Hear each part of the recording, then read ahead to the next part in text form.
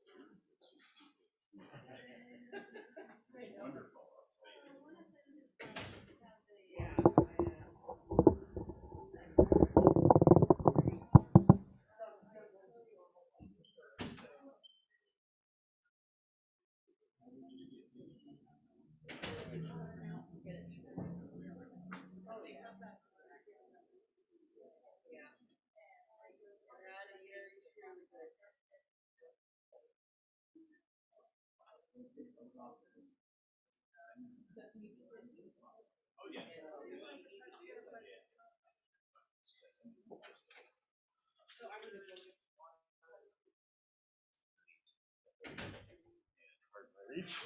right.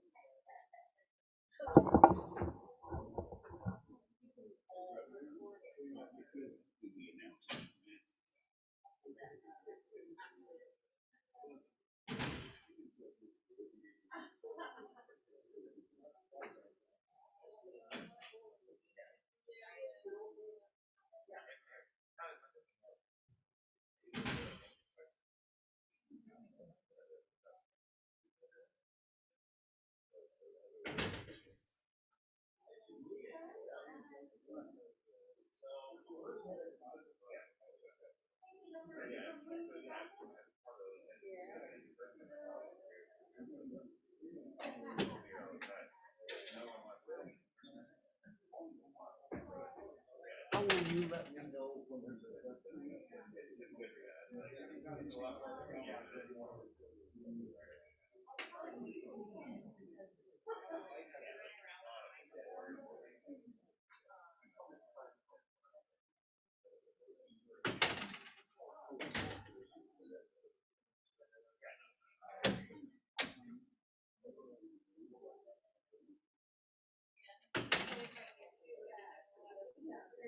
I came to see you. How are you? Again.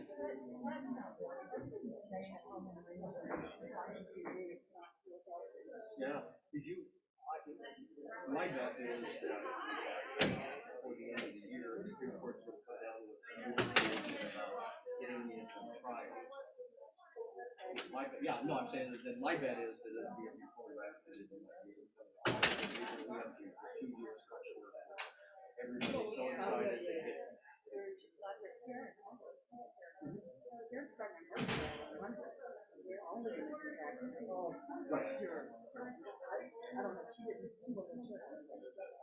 Yeah, but it's been a pretty dynamic time. I mean, my guess is the last couple of years of your career have been as dynamic as any years of your career. Well, I don't know about you.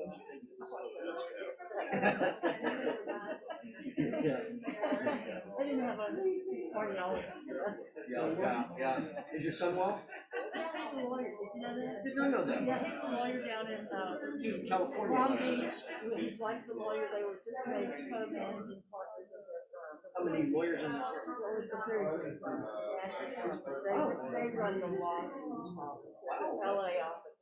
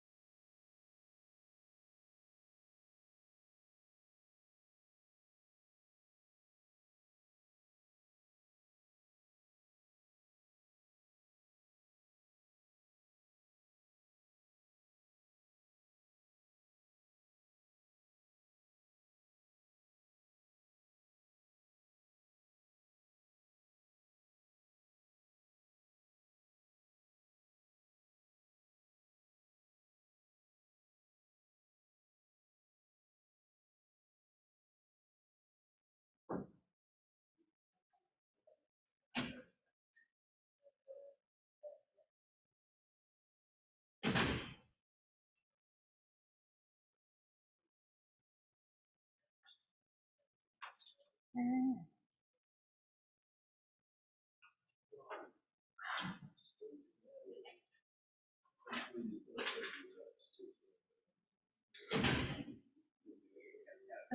can everyone hear me?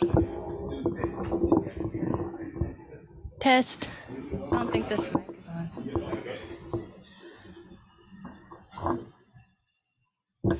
Check. Okay, now it's on.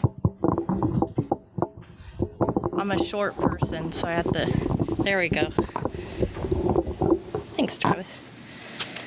Okay, welcome everyone to our 2021 CLE Bonanza this year, and welcome to our virtual attendees. Hello, my name is Stephanie Hyatt. I am the president of Jefferson County Pro Bono Lawyers. We're very happy to have everyone with us today, whether you're here virtually or in person. Every year, Pro Bono puts on this all-day bonanza for our local attorneys. It's also one of our biggest fundraisers. Pro Bono is a nonprofit organization. I think most of you are familiar with the work that we do, but just for those who might not be familiar, we provide volunteer attorney services for low-income and vulnerable people in Column County. We hook them up with volunteer attorneys. We also help provide a family law facilitator who's here with us today, Rachel. And we also have started a new program, the Housing Justice Project, to provide a representation for tenants and landlord-tenant issues. We also put on events like this and clinics and trainings for attorneys. So everyone who is attending, you're helping to support our organization and the work that we do. Oops, that's not my papers.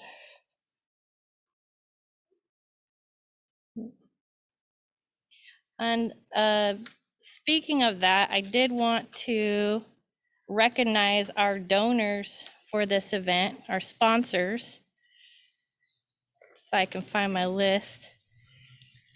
Well, can you put it up on the share screen, Travis?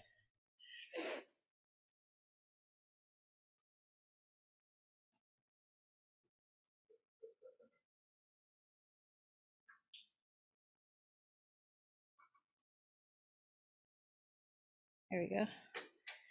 All right, so this year, our sponsors include Curlin and Remsen, PLLC, J. Richard Manning, Seattle Northwest Mediator and Arbitrator Services, Johnson, Rutz, and Tassie, PLLC, Greenaway, Gay, Medina, and Myers, Berkea Law, PLLC, Costellic Law Office, McMiniman and McMiniman, Commissioner Brandon Mack, Wolfley and Wolfley, Judge Keith Harper, Law Offices of Patrick Erker, Judge Dave Newpert, Rob Tolick, Judge Mindy Walker, David Alvarez, and Robin Stemmen, Mark Nichols, Payne Law, Faber Feinstein, Bell and Davis, Nace Law, Ariel Spesser and Nat Jacob, Lee Law Firm, Ralston Law PLLC, and James A. Rodriguez. So thank you very much to all of our sponsors. We couldn't do this without you. Okay. So we've got a great lineup for you all today, and I will be monitoring the chat. So if any of our virtual attendees have questions, we'll save those for the end, as well as for our in-person attendees. And I will read off the questions from the chat. And then for the people who are here in person, I will, if you could wait for me to get to you with a mic so that everyone can hear your question. We'll take those at the end. And then finally, before we get started, if you want to sign into the Wi-Fi, the code is, or the user is IHG Connect, and then the code is SQVSE. Okay, and with that, I'm going to hand it over to our board member, Dick Manning, to introduce our first speaker.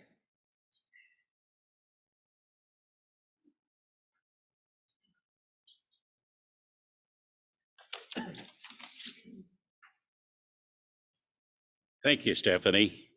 I'm Dick Manning, and I'm here to present a longtime friend of mine. And I like to say, what can you say about one of the biggest little law firms in the Northwest? And what can you say about Jeff Tolman, its founder and senior lawyer of Tolman and Grossman in little old Paulsbo, Washington?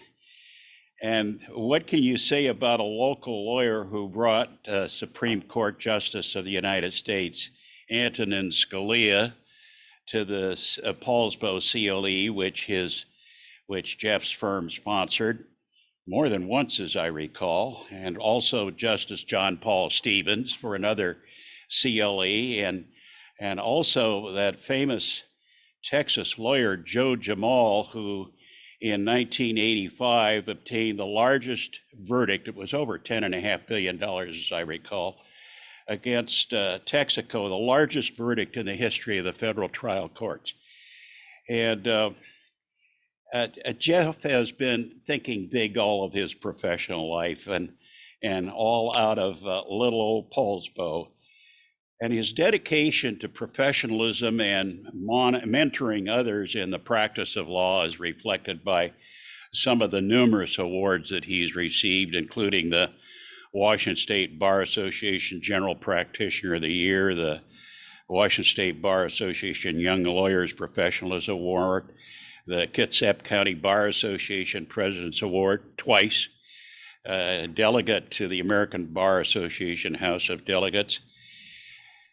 Jeff is a graduate of Jerry Spence's Trial Lawyers College, a former member of the Washington State Bar Association Board of Governors.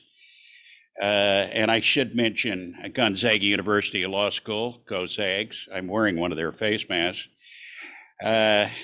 He's published hundreds of articles on professionalism and mentoring.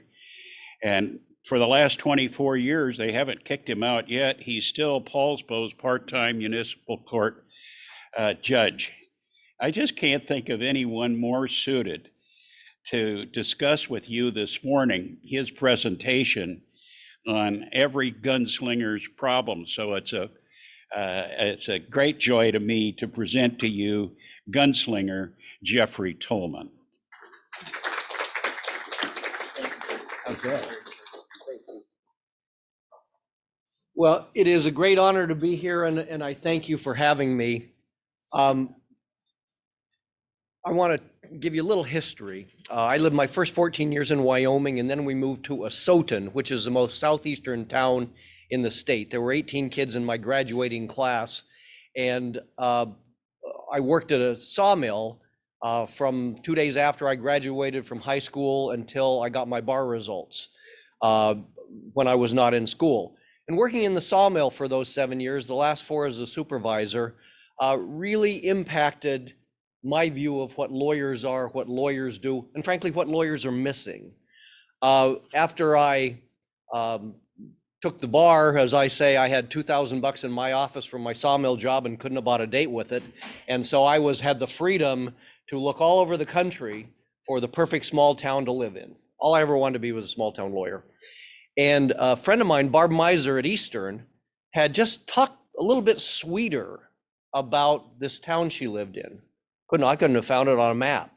Never been there, but it was on my list. And so I took a couple months, traveled to 30 states trying to find the perfect small town, and came to Paulsbo. And I looked around and I said, 5 lawyers and they're building a nuclear submarine base. This has potential. And I've been there now for 43 years. And I have to tell you that I've had bad clients, I've had bad cases, I've had bad days, I've had bad results. I am still a believer in this is a remarkable, a magical way to spend a life. In the sawmill, we did basically the same thing every day. We took lots of trees and we made lots of boards. If any of you have identical days, please call me. Because one of the things that lawyers sometimes take for granted is the variety, the diversity of what we do every day. Here's what I know. I don't know what's going to happen Tuesday. There's going to be people come in with problems, and just the diversity is something that I think sometimes can be taken for granted. But I'll tell you, work in the sawmill for a bit and you'll see that doing something different is just a great honor. When Dick and I talked about this, and I'm chipping on the 18th green of my legal career, and we got talking about kind of from when I put my placard says Jeff Tolman lawyer out on Highway 305 on March 15th, 1978 to today, what's similar and what's different. And what I did really when Dick and I were talking about that is I reached in my stack of articles that I published in 1990 to see if what we were talking about then was what we're talking about now. Staff management, life balance. I wrote a story called Mental Illnesses Most Lawyers Have. And it's not like we're crazy. It's just things like this may be the last client that ever comes in here. I better take the case. And really the battles, the dilemmas are more similar, I think, than dissimilar. So I want to talk a little bit about what I think's the same and changed. I hope the young lawyers have been told about the uniqueness of being a lawyer. We are unique in this way. We require pro bono service of ourselves. I can't imagine the Chiropractic Association requiring 50 free adjustments a year. Maybe they do, maybe they don't. I can't imagine the CPAs requiring 12 free tax returns. But lawyers do it all the time. I mean, that we can't have non-compete agreements.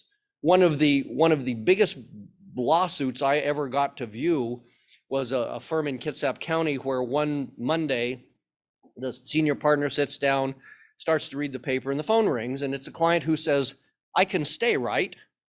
No idea what that means. He said, "What do you mean?" He said, "I can stay with your firm." "Sure. Why are you calling?" He said, "Oh, I got this letter from your partner that says I'm leaving Monday and they can't make you stay with the firm. You can come with me if you want." Well, you can imagine everybody got excited pretty quickly. But the point of that is we can't have non-compete agreements. My law partner, Amanda Grossman, can leave me and open an office next door. And that's unique to many professions. The Client Security Fund. Some years ago, we had a Kitsap County CPA who stole a couple $1 million from his clients. I don't think the CPAs paid those folks back. Those who work in the bar understand that once or twice a year, the Client Security Fund gets together to actually repay people to some extent that one of our own has injured. That's really unique. That's really great. And a civil legal service assessment that we have on our bar dues. I mean, our profession is still that. Remember the professions initially, law, teaching, medicine, they were professions because they put other people's interest ahead of our own. And we still do that.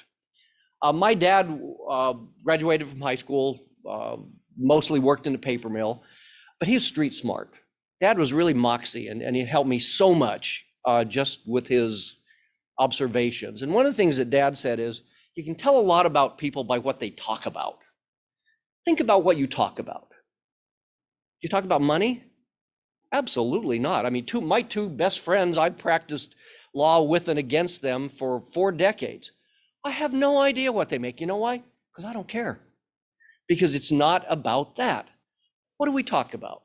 We talk about clients. We talk about fact patterns. We talk about the humanity that we deal with. And this is not universal. And I hope if there's any young lawyers out there listening, you don't take that for granted, because it is a marvelous way to spend your life. And I just want some observations first. One is, about 20 years ago or 25 years ago, I spoke at Law Day at North Kitsap High School. And I said, "Do you have any questions?" And the kid raised his hands and I said, "Yes." And he said, "Jeff, what do lawyers really do?"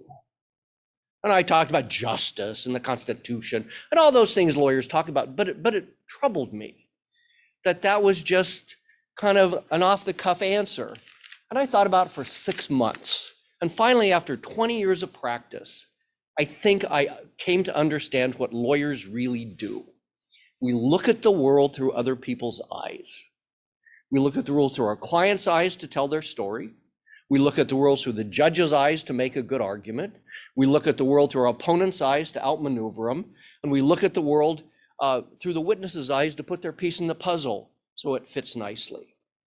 And it struck me that when we look at it that way, what it really says is the more empathetic you are, probably the better lawyer you are.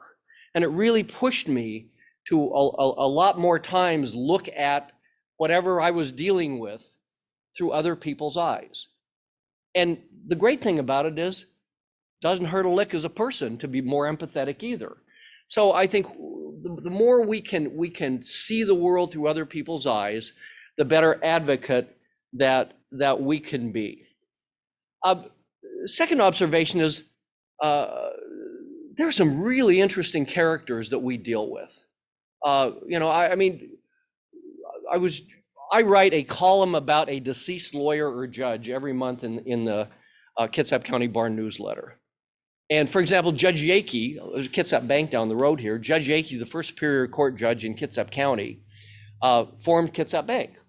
And then he and his partner sold it to the Langer family, who still owns it today, in 1911 or 13 or 15 or something.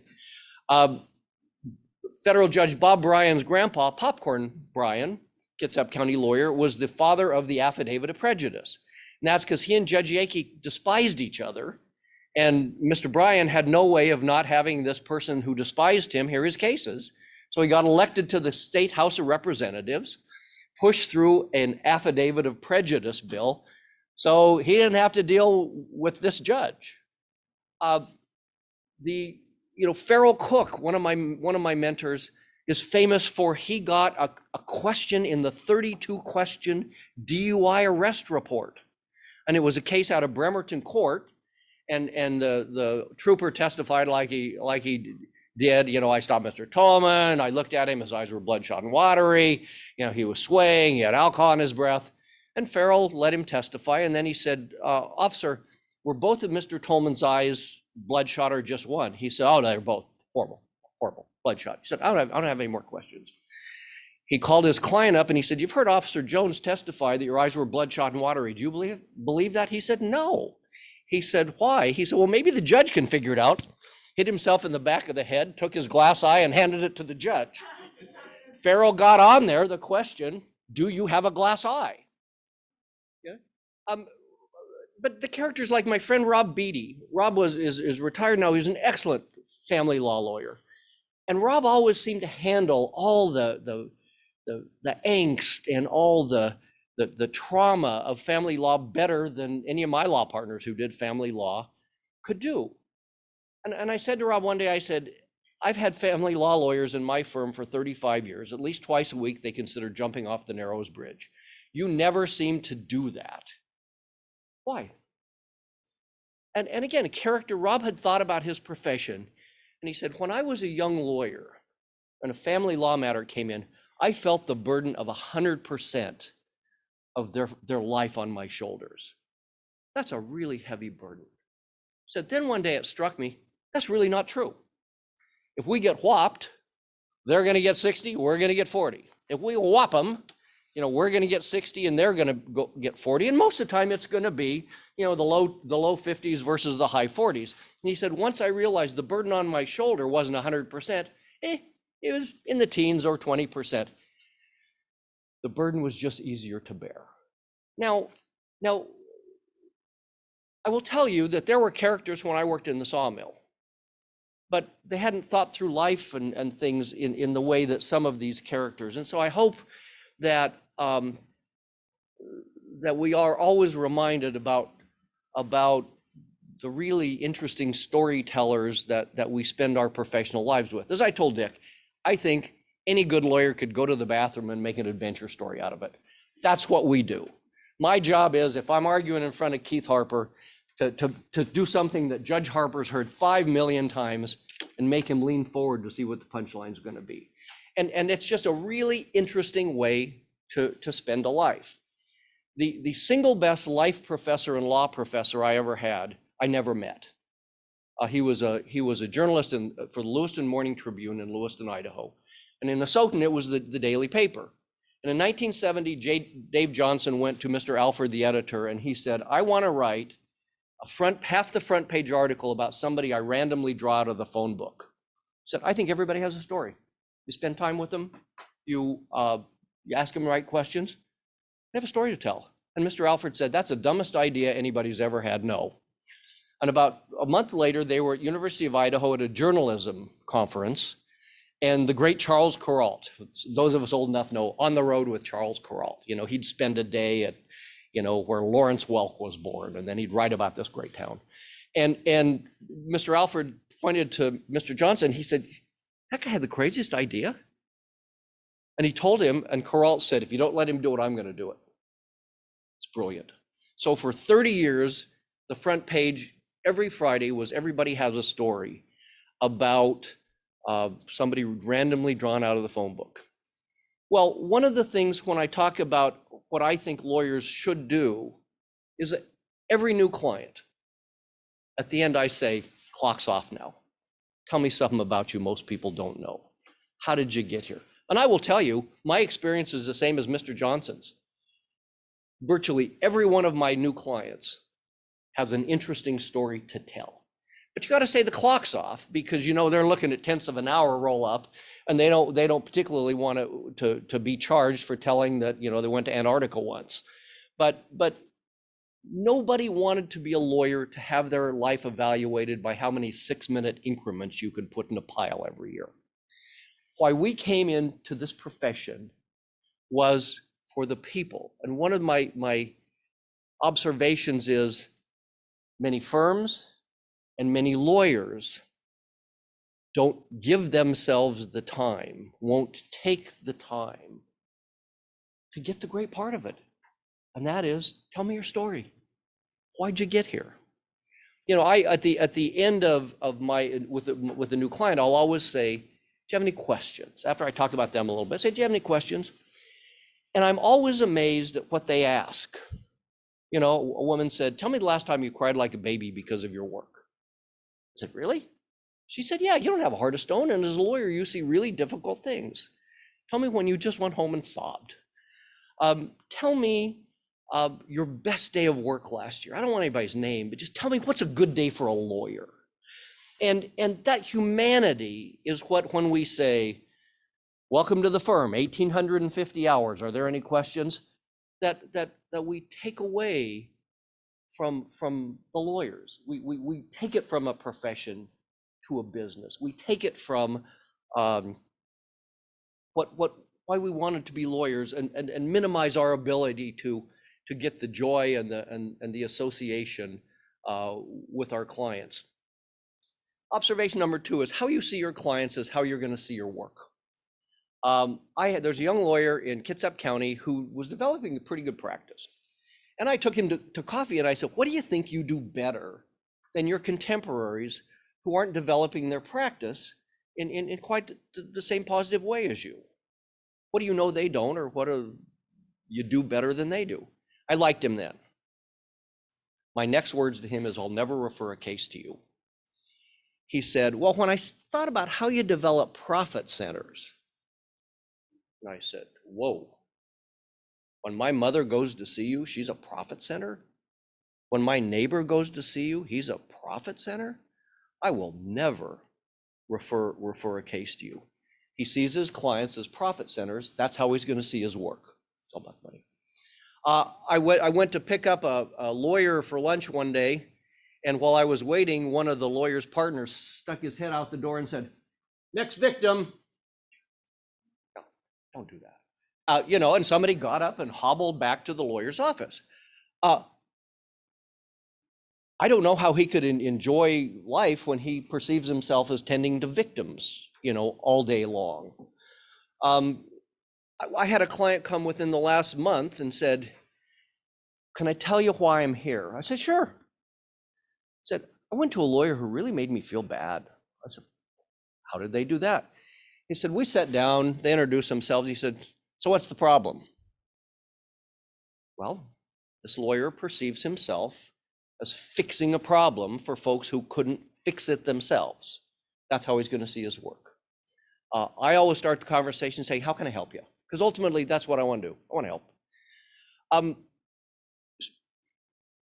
I proposed to these people, the victim, the profit center, that they look at the client slightly differently. Here's somebody who has a problem. They can't solve it. Friends can't solve it. Family can't solve it. Coworkers can't solve it. And with many of them, the people at happy hour can't solve it. And somebody has told them, you can do something none of those people can do. You can solve their problem. What an honor that somebody would consider you in that way. I mean, how could it be much better than that?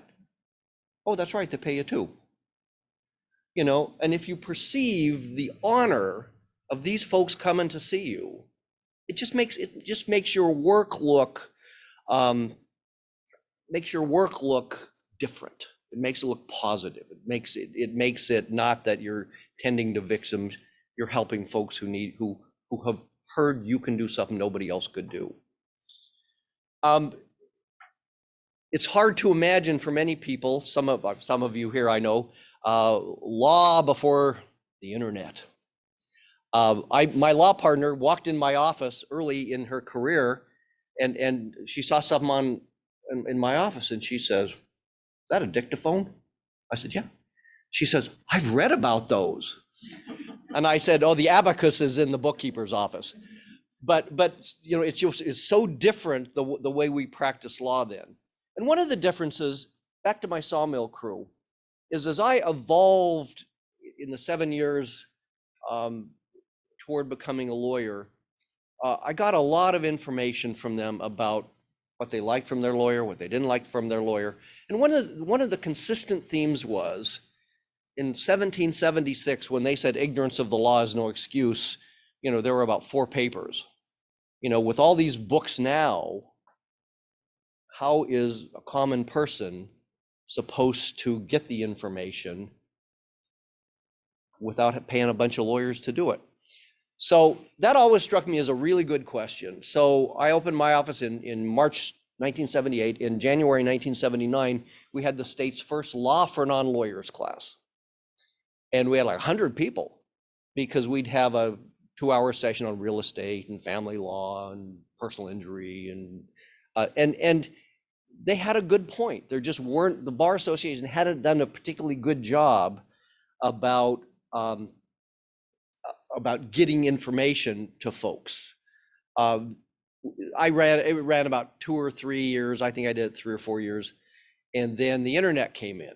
And the internet really was a cataclysmic change in our lives in so many, many profound ways. And one of them was, suddenly somebody could sit at home with Google and do a little of their own research. And my guess is that most of you have had some variation of this. Well, Jeff, I admit I'm not a lawyer, but I've done a little research. And so how about talking to me to start out like you'd talk to another lawyer? No, I mean, have anybody else had that, some variation of that experience? I think it, and I don't fault those folks, because we've all been on WebMD. You know, I went to my doctor once and I said, "I think I have diabetes." I said, "Why?" "Well, I have a dry mouth," and I went through all the symptoms that WebMD had told me you'd have if you have diabetes. And he said, "Did you get to the part where you lose weight? You don't have diabetes." And so I don't fault folks who come with a little research, but it's just one of those. I'm going to talk in a bit about questions we need to have good answers to. And one of it now is how you answer that question. And it depends. Sometimes I get kind of grumpy and I'll say, "All right, Bill, how do you think the rule against perpetuities ties into this?" He goes, "I don't know what that means." I said, "You mean my law school education I paid an arm and a leg for helped? All right, now let's get talking."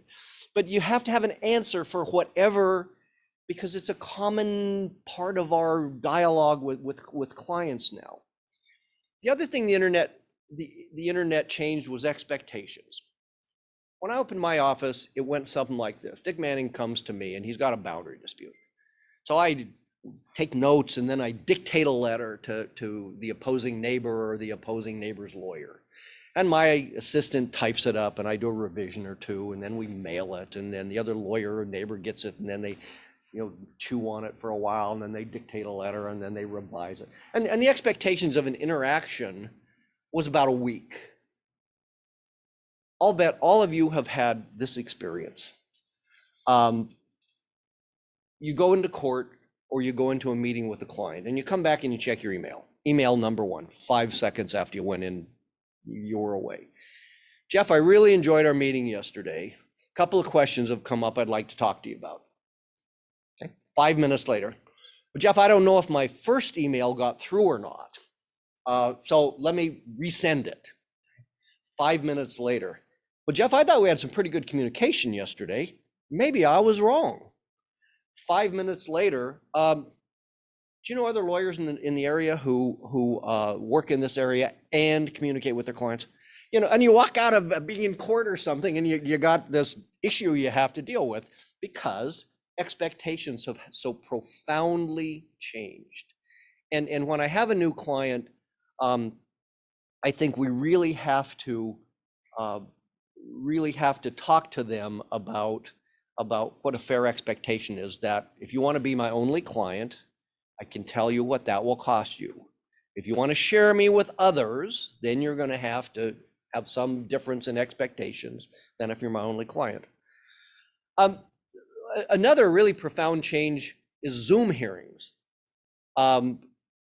With my Paulsbo Municipal Court judge hat on,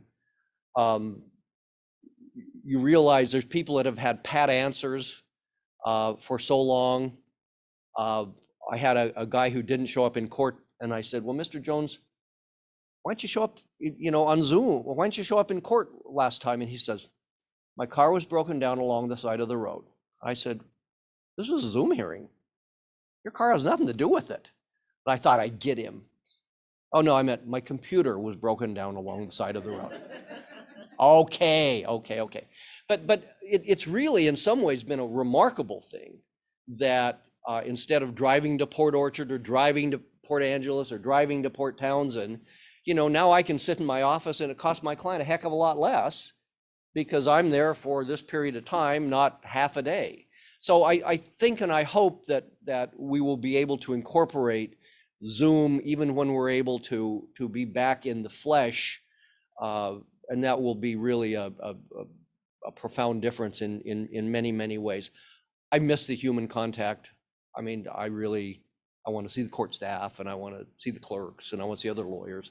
But in some ways those days certainly are amended if they're not gone. One of the changes really is the law. Lawyers in many ways have started treating themselves more like a business than the traditional profession. The lawyer who started the firm that I'm in now started the firm in 1959, and his great passion was he was the perpetual commodore of the Paulsbo Yacht Club, and in that they cross-pollinated with all these other yacht clubs, and he got to know lots of people. And one year he put his name and his phone number in the Seattle phone book. The bar was not happy. Professionals don't advertise. And for Ed Niemeyer to put his name and phone number in the Seattle phone book had some ethical ramifications. And we've gone from there really to where you couldn't have kind of business names. I mean, it was like, Crosby, Stills, Nash and Young were never the Beatles or the Eagles or somebody. They were Crosby, Stills, Nash and Young because they always wanted to be the 4 individuals who happened to play together. And that's how it was for really a long time. Now we see business kind of names, and affordable law, quick and easy legal advice, whatever the monikers are.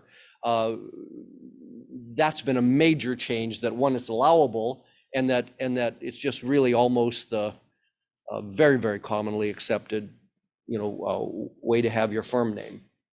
And I thought about the differences on both sides of the profession versus the business, and On the professional side, I came out one day and there was a 96-year-old woman who had her nicest clothes on. She's long past now. And she came in, she was going to get a will. She came in and I said, "Thank you for coming in, Mrs. Norwegian. You know, how can I help you today?" And she said, "Before we get started, I have a question. Okay. Have you handled large estates?" I said, "I've handled some large estates. How large would your estate be?" She went down and she blushed and she came up and her eyes were big and she was just smiling. And she said, "My mobile home is paid off and I have over $11,000 in the bank. Have you handled an estate of that size?" I said, "Yes, I have, and I'd be honored to handle yours." She said, "Well, now that you know I'm a woman of means, we can go forward." And I did her estate planning doc. She said, "How much will that be? As you know, I can pay you." And I said, "Give me $10. She said, "Would you like me to pay you now, or would you like me to pay you when you've earned it?" I said, "I want to earn it." Well, we went through the process, and what I realized is I got so much more out of that than she did. It reminded me that of her generation, if you owned your home, you won. I mean, that was everybody's goal. I own my home. She owned her home and she had $11,000 in the bank. I wanted to walk down the street and say, $11,000 plus her home's paid off. I mean, her honor and her joy and was contagious. Of course, the next client came in and say, "How are you supposed to live on $6 million?" And you know, but so that was kind of the profession. Is she was coming to a professional to help her. And it made me really proud that she came and she chose me to help her, because it was a big deal for her. On the other end, I was sitting in my office one morning when I had some family law lawyers in there, and a guy called and he said, "I'm thinking about getting a divorce. What kind of a deal will you make me?" Now, here's what he didn't quite understand. That this was a guy who was going to get for the same bargain, if he had a personal injury claim or he had a boundary dispute or for his estate planning. I didn't want him as a client. He was never going to refer anybody, except if he wasn't satisfied, then he was going to pass that to all his friends. And so I thought, well, all right, I'll play this game too. If it's just a business, it's just a business. I say our office policy is we give you a weed eater when we finalize the third divorce through our office. And he said, "Well, that's kind of stupid." Well, it was, as I believed his question was. But that's the difference between, as a profession where they dress up to come to the lawyer. And it's just, can I get a buy one, get one? And it's, every firm, every lawyer has to determine kind of where on that continuum they are. The books, is one of the great differences. You come in our office and we got walls of books. We spend $2,000 a month on books. And now it's kind of like that old Western moving books. We don't need no stinking books. We get them online. There was one of the people we had at the Paulsbo CLE was Bobby Lee Cook, who Matlock was about, the TV show Matlock. And Bobby Lee was great. He said, "What I do," he said, "I'll say, for your case, I have to go through every one of these books." And he said, "I got to go through one more book, your pocketbook." So, my law partner, Matt Klukas, is a Superior Court commissioner now, and he does family law hearings. And I asked Matt when I was preparing for this, what in his time as a lawyer, family law lawyer, and as a fact finder that he's seen change. And what he said is that it happened to tie into this. He said, "I'm seeing many of the lawyers now who perceive themselves more as business competitors than professional colleagues. They ask for CR11 sanctions all the time. They bicker in a way that's much more personal." So one of the changes has been just this evolution from what was very highly regulated. Ed Niemeyer couldn't put his name in the Seattle phone book, to a little more open, free. Are we a business or are we a profession?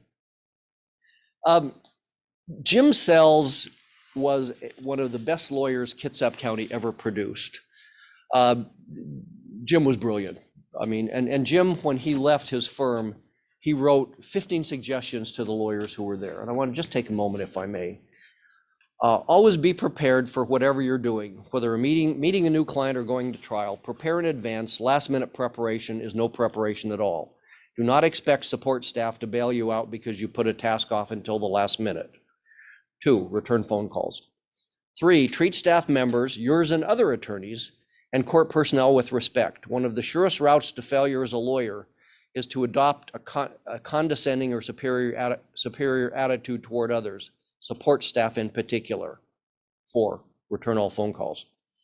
5, always be to court on time and ready to go. This is the first impression you can make on a judge, and it will last not only for that particular motion or trial, but for your entire career with the courts. 7, or 6, there are no shortcuts in the law. Don't bother trying to find them. The practice of law is hard, and to be successful, you must work hard. 7, return all phone calls. 8, tell your clients and other lawyers the truth, no matter how painful it may be to them. You've been hired to deal with a person's problem. Telling that person what he or she wants to hear rather than what they need to hear only makes the problem worse. 9, our legal system is adversarial. That does not mean you treat opposing counsel with disrespect or disdain. It means you devote your best possible efforts within the confines of the law to advance your client's position and hopefully prevail. When the case is over, the adversarial relationship with opposing counsel is over as well. If you've prevailed, be humble.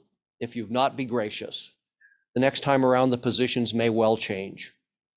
Always stand when addressing a judge in the courtroom and address the court as your honor.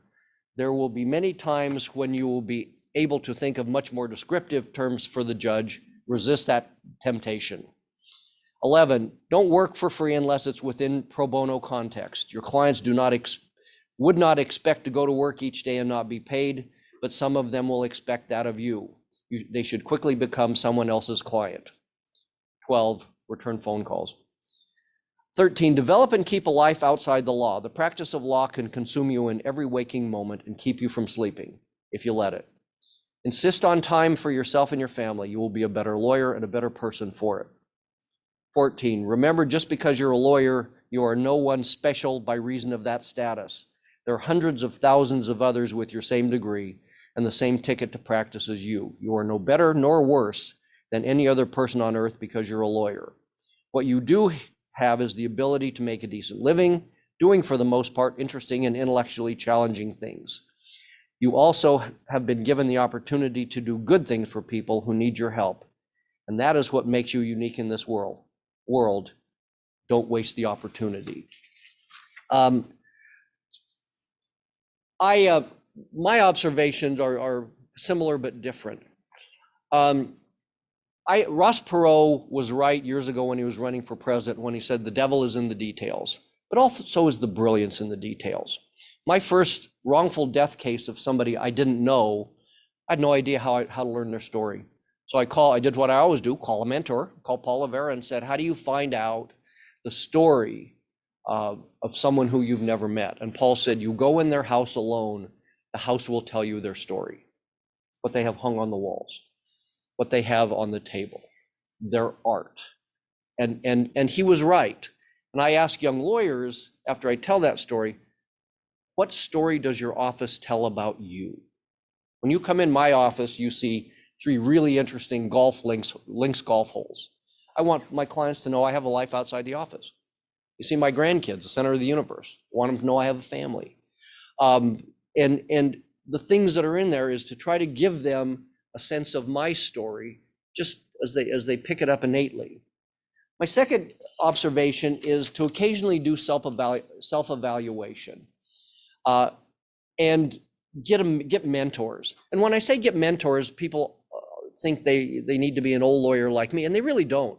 You can have mentors who are your contemporaries. One night, we got about 6 of us got pizza and beer, and we decided we were going to talk about 2 things: how you process a community property agreement and the letter we send to the personal representative when they're appointed in the state. I have to tell you, we all thought that would be a 5-minute meeting, and then we just drink beer and eat pizza. An hour and a half later, we were still talking about those things. I mean, the letter to the personal representative in the other firms had stuff I'd never thought of. In my letter, it had stuff they'd never thought of. And when we talk about getting mentors, it doesn't necessarily mean somebody who's, you know, old and been through everything. It's looking at things with people who you can learn from and can learn from you. And I want to leave some time for questions, but I'm always drawn to the movie A League of Their Own. And if you remember, it's the female baseball league. Gina Davis is the player, and Tom Hanks is Jimmy Dugan, the manager. And there's a scene I always like where Gina Davis is going off back to Oregon with her husband, and she's quitting the team. And Tom Hanks goes to her, and he's just on her about, why would you do this? How can you do this? I never thought this would happen. And she says, it's hard, Jimmy. Sometimes it's just too hard. And his response is, it has always stuck with me because it really reminds me about our work as lawyers. He said, hard, that's the great part. If it wasn't hard, everybody would do it. And so my hope for you all is you enjoy your clients, you learn their story, you appreciate the honor of representing them, and you understand what a vibrant, unique, wonderful human lot we've been thrown into professionally. Are there any questions? I got a question. Sure. What is one of the best client stories you ever heard? Well, yeah, his question is, you know, a client story that's memorable. I had a woman who said, I have a volcano named after me. I don't know if that's interesting or not. I thought, would be among my folks.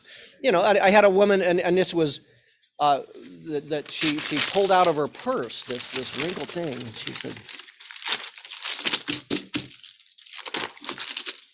And she said, to me, have you ever seen an uglier kid? And I said, ma'am, I have no idea how you answer this. I said, we've just met, and I am, to use a wrestling metaphor, I'm in the down position here. I don't know how to get this right. She said, no, have you ever seen an uglier kid? I said, not that comes to mind. She said, my stepson, Dustin Hoffman, as a boy. Man's nose, boy's face. God, he was homely, wasn't he? You know, so those come to mind. I don't have any questions Oh. on the chat. Okay. I got one more. Sure. Nobody else does.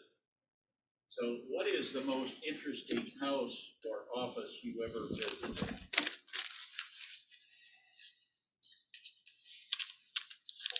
I went to a lawyer's office once, and as I was talking to him, I saw something in my peripheral vision, and I flipped around, and he had on the door where only he could see something that says, if it's not written down, it didn't happen. And that was interesting to me as a lawyer, because boy, did it bring things home. Oh, it's all, you know, it's always when you go and they have pictures of them with their clients. I think one of the most interesting aspects as a lawyer, when I was a young lawyer, is Paul Strittmatter had a case where his client was quadriplegic, and Paul didn't know how he could tell the story, so he had himself bound and spent 2 or 3 nights in the nursing home so he could experience that. And he said, what they don't tell you is the screaming at night. What they don't tell you is when your nose itches, you can't scratch it. And that was kind of one of the most interesting vignettes. And Paul got $9 million, and he should have, but he, you know, this profession that we are, there's just so darn many interesting people in it, and so darn many interesting clients in it that my problem is I'm going to retire at some point, but it's not because I don't like it. It's because, you know, my friends are taking golf carts now instead of walking. We're all grabbing the handrail a little firmer. You know, we don't lift our feet as high. You know, flying to Spokane seems longer than it used to be, and it's time. But it's been a great run, and I know all of you know that. And I thank you so much for having me today. Oh, yeah. Huh? I got one question. Okay, that one was question, popped all right. up on the chat. How do you personally handle obstreperous opposing counsel? I'm gonna be honest, I have no idea what that word Oh, that just a pain in the neck, opposing counsel. Well, it's, you don't let them govern the situation. What did Michelle Obama say? When they go low, we go high. I got some discovery once, and there was a sticker on it from a Tacoma lawyer that said, Mildred, make a copy of this and send the little SOB the worst copy. So I got that, and I thought, how do you deal with that? So I did what I always do. I slept on it. The next morning I came, I sent a sticker back to the lawyer and said, my guess is you've used this before, you'll use it again. I'd like to tell you a little bit about my mother. And I wrote 2-page single-spaced letter about Frida Tolman. I said, I hope your opinion of her has changed. So you can't, part of it is, do they govern the emotion? Do they govern the intensity? Or do you? Because I will tell you, law is the simplest profession on the planet in this way. There are 2 answers. You agree or you don't agree. If you agree, you put it in writing, and that's the deal. If you don't agree, there's highly paid fact finders who are going to tell everybody in the courtroom what's going to happen. So don't argue with them. Just say, gosh, I think this is one that Judge Smith is going to have to tell us what's going to happen. Thank you. Thank you.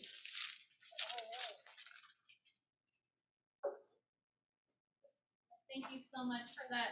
That was really great. And a lot of you probably don't know, but Jeff's wife, Lori, is actually celebrating her birthday today. And he still came to present to us. They're going to be heading out of town after this, but to thank you and to thank Lori for letting you come. Oh, thank you. We got a little cake for you guys. Oh, thank you very much. Yes. And Off to the Stormy Weather Art Festival in Cannon Beach. Thank you all very much. yes, have a good trip. And it's supposed to live up to its name. Perfect. All right. And we're going to take a short break, about 15 minutes. We have some refreshments in the back. Please avoid this corner over here. There's a lot of wires and I wouldn't want anyone to trip. We'll be back at 10:15.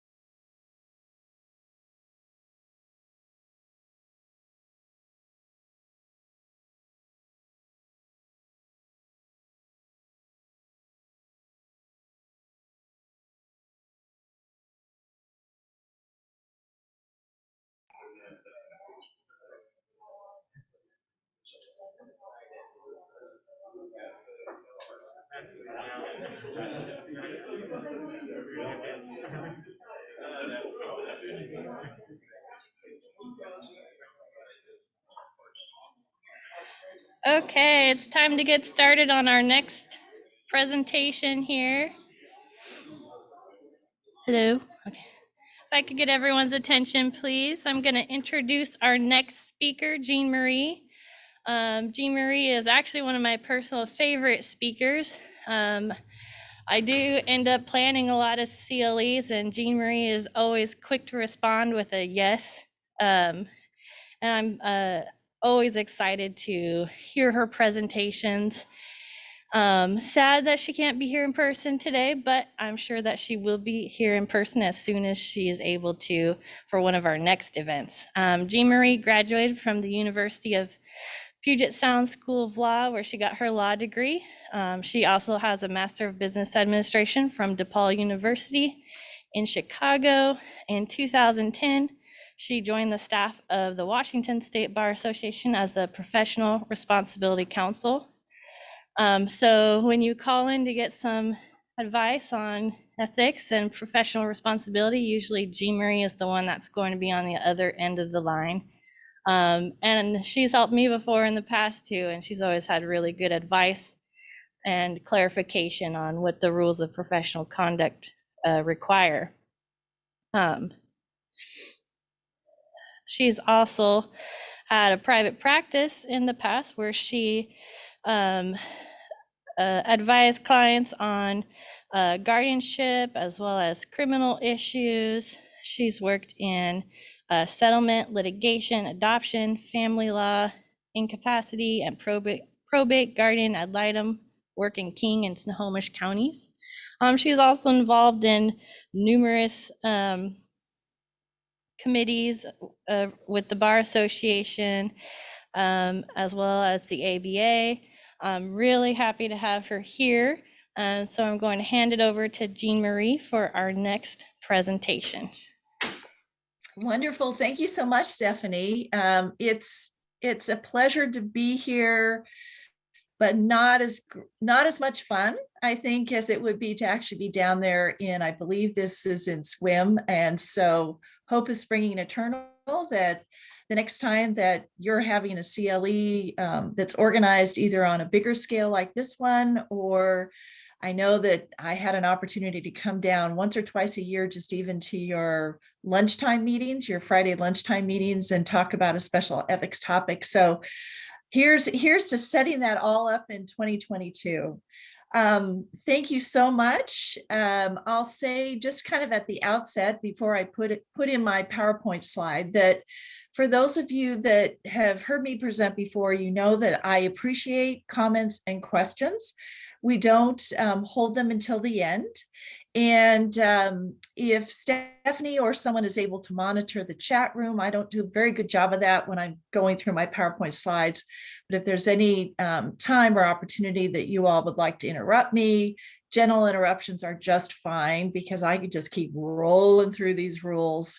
So I'm happy to do that, or you can unmute yourself. I don't know if that's being done, but in any event, happy to talk about this.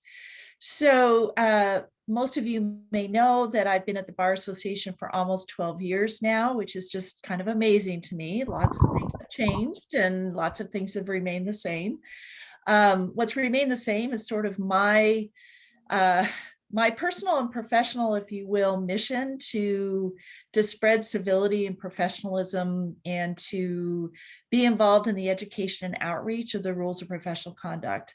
And I say this because prior to coming to the Bar Association, I spent 20 years in a very modest private practice, primarily in state court, dealt with all sorts of clients, all sorts of judges and tribunals, all sorts of opposing counsel.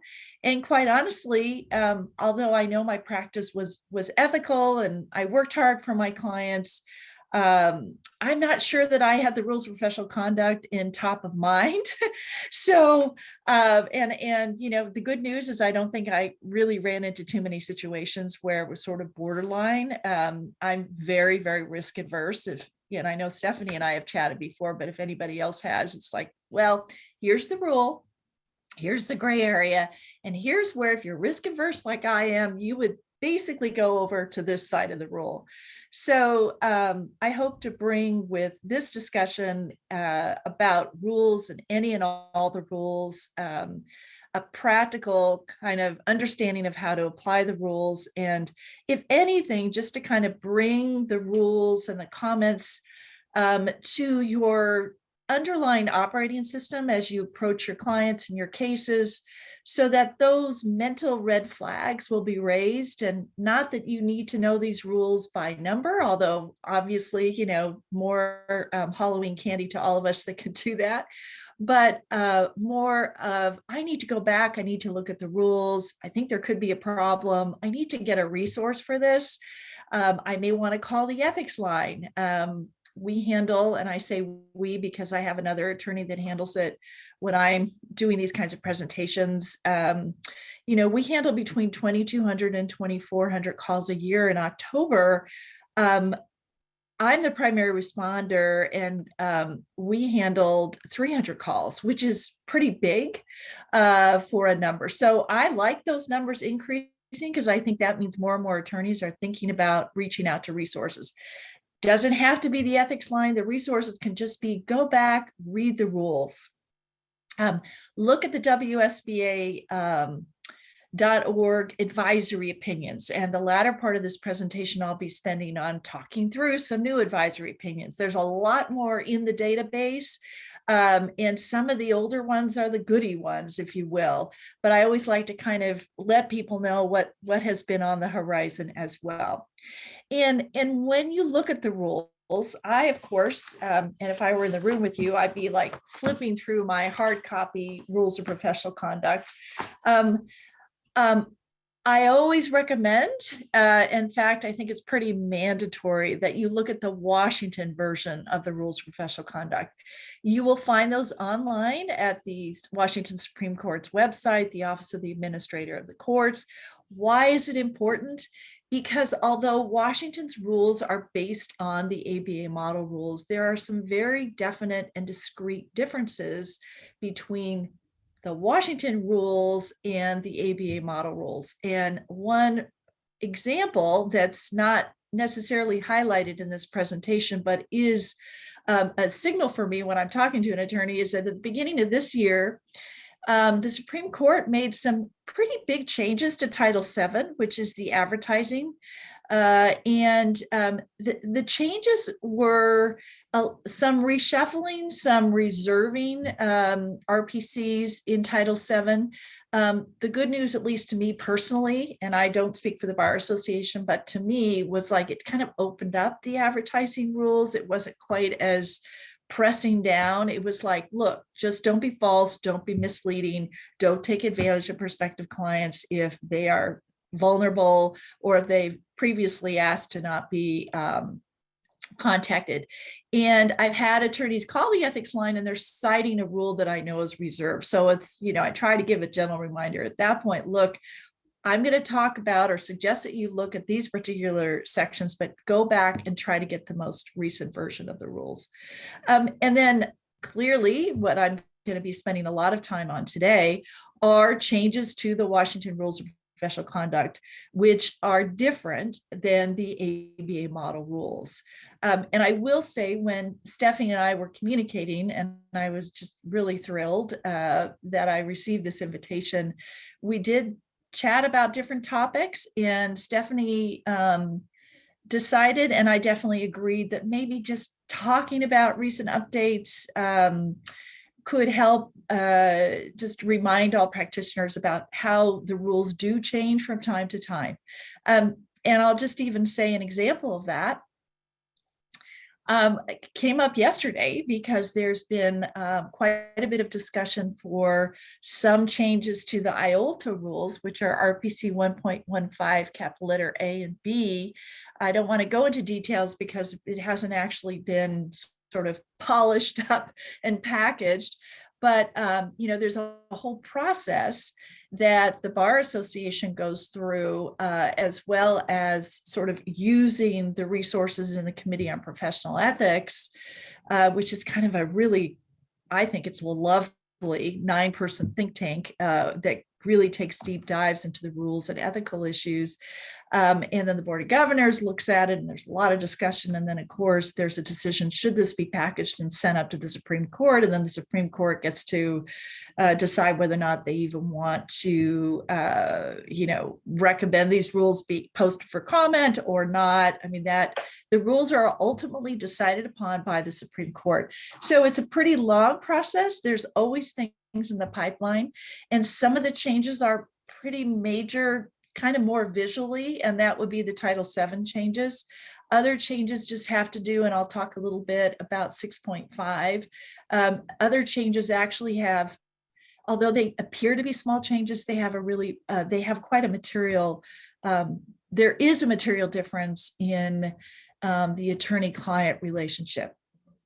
So I'm going to just kind of keep storming through here, and I will start to share my screen, and we will bring up the PowerPoint, and there we go. So I always like to have my lawyerly disclaimer, and that is that this doesn't cover all of the rules, and it doesn't cover all the rules that were either changed, and by all rules I mean there's a whole massive bank of different types of rules. So what I'm highlighting are the rules of professional conduct, and then there are other rules under consideration by the Washington Supreme Court. So the deep dive that I'll take for quite a bit of this presentation are some pretty big changes to RPC 1.4, RPC 1.16, 1.13, and 6.5.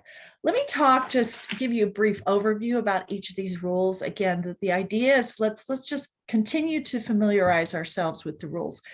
1.4 is all about communication, and it's making sure that the lawyer not only is responsible, but actually follows through and communicates to the clients information that is substantive to the client.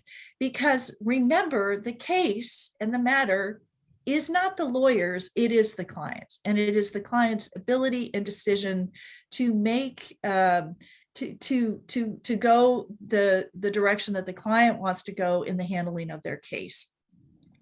So the changes that were made and effective currently to 1.4 have to do with communication to the client about certain aspects of that attorney-client relationship.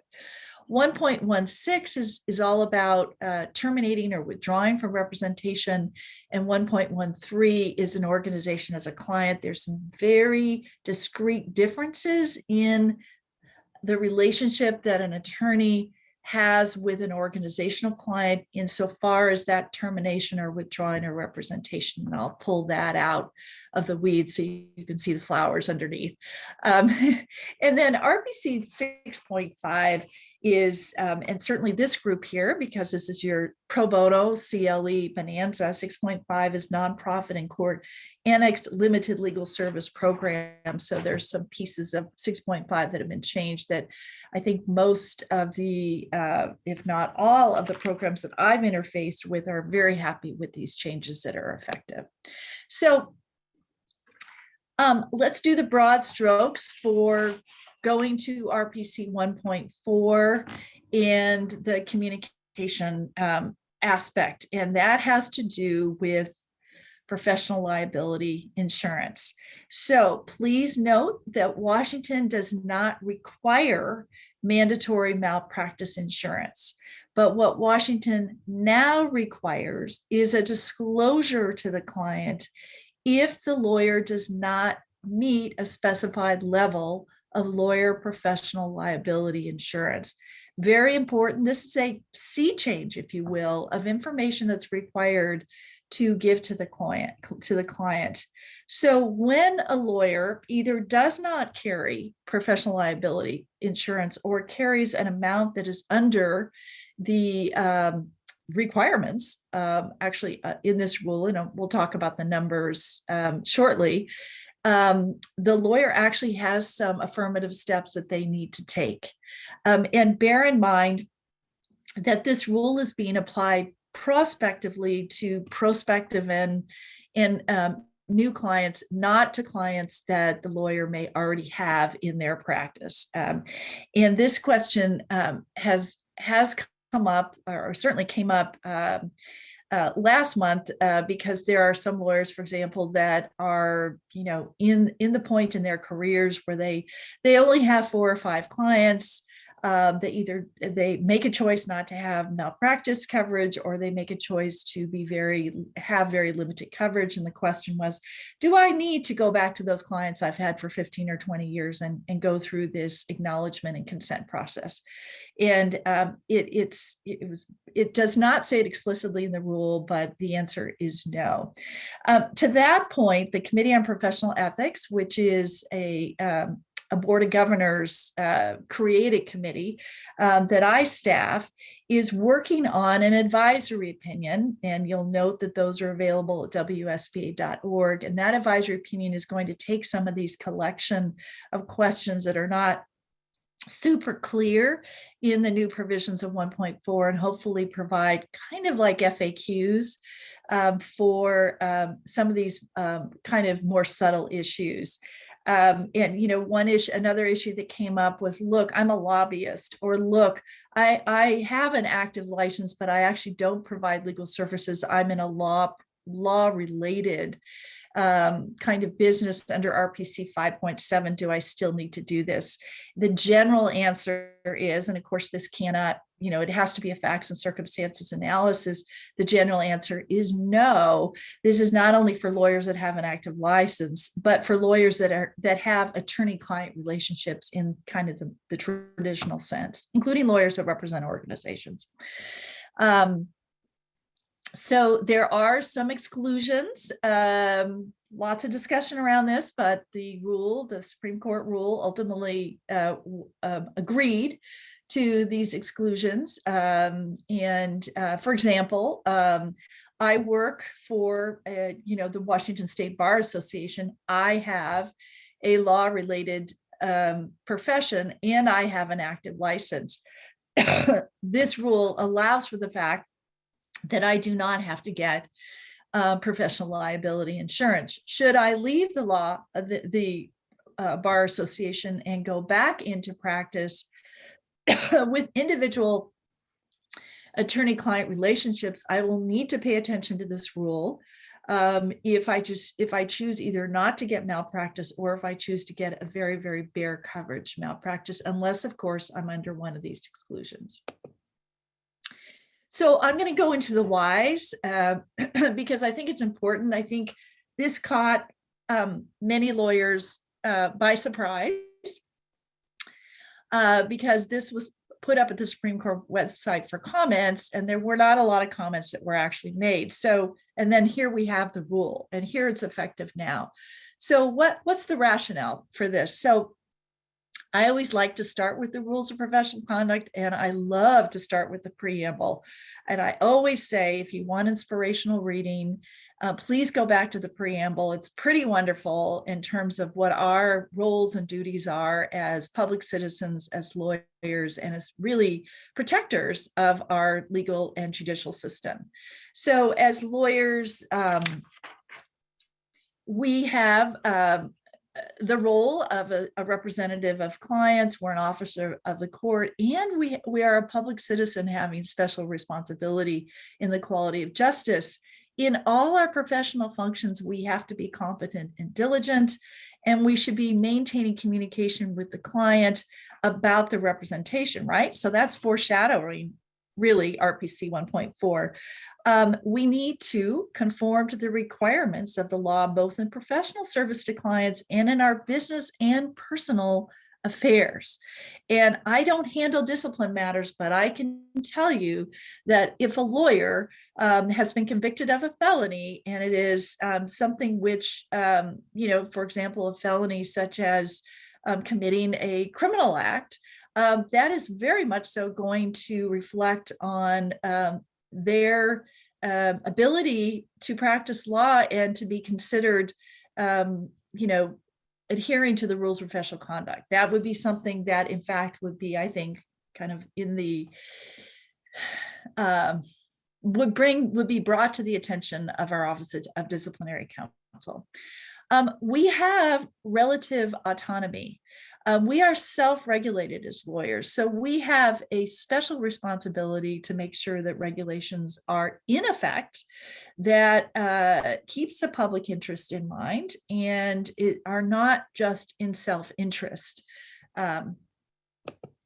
There's also a general rule that the Supreme Court has put into place that speaks to the Washington State Bar Association's duty to protect the public and maintain the integrity of the profession. Thus, the link of the Board of Governors reviewing this, having certain task forces to look into this, and putting this forward to the Supreme Court. Again, it was the Supreme Court who made the ultimate decision, but it was aligned with this rule, which talks about objectives that are protecting the public, competent and ethical delivery. I should bold ethical because I love that word, of ethical services, transparency to our clients and to everyone, obviously protected by 1.6 attorney-client confidentiality, and having accessible civil remedies for negligence and breach of other duties, which are your disciplinary sanctions.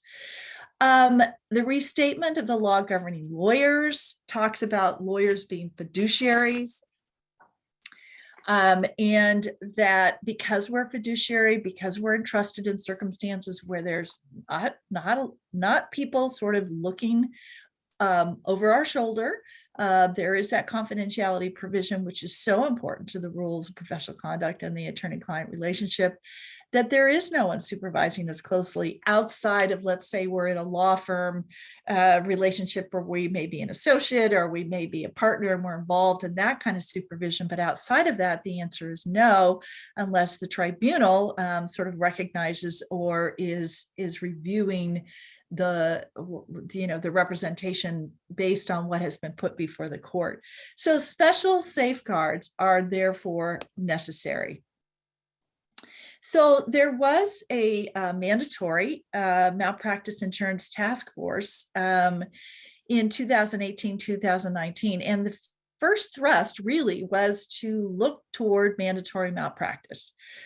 So there was a lot of work put toward that. And there was a lot of research that was done. There was a lot of pushback after a huge report was provided to the Board of Governors, and there was an opportunity for members to comment on that. And so the pushback resulted in not sending up some required mandatory malpractice provisions to the Supreme Court, but it also resulted in some incredibly valuable facts that I have here on this PowerPoint slide. So consistently, 14% of Washington lawyers in private practice do not carry insurance. And as lawyers sort of age in their practices, the number of lawyers in private practice who carry malpractice insurance drops. So there's a direct connection and correlation to that. And then, of course, if you look at these private practice areas where Washington lawyers are most likely to be uninsured, it just about covers almost every practice area. I don't see immigration on there, but that's a wide swath of attorneys practicing in Washington. And then voluntary demographic information was reported to the bar that said that solo and small firms are most likely to be insured, again, edging up to 30%. And then the interesting piece of 89%-ish of malpractice claims are resolved for less than $100,000, which is, I think, and did not staff and was not involved in this first mandatory malpractice insurance task force, but I have to think that there was some relationship between that final bullet point statistic and the decision for the numbers amounts. So then in 2020, after there was a decision to sort of abandon the mandatory malpractice, then there was a Board of Governors ad hoc committee who explored approaches to public protection, and then came up with the proposed rule, which actually ended up being signed off by the Supreme Court pretty quickly and pretty completely. So this was placed under RPC 1.4C and with some new comments. So the requirement is that a lawyer, before or at the time of commencing representation, the lawyer has to provide notice to the client in writing that they do not have professional liability insurance either at all or at specific minimum levels. And the insurance limits of liability are at least $100,000 per occurrence and $300,000 for all claims submitted during the policy period. The form of the notice is provided in 1.4C. It's kind of a matter of cutting and pasting. I have to say that 1.5, which is a fees, RPC does the same for flat fees.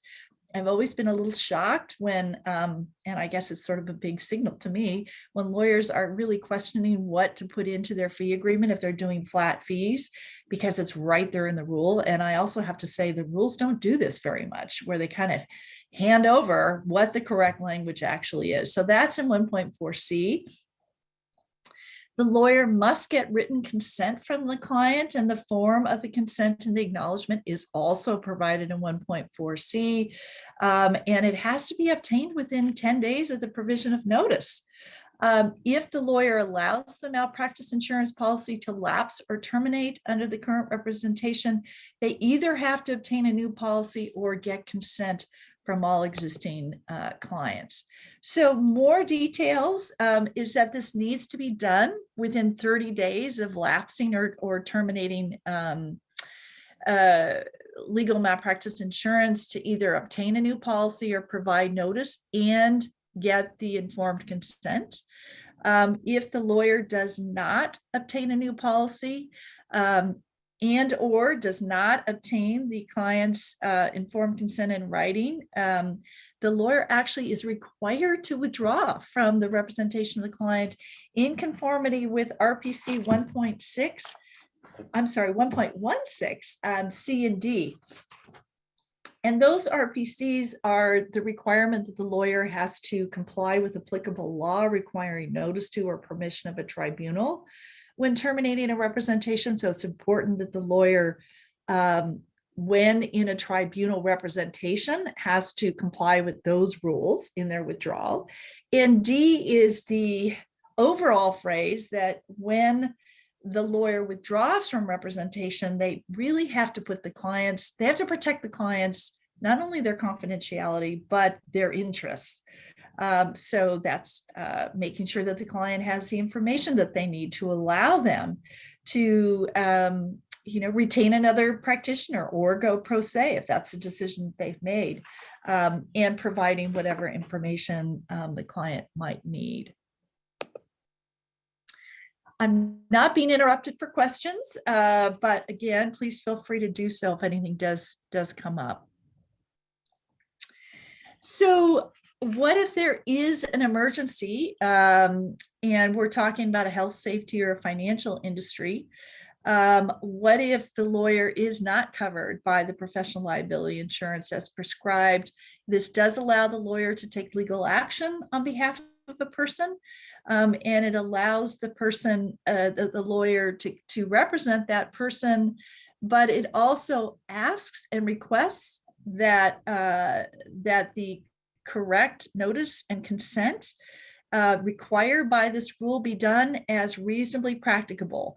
What does that mean? It hasn't been tested, but I think, there's lots of, think to yourself, what would another lawyer who wasn't involved in the situation, how would they set this up so that I'm getting the consent, I'm providing the notice and getting the consent that I need?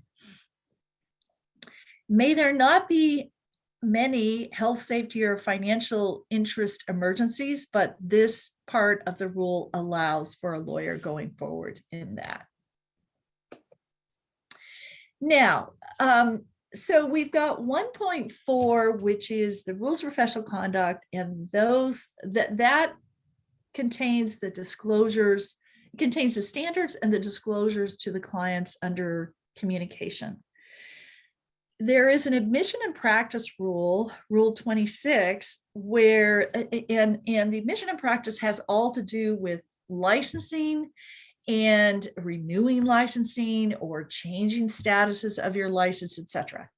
So that is more kind of rule-based with the status of your license and how to handle your license. So under APR 26, there are requirements regarding professional liability insurance, but that's a certification annually to the Bar Association when there is the license renewal. So unlike the notice and consent to the client, with the lawyer taking that in and then keeping those consents for a certain period of time, if asked by the Bar Association or anyone else, this APR insurance disclosure isn't kept by the lawyer, it's provided by the lawyer to the Bar Association. So again, when a lawyer is practicing full-time as a government lawyer or as of counsel to an organizational client, et cetera, there are these exceptions.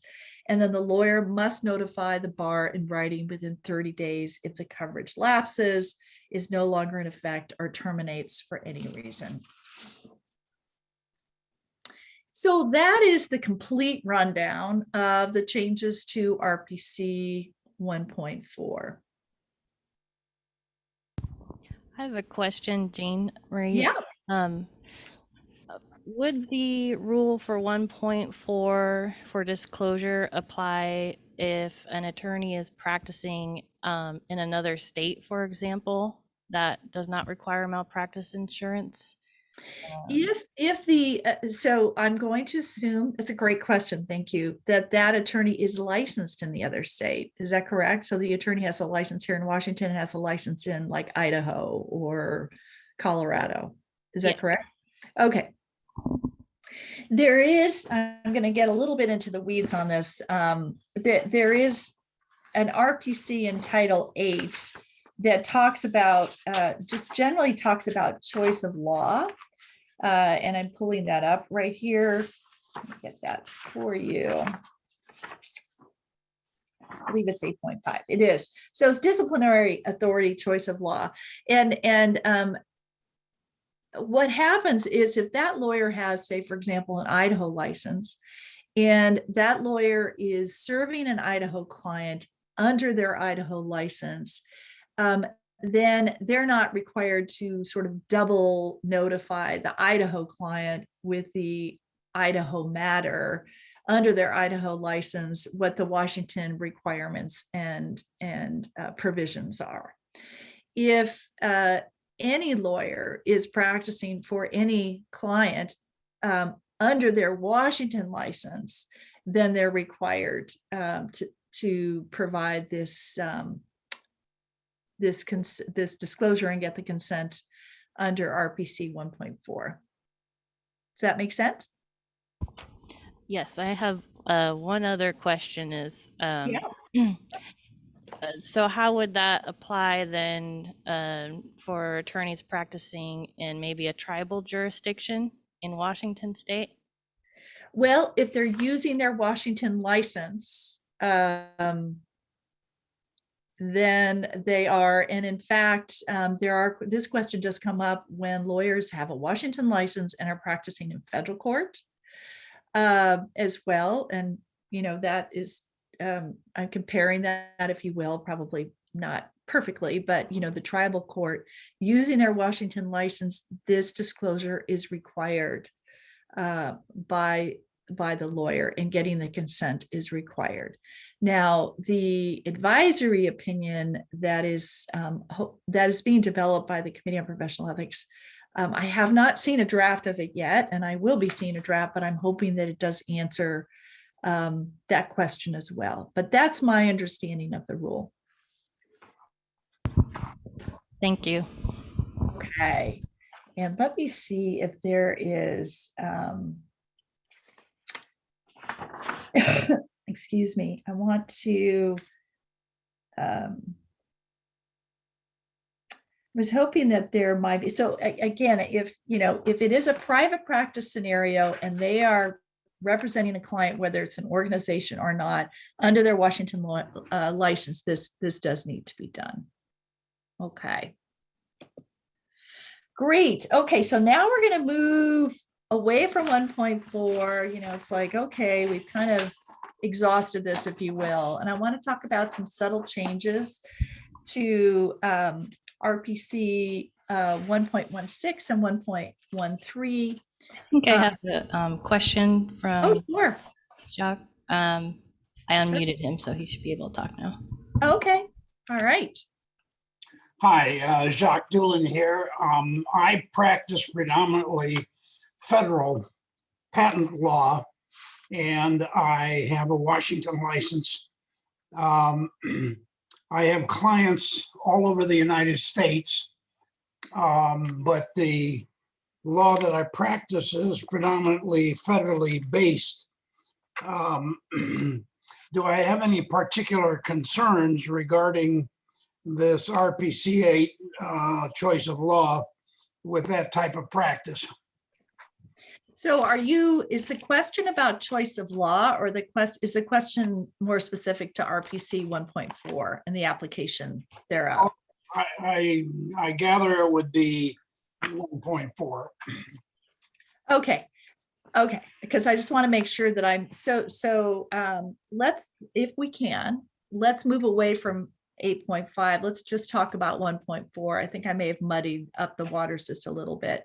This question has come up, and I have received this question also from lawyers that are practicing international matters and for international clients under their Washington license. And the answer has come back to me by folks that have done research into this, and that is that if a lawyer's operating under their Washington license, they are required for these disclosures under RPC 1.4, even if it's in a federal arena, tribunal, and for clients that are all over the US. So there's that answer. And then the answer to, okay, what if I only deal with international clients and am dealing with international issues? It's my understanding that most of the international forums have this kind of requirement as well. And so so the lawyer would have already had a certain amount of coverage in that. So I'm kind of answering your question and amplifying a little bit for some of the other questions and came in. But I think the short answer is yes, 1.4 does apply, even if it's a federal practice and even if the clients are all over the US. Yeah, we deal in federal trademark law. Mm-hmm. And federal trademark law requires that you have a state bar license Right. before they will accept you. So Right. you're practicing federal law, but under the state bar license. Yes, exactly. And I actually once or twice a year have the opportunity to go speak to a number of JAG lawyers who are practicing military law, but they're practicing under their state bar licenses. And usually the groups that I talk to there's a collection of them that are Washington bar, but there's also collections that many others, as you know, the military are always moving around, particularly with not particularly, but their legal counsels are moving around to different bases, et cetera. And we talk about that even if they're dealing with an area of law that's not in state court, or they're not drafting a will for their next door neighbor, if they're practicing law in any forum in which there's a requirement for a Washington license, then 1.4 applies. Okay, thank you very much. Yeah, I know it's an interesting reach. I'll say that after spending 20 years in private practice, it's very interesting. But this is the way it has been sort of laid out to me as the appropriate application of this rule. So thanks for those questions. It's great. Okay, so let's talk about some changes to RPC 1.16 and 1.13. And these were really precipitated by a case. And I've got, by the way, there are materials which I'm assuming Stephanie either has or will be providing to you that gives you a lot more details about each of these rules. For example, what they call the GR9, which is kind of the package discussion sheet and rationale that was sent up to the Supreme Court.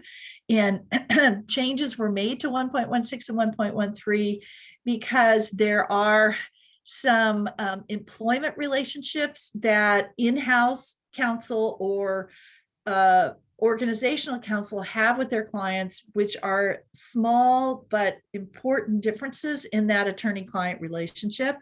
And I will say, before the Carstetter case, it was always like, okay, the client has, and it's still actually the case, but there's just this tiny niche that's been carved out. Clients have 100% ability to basically fire or terminate a lawyer, right? And a lawyer can't, quote unquote, retaliate, if you will. I mean, the lawyer has to accept the client's position. Under that 1.16D, the lawyer has to do that in a way that's least prejudicial to the client. But what this particular case did, and the rules were changed to modify it, is that the client has a right to discharge a lawyer at any time, right? We know that. However, the lawyer is not the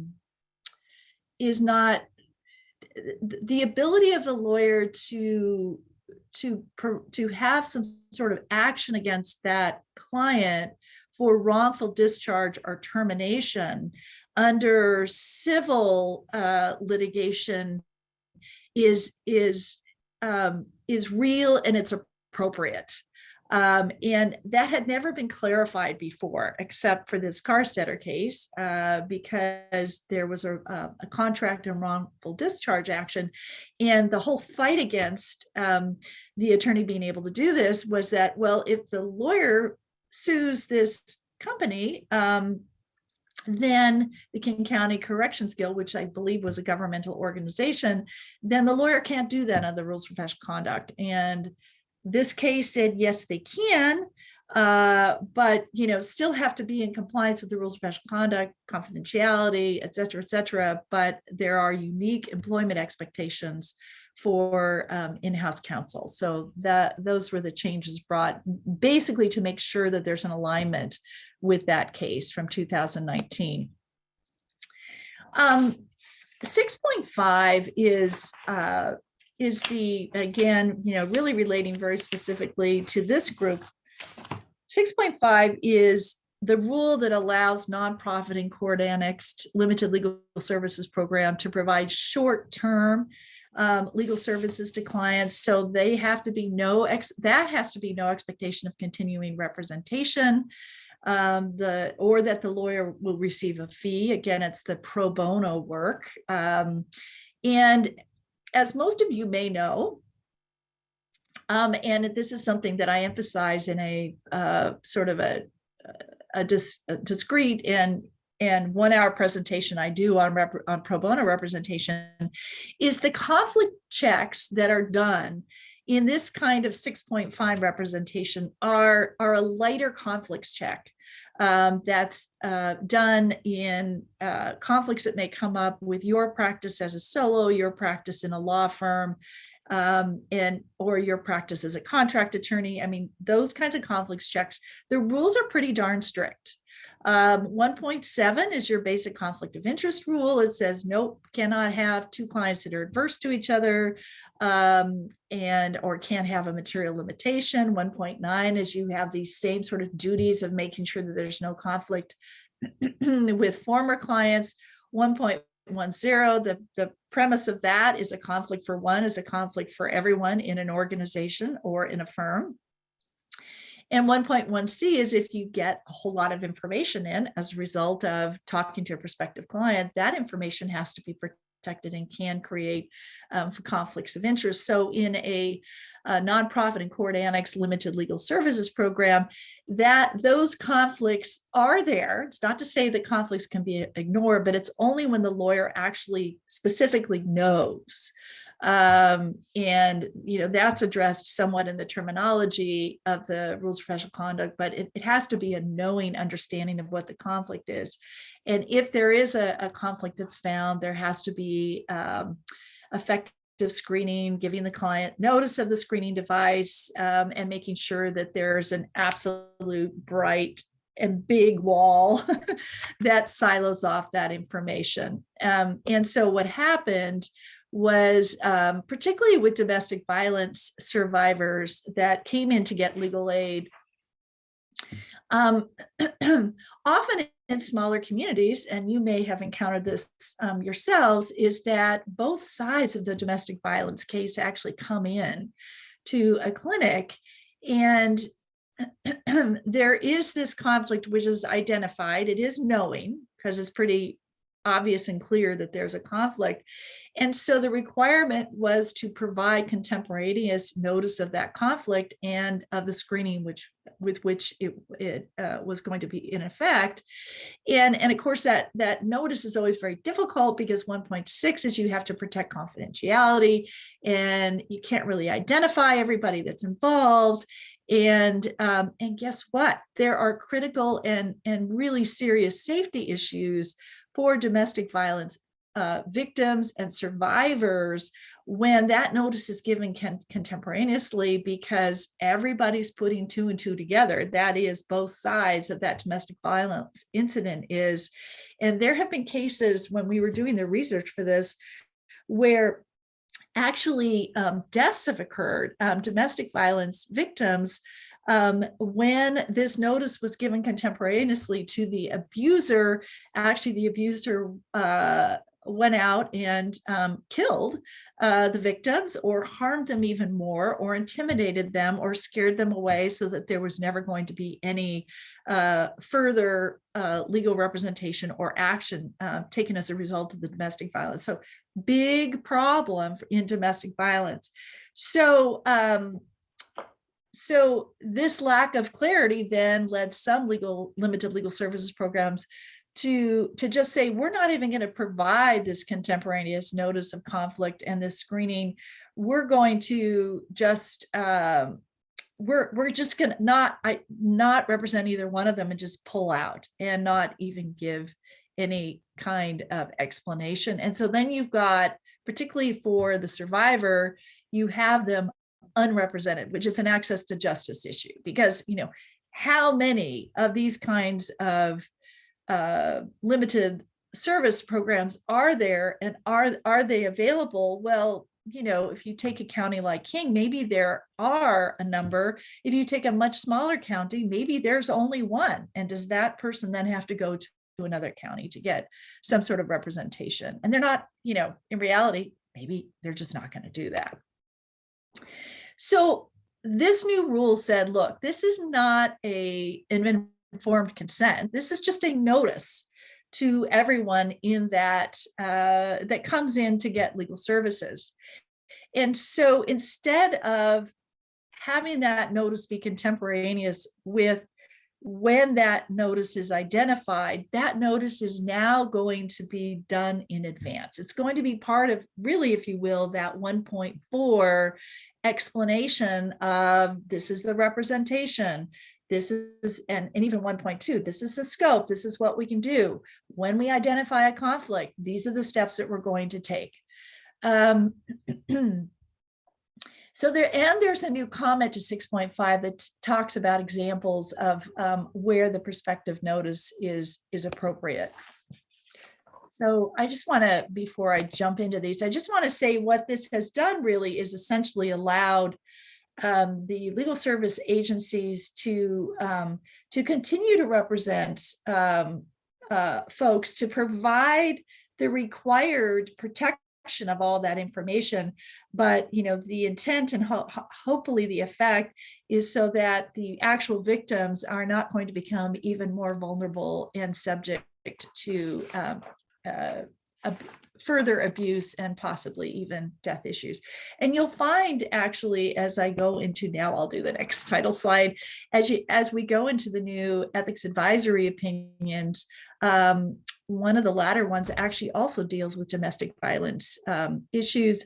I have to say that's because it turns out that although there's only 9 people on the Committee on Professional Ethics, there's always a hope that we get a variety of people in different practice areas as well as different parts of the state. And a fairly new member is someone who has spent that member's entire career in domestic violence issues and representing individuals in these kinds of pro bono agencies. And so this member of the CPE has really brought in some great issues, and as a result, helped provide clarity for these 6.5 changes. And also I'll talk a little bit about one of the new advisory opinions. So, but before we do that, we're going to get to this advisory opinion, which hopefully clarifies representation. I have about five or a little bit more than 5 minutes left, so I'll kind of go through these. So you've got you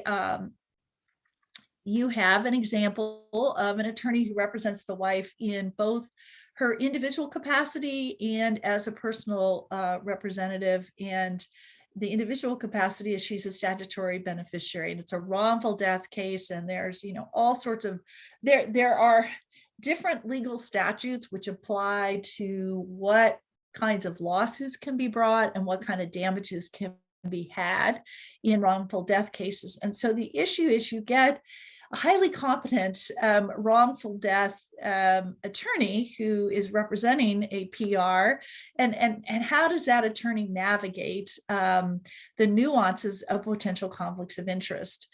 So again, the CPE has to do this not from, they have to, the statutes are acknowledged and read, but the explanation has to be through the lens of the rules of professional conduct.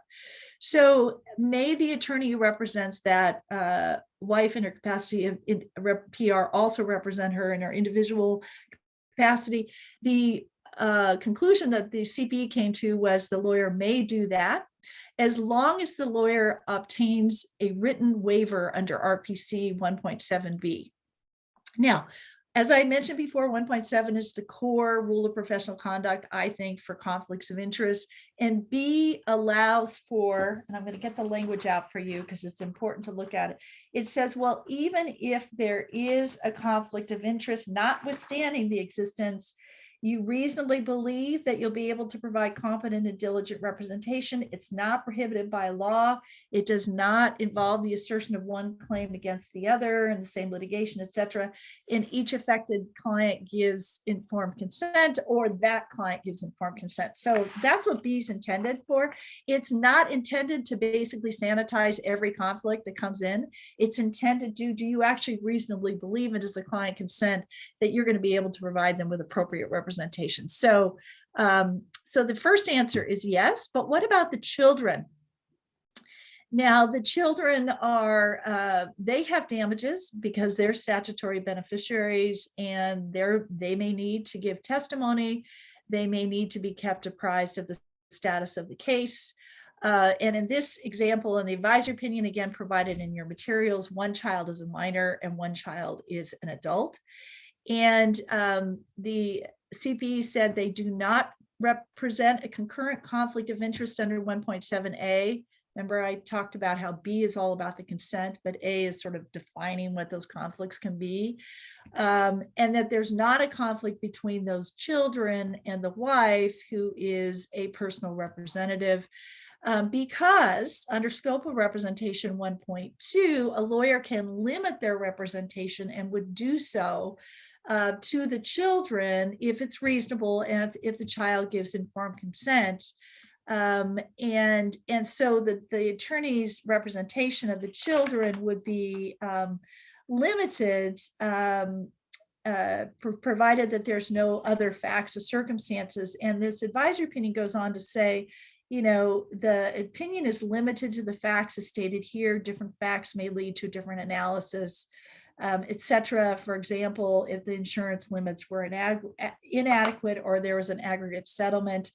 That was a comment that I made when they were in the middle of exploring this. I said, look, back in the day, I was a settlement guardian ad litem, among other things. And every once in a while, there would be a parent, and I believe that their interests were not adverse, but that there was a limitation because they saw this big pot of money. And the question is, how much should they legitimately get, and how should it be divided with the children? And there were, in a very, very few cases, some issues with parents kind of taking advantage of that situation. But this particular advisory opinion says, no, the bottom line is we don't believe that there is going to be that problem, but keep an eye out for other problems, such as what I just expressed to you as one example. Now, ghostwriting is allowed, and it has been allowed for quite some time in Washington, but we never really had any kind of Washington advisory opinion. So there was an ask for that. And so the Committee on Professional Ethics came up with that. And this kind of describes, and the opinion describes kind of the history of changes to the RPC, allowing limited scope representations, changes to the civil rules, providing the attorney can help to draft behind the scenes. And there's accommodations in the rules as well. I think the important part about this is not only does it say, yes, you can ghostwrite, but make sure that you understand that in criminal law practices or in federal civil practice, this is not allowed. So the ghostwriting, you should be checking the rules, not only rules of professional conduct, but even the local rules and the civil rules to make sure it's appropriate. But generally, under state rules, this is allowed. We just have a couple more in the few minutes that we have left. Again, the longer version for your fascinating reading on a Friday is in your materials, so I encourage you to look at these. There's a lot of time and effort put into the drafting of these. So we've got disclosure of civil commitment proceedings while representing a criminal defendant. And I will say that there's a couple of older advisory opinions. One is the primary one is the issue of competency to stand trial. And these really do circle around and protect RPC 1.6, which is confidentiality. But this particular advisory opinion said, no, we're not talking about competency. We're talking about civil commitment proceedings where the client is actually in the hospital and the lawyer comes to court. The lawyer finds out the client's in the hospital, and what can the lawyer tell the court? Because under 1.6, the lawyer has to make sure that that information, or wants to try to only disclose information which will not reflect adversely on the client. So this offers a roadmap and says that the lawyer should not reveal information, basically under 1.6, but in advance, even before that civil commitment, if the lawyer has an opportunity to interview the client, try to get informed consent, which is defined in the rules of professional conduct, determine in the notes and the conversations whether or not implied authorization was given. That is part of 1.6a, that clients can impliedly authorize information. Although I just want to say that's a very narrow exception to 1.6. Is there a court order telling the lawyer that they have to state where the client is, and the lawyer should say, yeah, I'll do that only if it's necessary, not to the court, but the lawyer to themselves say, I'll do that only if it's necessary, but should also make sure that they're asserting any privilege. And then if an order is in place, the lawyer under the RPCs has to comply with that order. If the lawyer does not have informed consent, or absolute, or consent, the lawyer should take a look at RPC 1.14, which is the lawyer dealing with a client with diminished capacity to read and review that, including the comments. And the lawyer should always, always bear in mind that when they are making statements to the court or any kinds of material information is presented to the court under 3.3, they have a duty of candor toward the tribunal. So it's a tough set of facts to navigate because you've got confidentiality. You may have a client with diminished capacity. You may or may not have consent in advance. If you don't, you also have a duty of candor to the tribunal. So this advisory opinion in its longer form, I think, provides some interesting discussion of how those interplay. And then the last one that I want to make sure, this again plays into the whole issue of domestic violence, survivors and victims. And that's when a lawyer is serving as a third party neutral. And that's what 2.4 is all about. And what this advisory opinion says is that the lawyer who's doing that should be sensitive to and adequately address those issues in their own areas of competency in serving as a third party neutral. This is hopefully bringing to the lawyer's attention that not only do they need to inform unrepresented parties that they're not representing them, that they're neutral, because that's a very important component of being a neutral, but there's a lot of potential for confusion, particularly if it's a domestic relations matter and it involves domestic abuse. This was told to me by practitioners, many practitioners who have done this in this context. It's also, again, it was an opportunity to say, look, this is tough to detect. You may want to have some questions in advance, again, serving in that neutral capacity to help you detect that. And you may want to make sure you, third-party neutral, are getting appropriate training in domestic abuse kinds of scenarios. Again, not changing what the lawyer does in their actions, but changing, I think, the approach and the context that the lawyer is serving as a third-party neutral. And also the reminder that, and again, this is when you have particularly vulnerable parties, when there is an agreement, the third-party neutral certainly can draft, but by draft really serve as a scrivener to what the parties have already agreed to, but cannot draft a pleading with customized provisions on behalf of both parties. And there is an earlier advisory opinion that was redone actually and re-emphasized that whole point. So that's my big thank you to this opportunity to be here today. And to continue to work with you all and to bring to everybody's attention the rules of professional conduct and what we're doing and working hard to get these as fine-tuned and as understandable and hopefully applied as much as they can be. So I believe we're at time, and I really thank you for your time. Thank you, Jean Marie.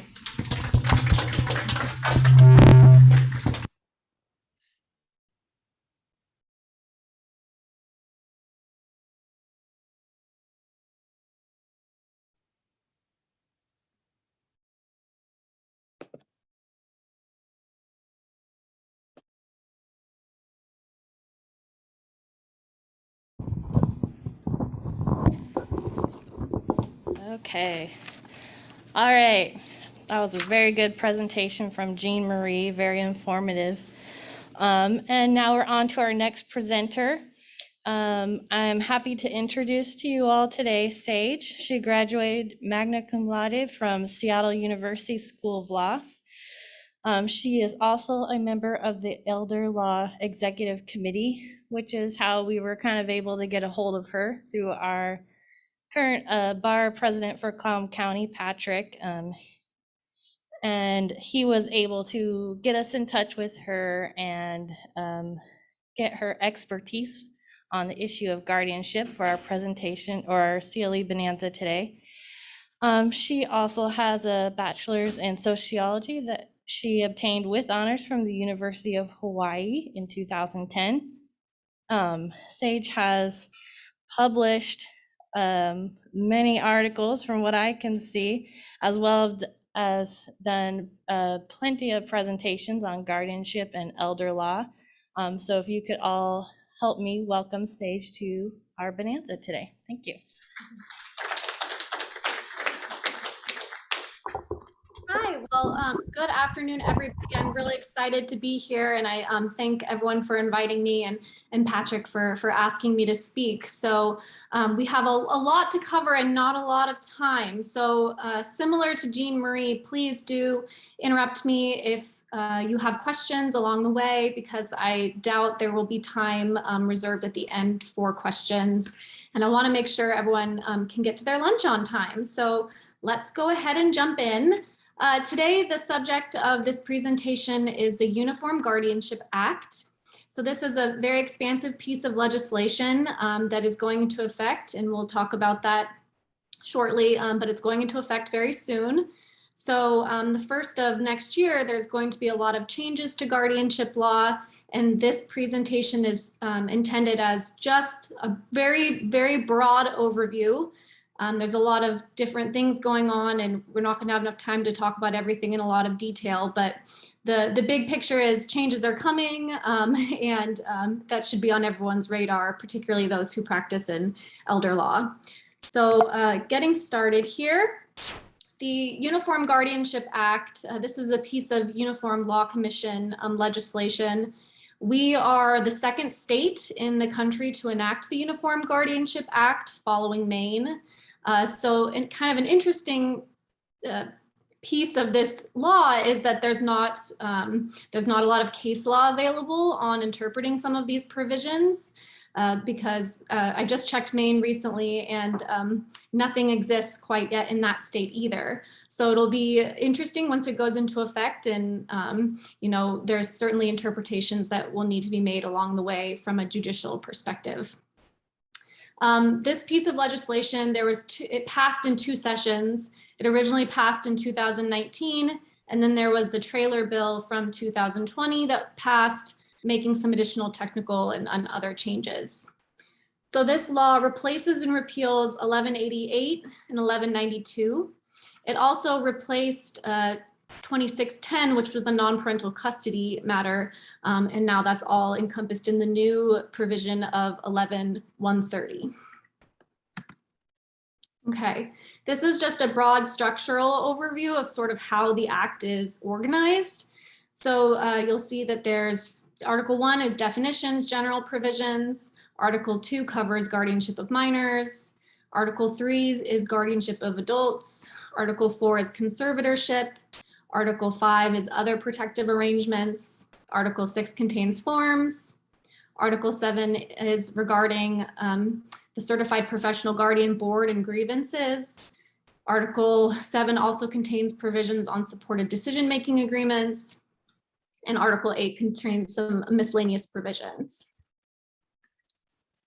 So first, I want to kind of go over the terminology changes, because next year you're going to be hearing some new terms, and so it's helpful to kind of understand what's going on here. One of the changes, I think I missed a slide, there we go.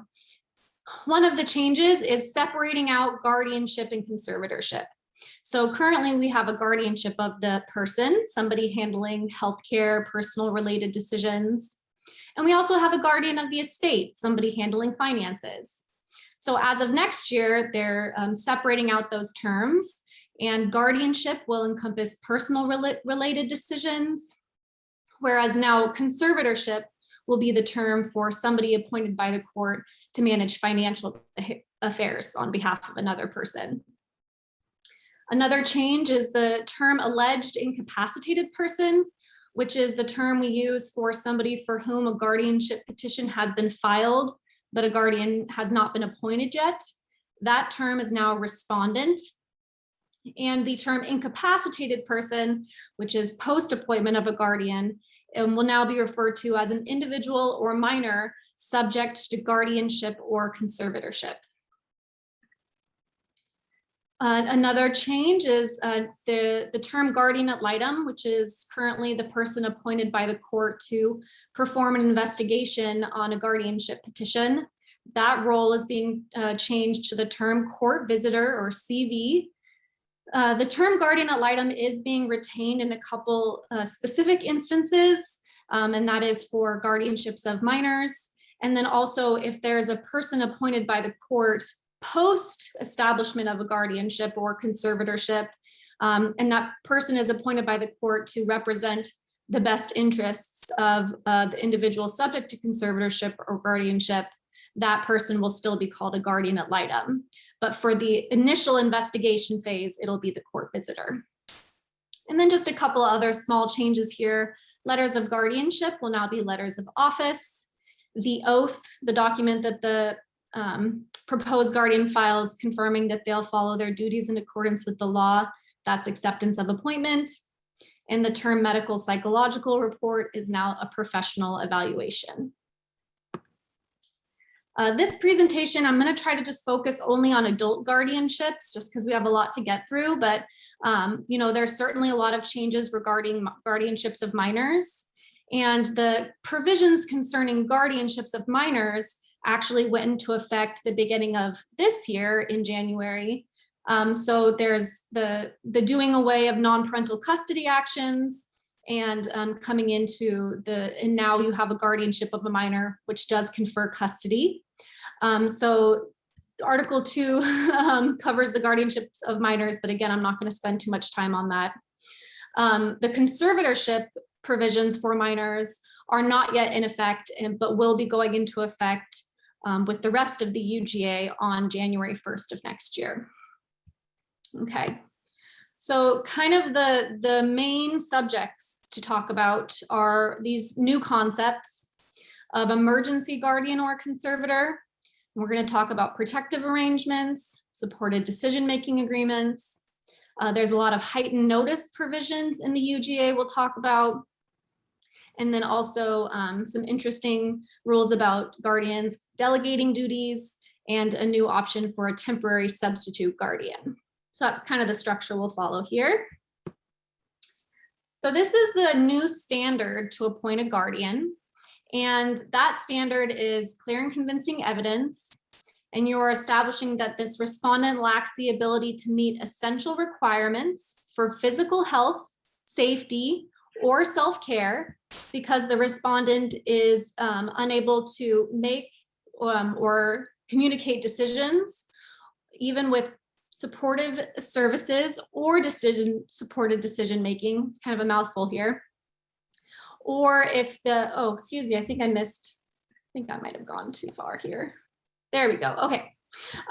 So the respondent lacks the ability to meet essential requirements for this self-care because of the inability to make or communicate decisions, even with supportive services or supported decision-making.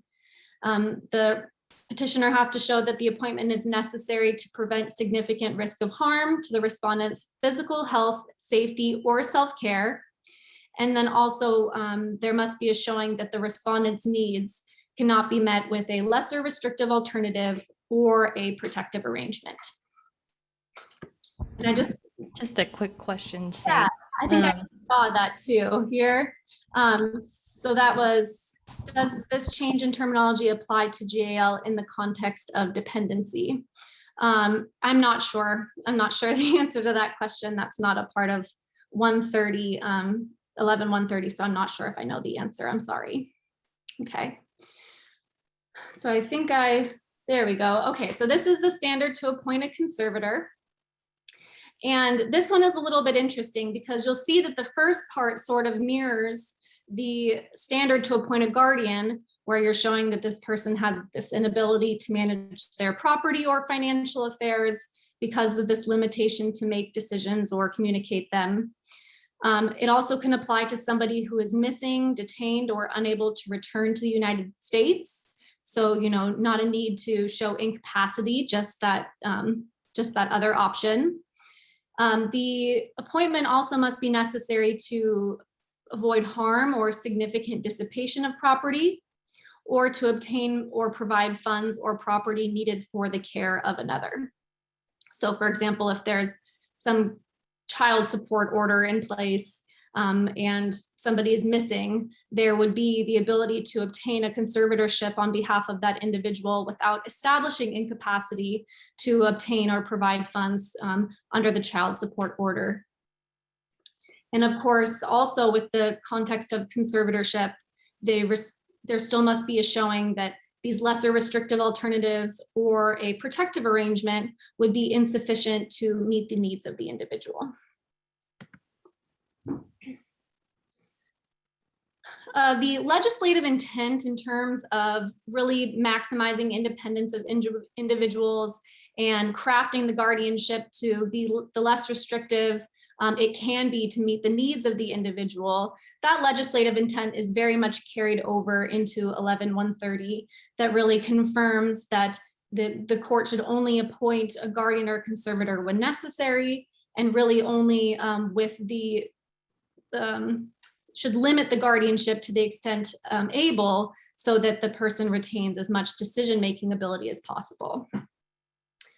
So the court, of course, will be looking at a less restrictive alternative, so no guardianship, maybe a protective arrangement, and then limited guardianships or conservatorships. And then if none of these options make sense, then that's when the court should be appointing a full guardian or conservator.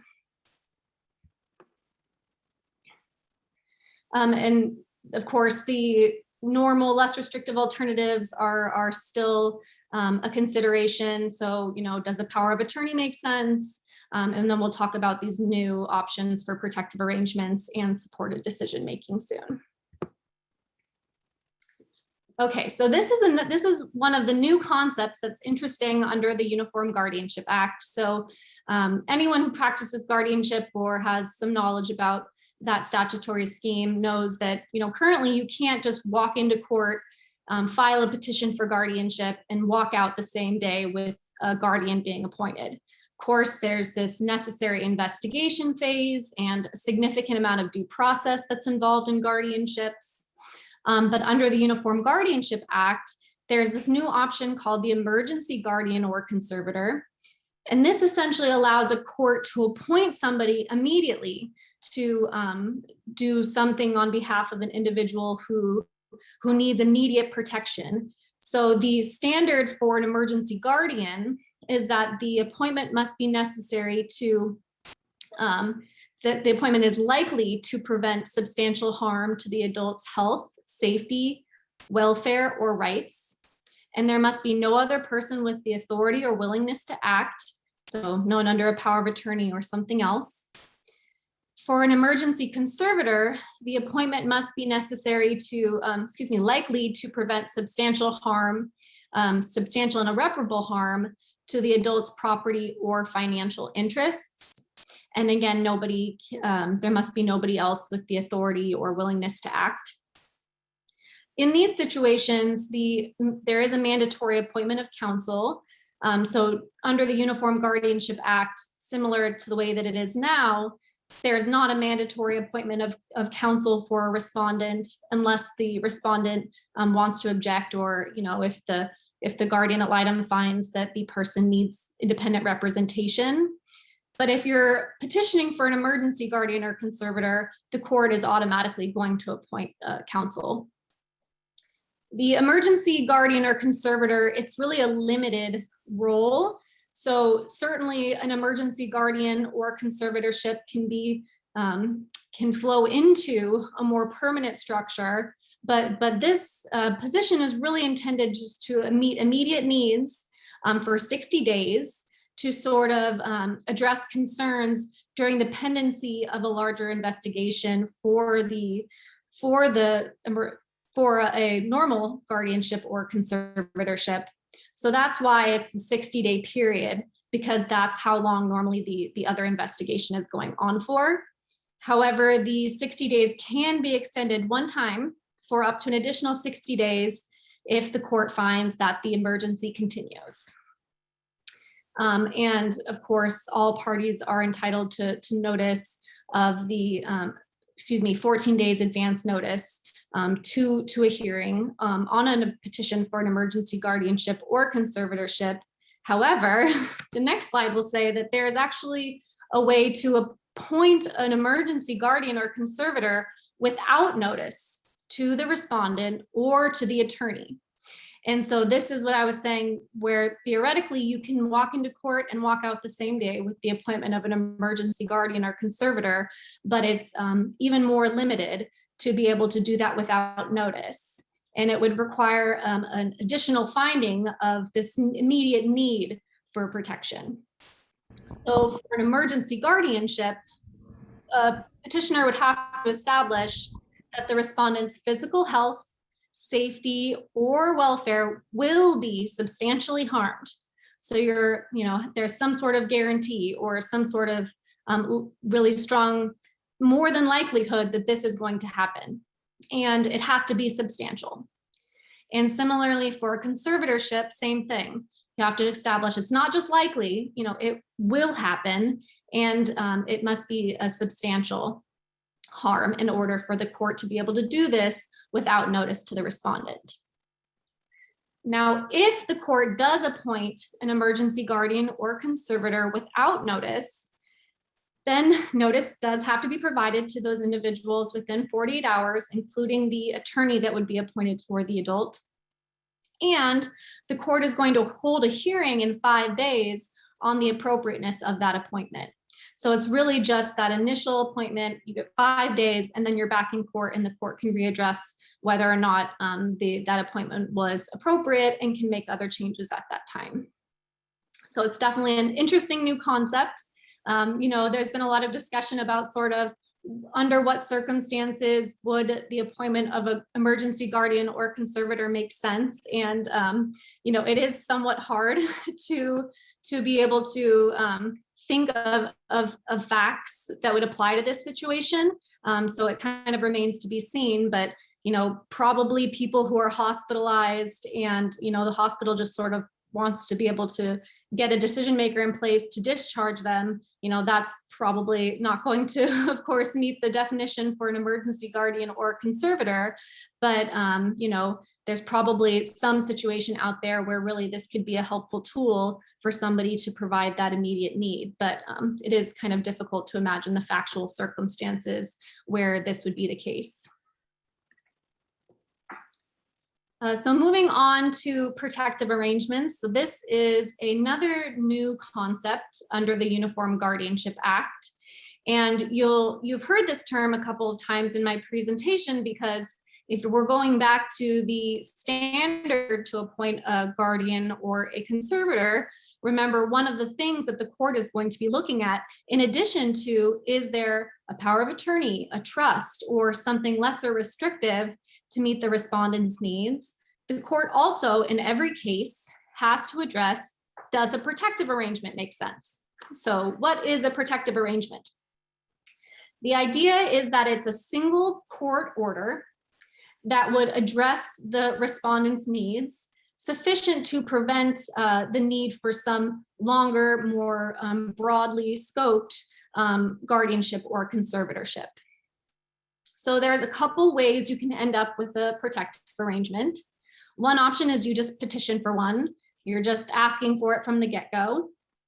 You can also obtain a protective arrangement if you're petitioning for a guardianship or a conservatorship, but the court finds that rather than appointing a guardian or a conservator, or a limited guardian or conservator, that this single court order would appropriately address all of the issues in the case. So going back to the standard we talked about at the beginning of the presentation, you're kind of following the same scheme. We were saying, does the respondent have this inability to make decisions or communicate decisions, even with supportive services? And there's no less restrictive alternative. But the only difference with the protective arrangement standard is that here the court, after making all these other findings, stops short of the standard to appoint a guardian or conservator, because they have found that this respondent's needs can be met with the protective arrangement. So generally, these protective arrangements should be more limited in terms of scope and possibly in duration, because it's really just addressing maybe like a single need that led to the petition. Now, a court is able to appoint somebody called a special agent, and that is somebody who would assist in implementing a protective arrangement. And there's a non-exhaustive list that the statute provides, containing some examples of sort of what a protective arrangement might look like. And here are some of the examples from that list.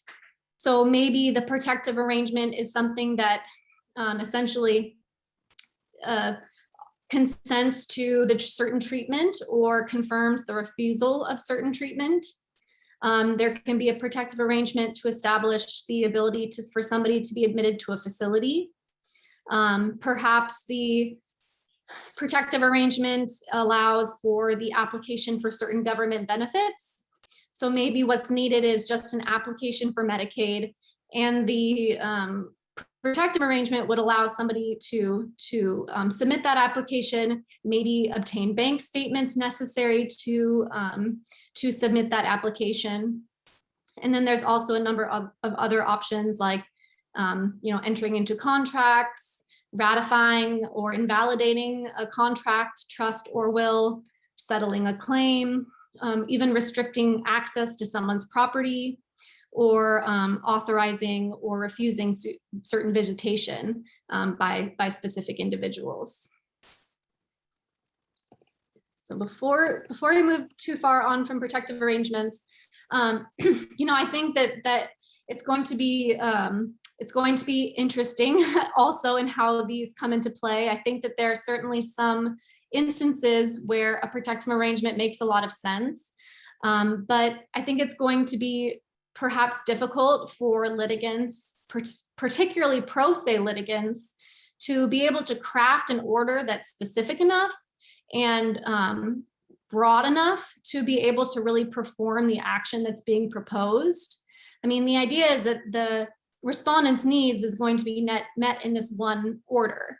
But if the order just says, the special agent can apply for benefits, that's not going to be particularly helpful unless the order also authorizes the special agent to obtain documentation or whatever else might be necessary to really see that through. So I think it's certainly asking, the court and parties to be very creative in crafting these orders. So hopefully you prevent the need from having to go back to court and ask for revisions, because really one of the purposes of this protective arrangement is to save, the court time in administering and monitoring guardians, but also to save expense to individuals in the community by avoiding a lot of the other steps required in a guardianship or conservatorship. So another option under the Uniform Guardianship Act is something called a supported decision-making agreement. And I have to say, I've attended a number of CLEs. I've read through the statute, and it's still a little bit of a concept that I'm personally trying to grapple with, understanding sort of when it might make sense. But the idea is that this is, it's an alternative to guardianship.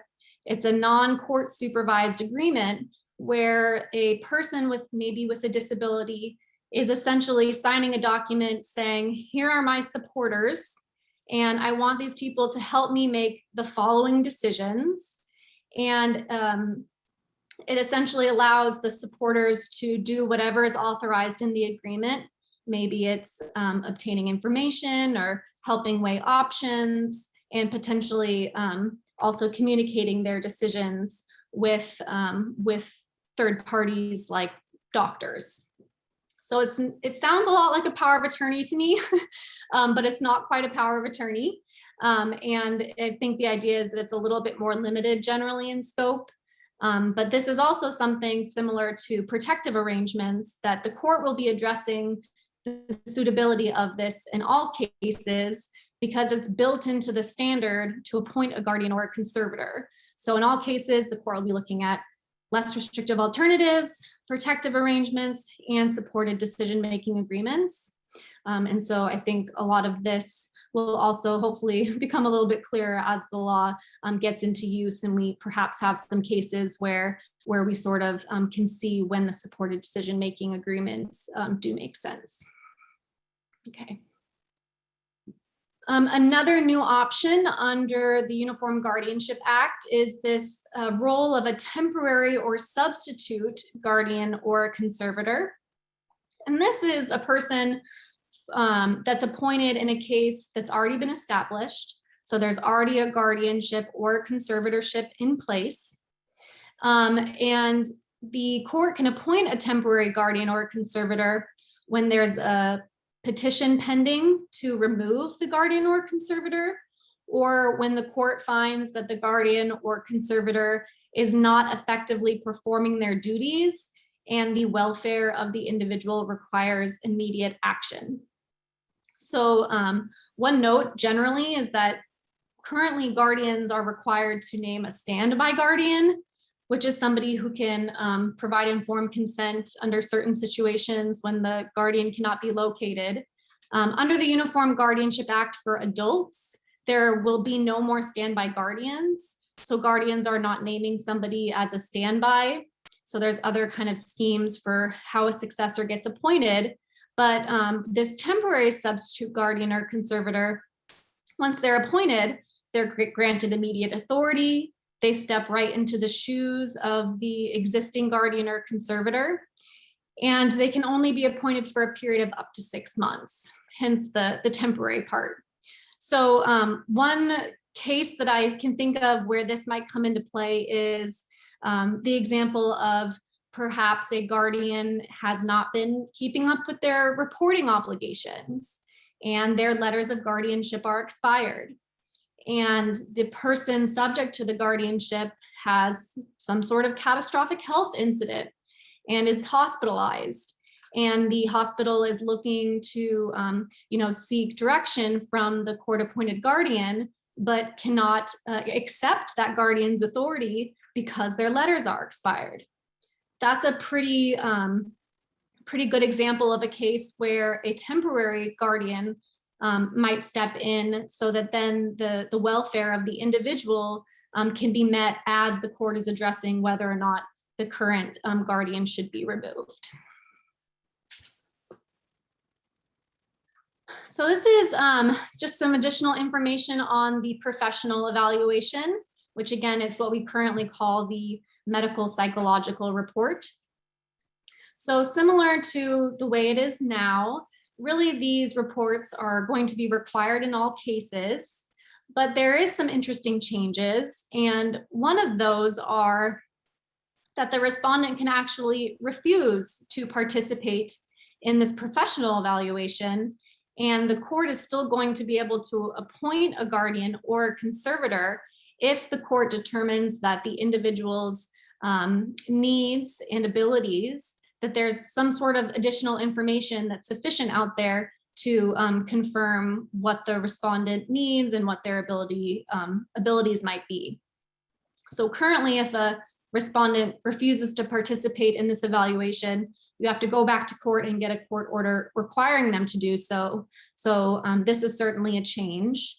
And while I think the vast majority of cases will still have professional evaluations, there certainly can be the appointment of a guardian now without that.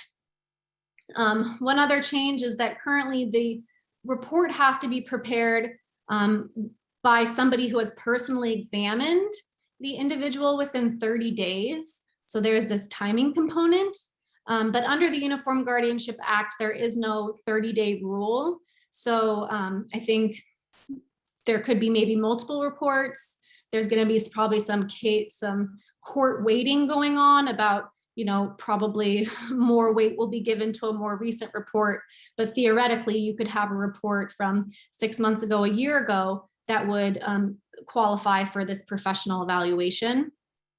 The other thing I want to note is that there's actually now a new person that can perform this professional evaluation. So currently it has to be prepared by a psychologist, a physician, or an ARNP. But as of January of next year, also a physician's assistant will be qualified to prepare these reports.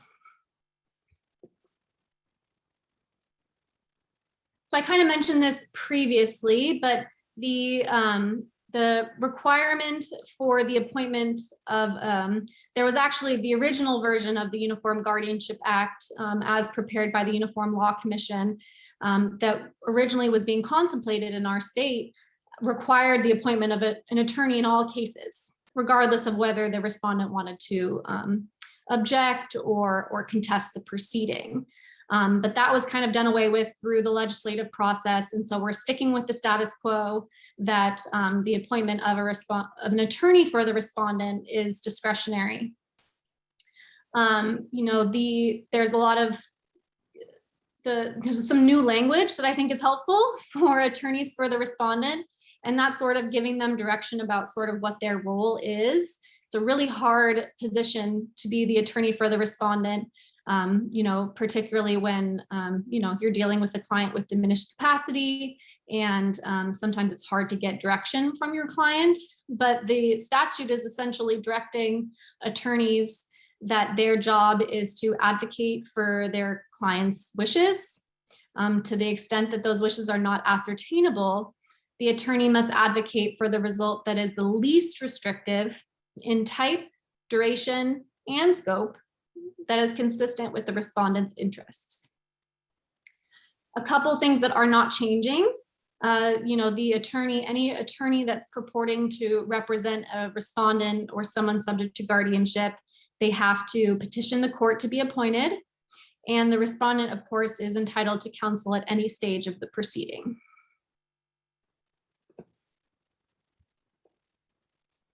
Okay, so this is kind of a fun one. There's a lot of heightened notice requirements for guardianships under the Uniform Guardianship Act.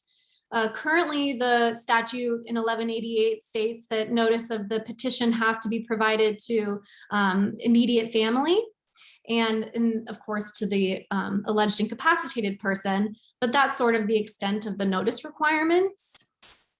Under the Uniform Guardianship Act, the list of persons entitled to notice of the petition is significantly expanded, very significant. So now it has to send notice, you have to provide notice to, excuse me, I think I missed a slide again, has to contain the names and addresses of a spouse. If there is no spouse, then any adult who has shared household responsibilities with the respondent for more than 6 months in the 12-month period prior to filing the petition. You have to name all adult children. If there's no adult children, then each parent and adult sibling. And if there is no adult children, parent, or sibling, then at least one adult of quote unquote nearest kinship who can be found with reasonable diligence. Also have to notify adult stepchildren of whom the respondent has actively parented during the minor years and had an ongoing relationship with the respondent in the 2-year period immediately preceding the filing of the petition.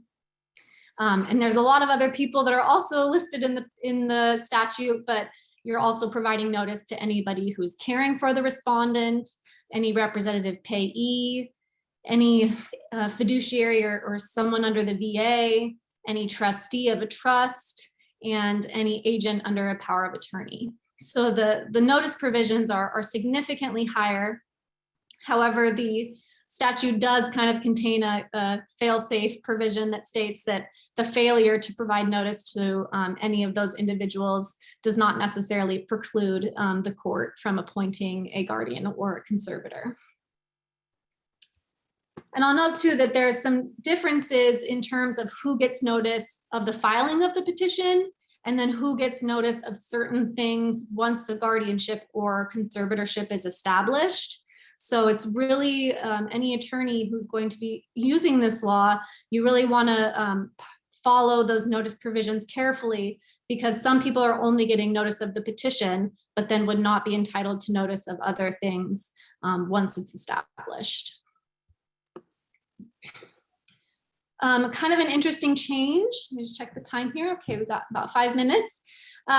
You can no longer be 18 to serve as a guardian. You have to be 21 unless you're the parent. So that's definitely a change. The statute essentially requires the affirmative where you're telling the court of any circumstances that might mean that you're not qualified or suitable to serve. So before signing that acceptance of appointment, the guardian or the conservator is required to disclose certain things to the court, including whether that guardian or conservator has ever filed bankruptcy. There's no time limitations in the statute for that. Or whether the proposed guardian or conservator has been convicted of a felony, of a crime involving dishonesty, neglect, violence, or use of physical force, or any other crime that might be relevant to the functions of the individual that the individual would assume. And they also have to notify the court if there's been any finding of a breach of fiduciary duty. So one change I actually kind of like is that currently you have to, you can't be convicted of a felony or a crime of moral turpitude. And that's always kind of a question of like, what does that mean? So it's a little bit clearer under the UGA, the kind of crimes that might disqualify someone from serving. And then also there's kind of a escape clause, I should say, where the court is able to determine that even if somebody might have some of these disqualifying conditions, the court can still find that a relative who has been convicted of a crime is able to serve as a guardian or a conservator.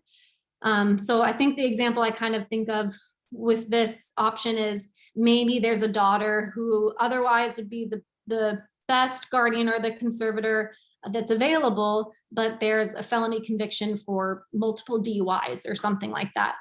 The court can assess the situation and determine that the existence of a felony should not preclude that daughter from serving. One of the other interesting things that under the UGA is the heightened findings of fact that are also required in the orders appointing a guardian or a conservator. So in all orders appointing a guardian or a conservator, the court has to include specific findings of fact to justify losing each right that is an option to lose under the guardian or the guardianship or conservatorship. So for example, if the person subject to guardianship is going to lose the right to enter into contracts, or I guess person subject to the conservatorship is going to lose the right to enter into contracts, there has to be some sort of finding in the court order that would relate to why the person needs to lose the right to contract. And the policy behind this is, and this comes from the Uniform Law Commission, what they're saying is that it's often just easier to appoint full guardians or conservators because it avoids the need of doing this extensive fact finding. So the idea is that by requiring parties to do that fact finding anyways, that hopefully it will result in more limited guardianships or conservatorships. So I kind of touched on this there. There's certain people who will be entitled to post-establishment notice. And there's also different notices that will be going out to the person subject to the guardianship or conservatorship that right now are not built into our law. So within 14 days of a guardianship or a conservatorship being established, you have to send out a notice to the individual subject to the guardianship or conservatorship stating that that person has the right to participate in decisions, it gives notice about how to modify or terminate the guardianship, and gives that person more information about sort of what their role is. And the idea is that by making that clearer to the person subject to guardianship or conservatorship, they'll be able to advocate for their rights, hopefully better, and be able to understand sort of when they're able to go back to court and say, I think something is going wrong here. A couple, we just talked about a lot of things that are changing, but there are certainly things that aren't changing. The timing periods for reports and things like that, those are all staying the same. So there's the initial documents that are due within 90 days of appointment, just as they are now. Reports are due within 90 days of the end of the reporting period. Letters can be valid for up to 180 days. And again, the court is able to authorize biannual, annual, triannual reporting periods. And actually the statute also provides some additional information about what the court should be considering when determining whether to extend the reporting period to the biannual or triannual status. The other interesting thing under the Uniform Guardianship Act is, one, it contemplates the existence of an agent under a power of attorney and a guardian or conservator. So there's some rules about how decision-making when there are both an agent under a power of attorney and a guardian or conservator in place. which is different because now in most orders appointing a guardian, the previous powers of attorney are revoked. So that's one interesting thing. And the other is that it really contemplates the guardian or the conservator delegating their duties to agents that are selected by the guardian or conservator. So it essentially allows the delegation of, it can't be all duties, but it can be substantially all duties. So the guardian or conservator might be using agents to perform some of the day-to-day tasks associated with the guardianship or conservatorship, but the agents must be selected with care, and there are certain disclosures that need to be made to ensure that the agents are appropriate to assist. Okay, so we're gonna finish out here. It's right about noon, perfect. With just a list of other things that won't be changing under the Uniform Guardianship Act. So personal service of the petition on the respondent within 5 days. And actually you have to personally serve the GAL now too. There is discretionary appointment of the attorney for the respondent, which we talked about. All hearings are supposed to be heard within 60 days unless extended for good cause. Reports of the court visitor are due 15 days in advance of the hearing still. There's still the requirement for lay guardians to do the training. And there still has to be the guardianship summary box on the top of all orders. So there's a lot of things changing, and it's certainly happening soon. So if you haven't read through the UGA, I certainly suggest doing that. And like I said, it'll be an interesting year, and there's certainly going to be some need for judicial interpretation and just kind of trial and error to see how some of these rules are going to actually play out in practice.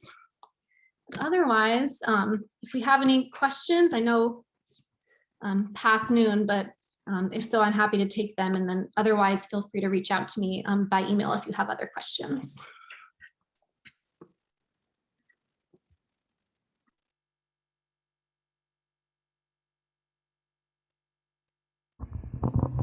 Okay. I don't see any questions. Making my way over these wires here. Thank you so much, Sage, for presenting to us today and walking us through that. I know I was a little overwhelmed when I heard about all the changes that were happening, but I think I feel a little better now. Good, that's the goal. Right. Thank you for taking the time out of your day to help us with that. So we are breaking for lunch now. We'll be back here at 1 o'clock, I believe. Before we break, I have an announcement Chuck Henry asked me to make for everyone. He says, Chuck Henry and Susan Allen are closing their rented office this month and moving their remaining probate, estate planning, and real estate practice to their home. Chuck has withdrawn from his from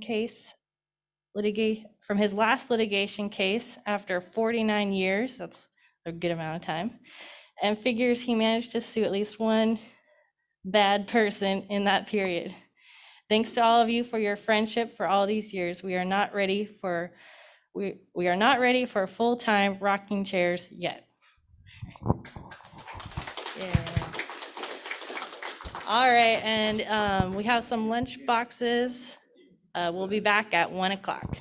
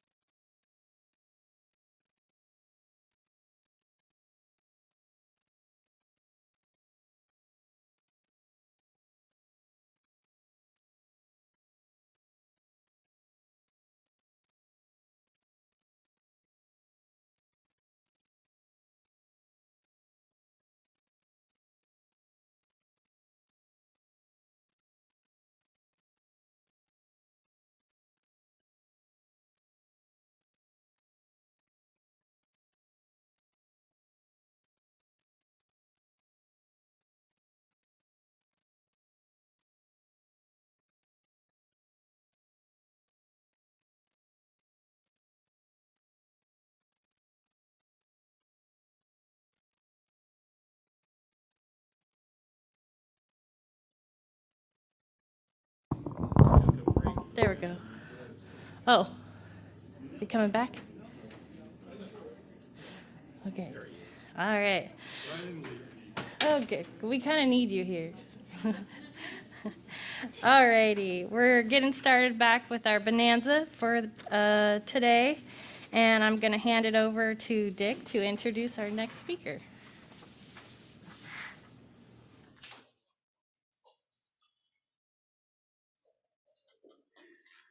So, Associate Chief Justice Charles W. Johnson, and I have the honor to introduce him. I've known this man for a long time, and it's really, and he's the longest serving justice on our state Supreme Court since he went on the bench in 1991.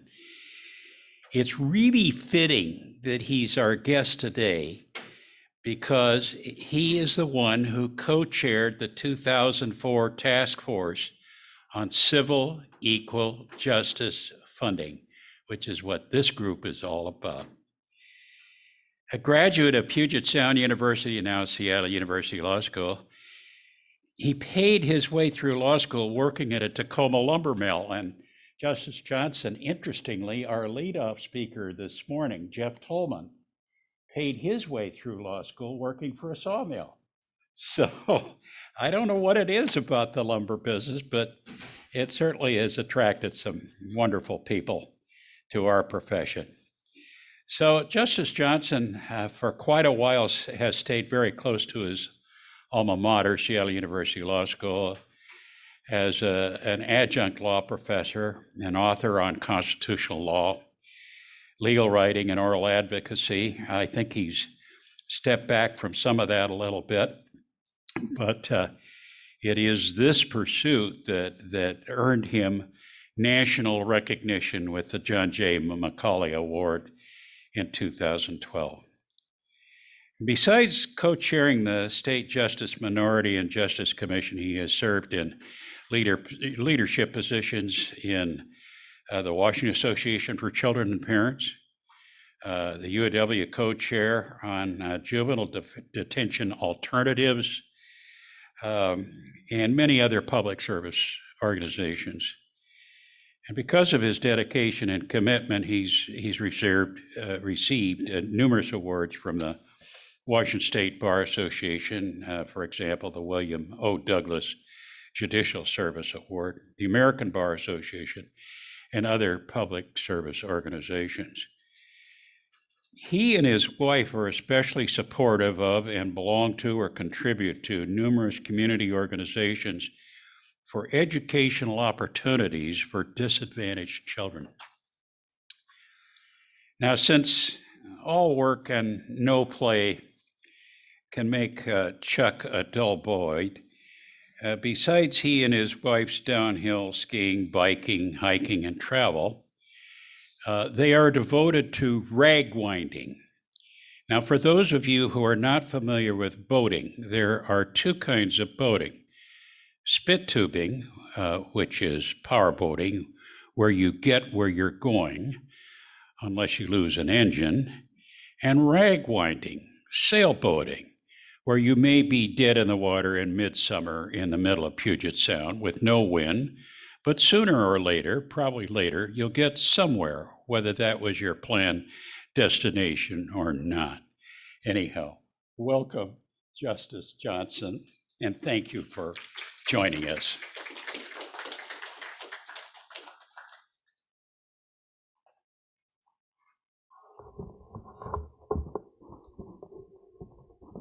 See if I can break this. Does that work? Okay. Thank you for that introduction, Mr. Manning. We do go quite a ways back. I joined the court in 1991.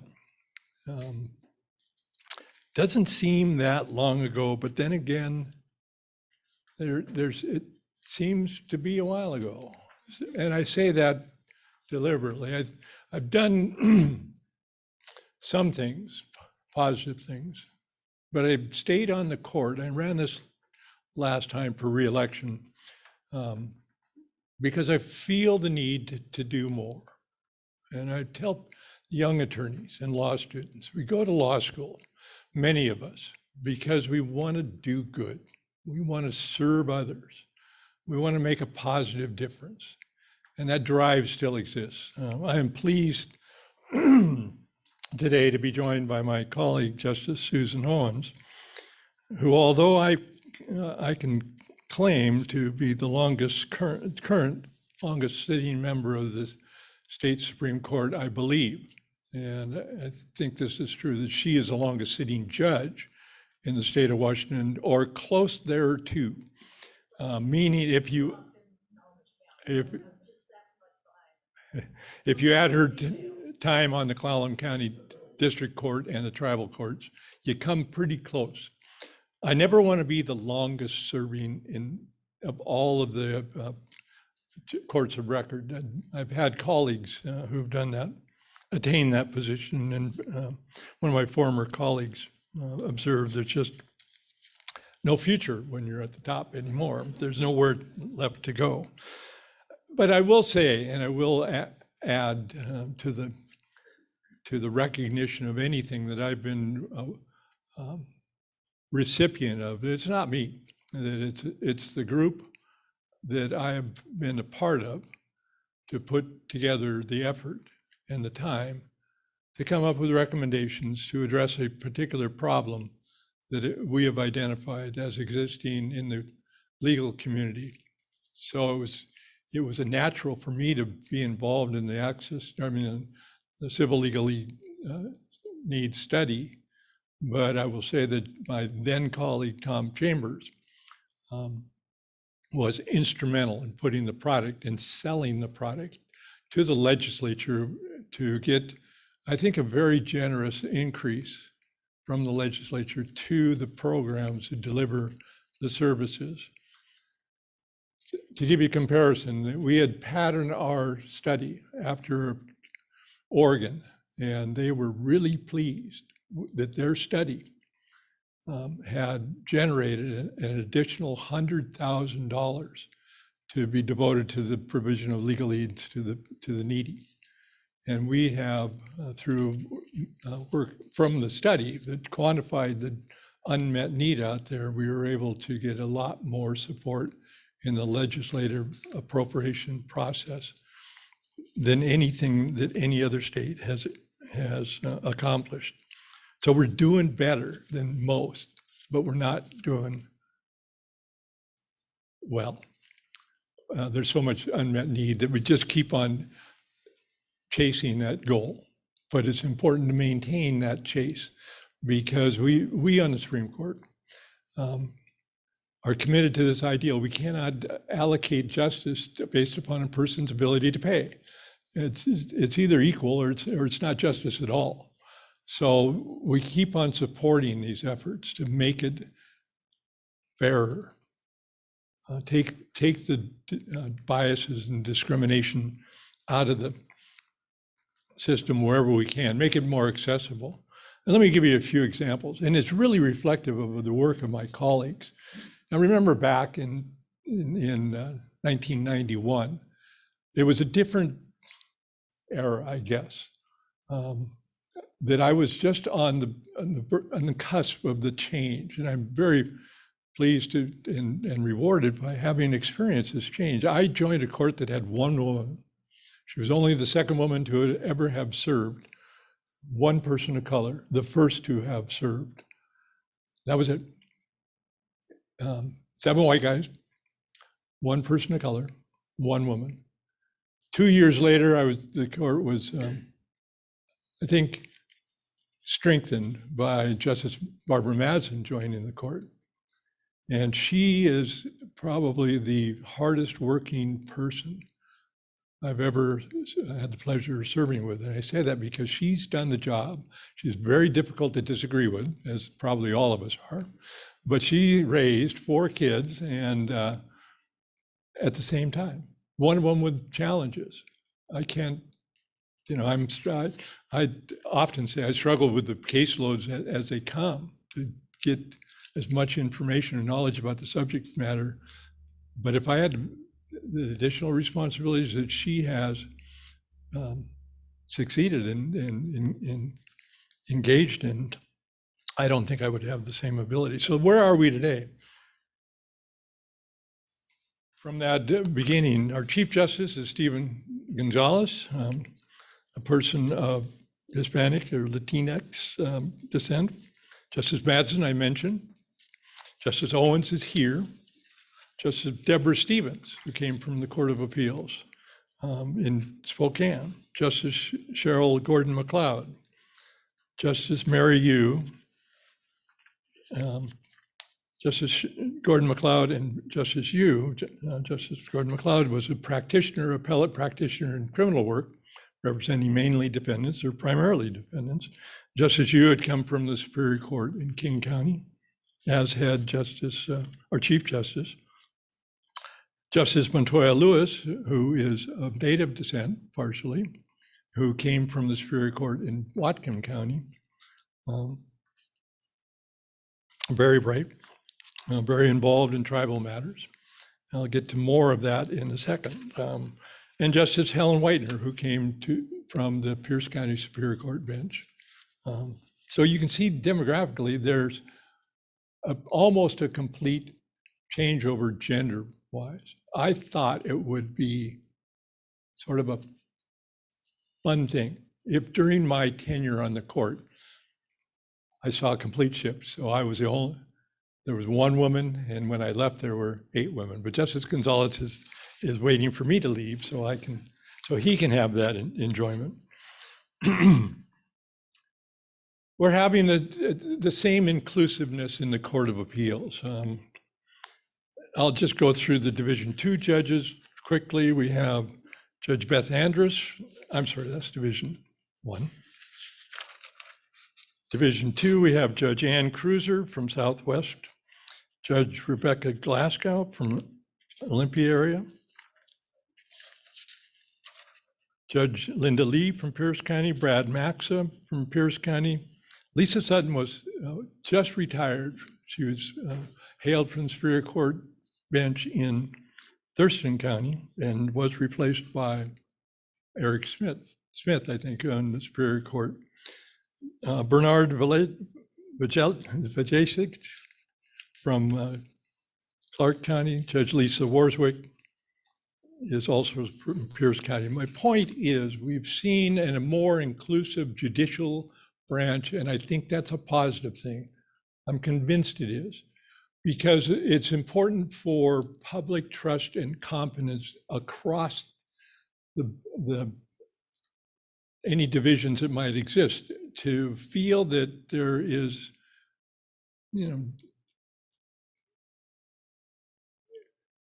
a more inclusive representation. And I think we have a different quality of conversation when we're deciding cases, given the diversity of backgrounds, gender, and experience. So that's, I think, a reflection of the evolution that has occurred during my tenure, and I think it's a positive evolution. But I mentioned the public trust and confidence component because it gets us right into the topic that this course involves on ethics. Because we have, as a court, been very concerned for years about the public perception of the judiciary and the delivery of judicial services. And we want to be inclusive. So we have, as Dick Manning mentioned, the Minority and Justice Commission. That was established before I came on the court, and it was established as a result of a research study that disclosed, to no one's surprise, that there was a racial and ethnic bias in our judicial system. And to the extent that it didn't exist, there was a larger perception that it existed, meaning the people who were surveyed felt from their perspective, there was an unfairness, built-in systemic unfairness. So the court took steps to create the Minority and Justice Commission, originally co-chaired by Justices C.C. Smith, the minority justice who was on the court, and former Justice Jim Dolliver. That takes you way back. I joined immediately after I got on the bench. I chaired it for many years, turned it over to Justice Yu. That component the court is fully invested in addressing issues of racial bias or the perception of racial bias, because we cannot, again, have a system that is perceived or actually biased against any group based upon their color of their skin. And there's a lot more work to do. But with the George Floyd incident and some conversations, public conversations that were disclosed in the media several years before that, the work of the Minority and Justice Commission has expanded, and it's gotten more vibrant, and it's involved more students and faculty in doing more research and trying to develop programs in education so that we can deliver those to judicial staff, to new judges, to existing judges, and to anyone who might have a contact with the public, so that at least they are aware of where bias might exist or where might perceive to be, and be cognizant of reducing any semblance of bias. And when I was a young pup attorney in the trenches, and it was often the case where I would represent a criminal defendant in a felony case as a public defender. And it was always the same, 3 white guys in ties talking in some language the person didn't understand, and back to jail they went. And that's the perception of the judicial system. We've gotten better, but we haven't achieved success. But the court is fully invested in that. We require attorneys and judges to undergo continuing legal education. We do it ourselves, continuing judicial education. And we recently adopted a requirement that 1 credit hour or 1 every year, can't remember now, be devoted to issues of bias. And it's not something that we don't undertake ourselves, and we haven't required judges to undertake. And we just think, since this conversation is existing in the community, the Black Lives Matter, Pacific Islander discrimination, wherever, many places you look, you see claims of bias. We just have to be aware of it and be involved in the conversation to understand that it exists, how to address it, and come up with solutions. We're not going to solve the problems through rulemaking. We're not going to solve the problems with case decisions. We're pushing the envelope a little bit in that direction, but it's you folks. It's the lawyers out there that are going to be involved in the conversation that's going to generate, hopefully, positive change. So with a little bit of education and training and awareness through this ethics requirement, maybe that will help. But it's not the only thing we're doing.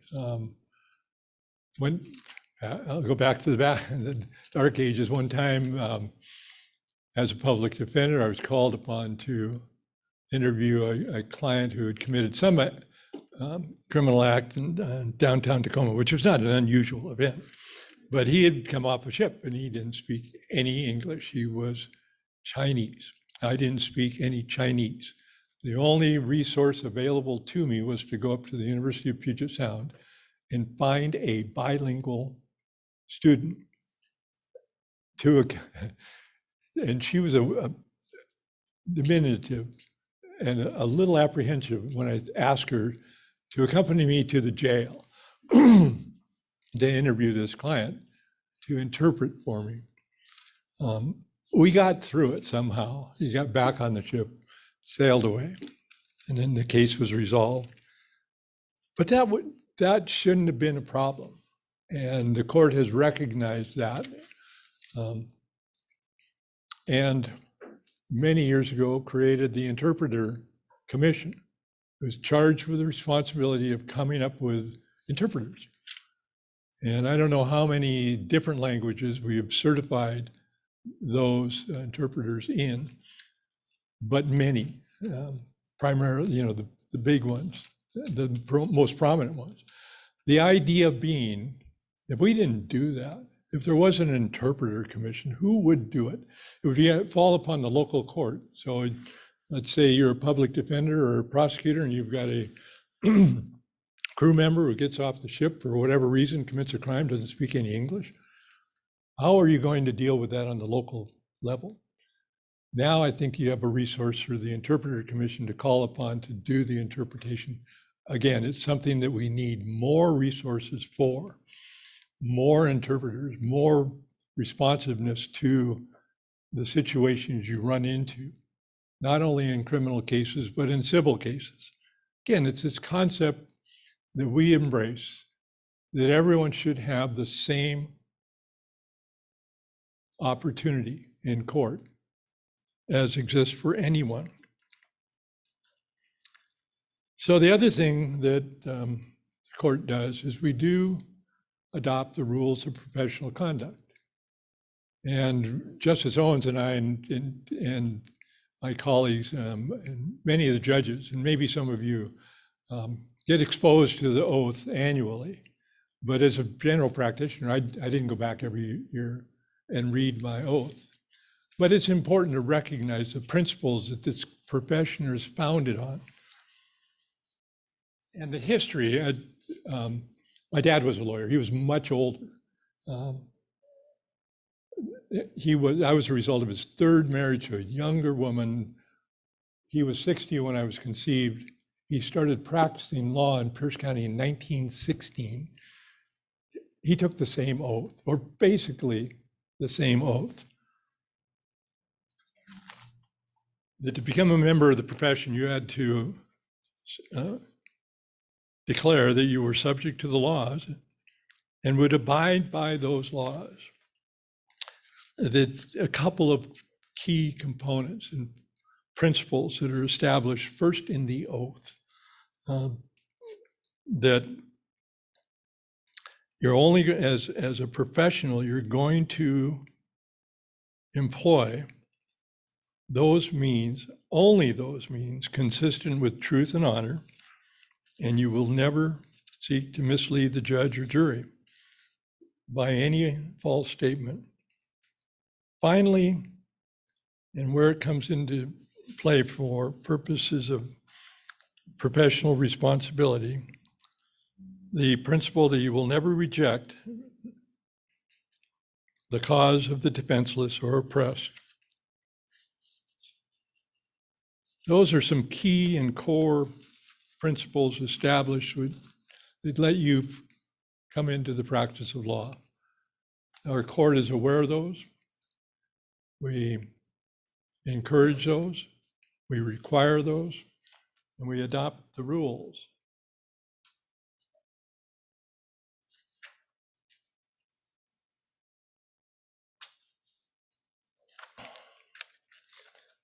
Justice Owens is one of the members of the Rules Committee that I have chaired for many years.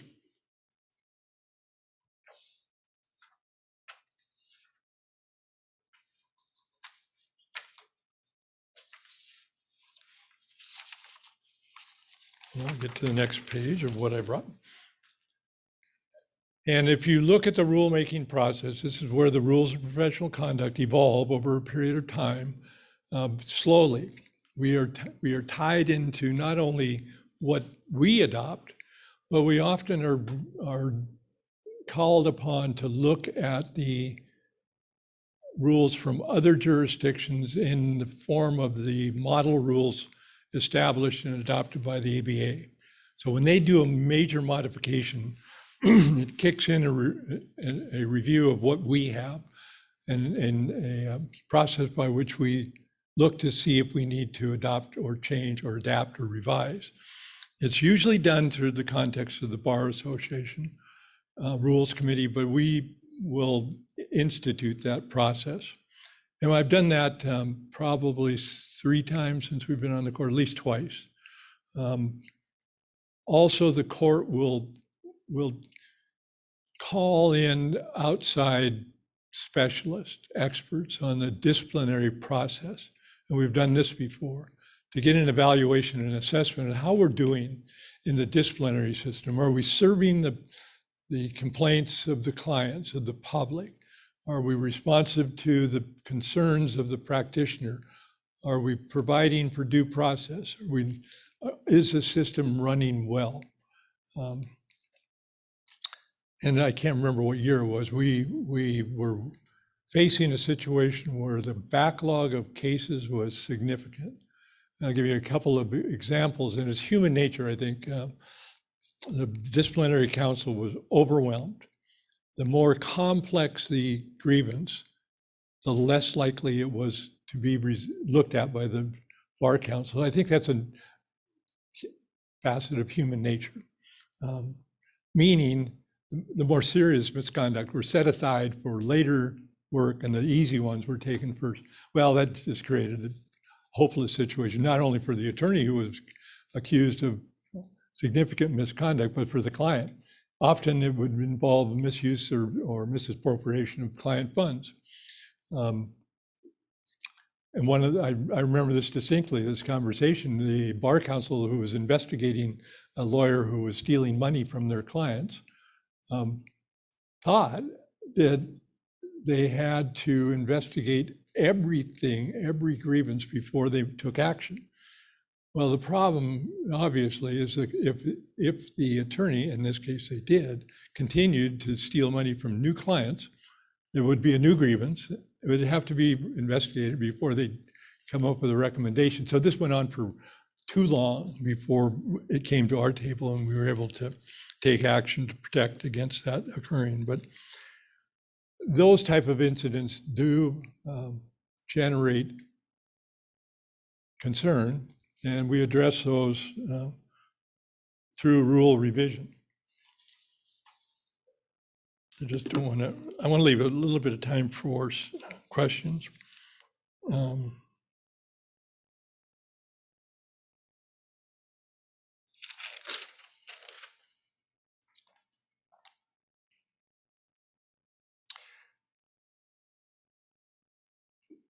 And every once in a while,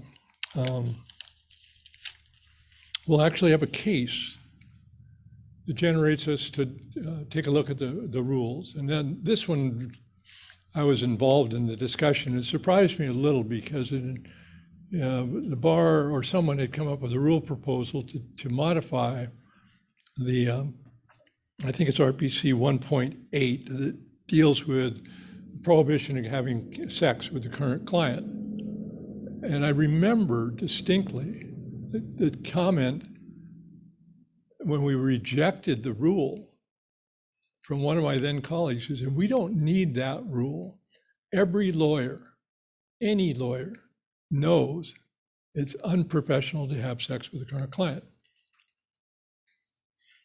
So was that colleague somewhat surprised when the then sitting president of the bar, Lowell Halverson, was accused of, and actually did engage in repeated sexual relations with his clients.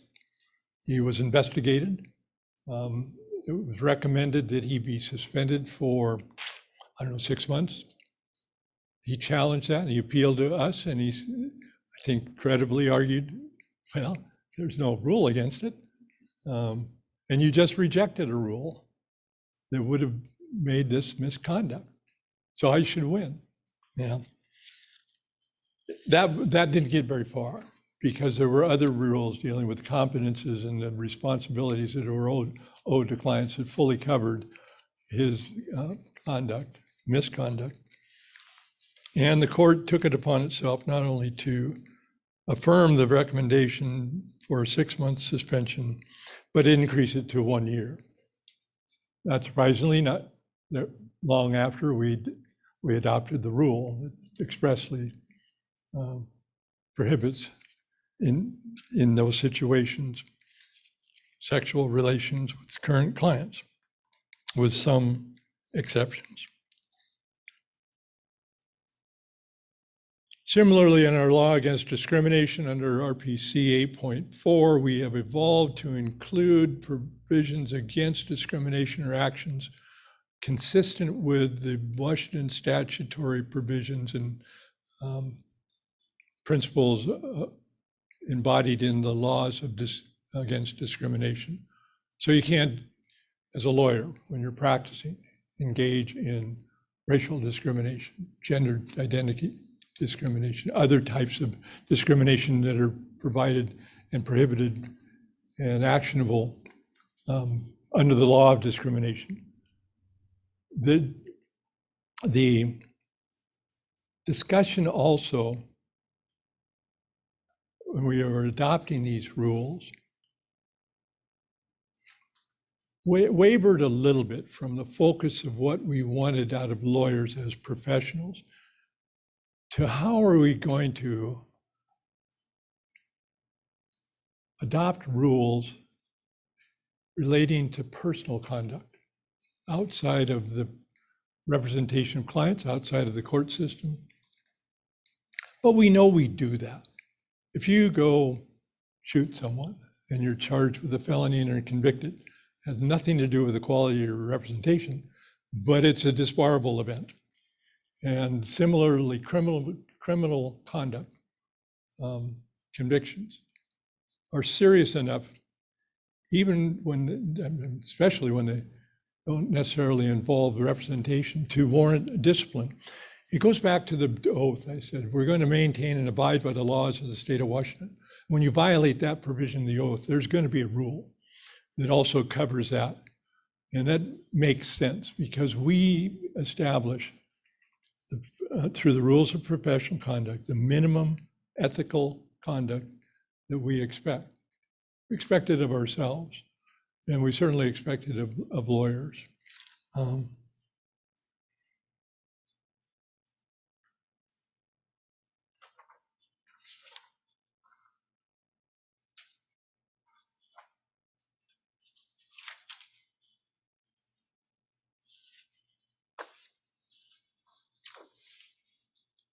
I don't think I need to take any time to read from the material I can't find. The material I circulated, did you get any insertions of code of professional conduct or the principles of professionalism that the bar adopted, the court adopted? It reflects the preamble to the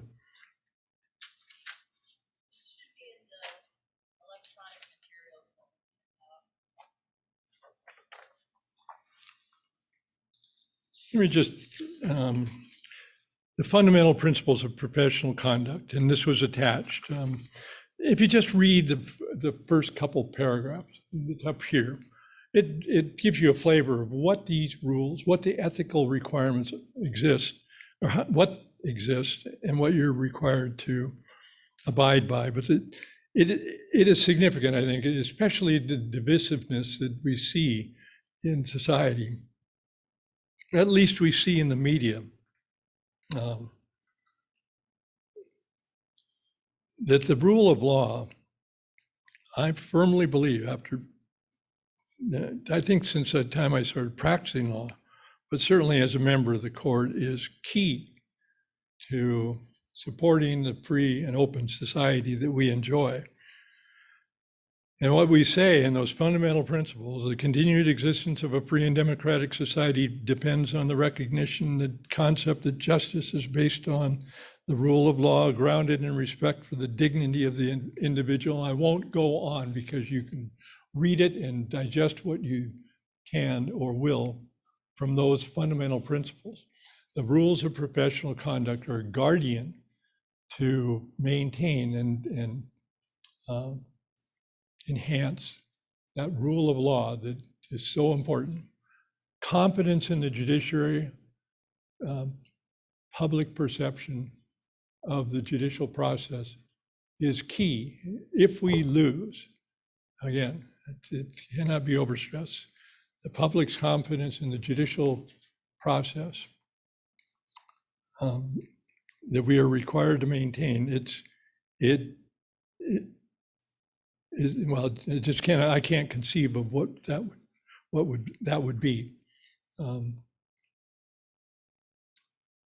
I know several years ago, I think we had a good example of how that works.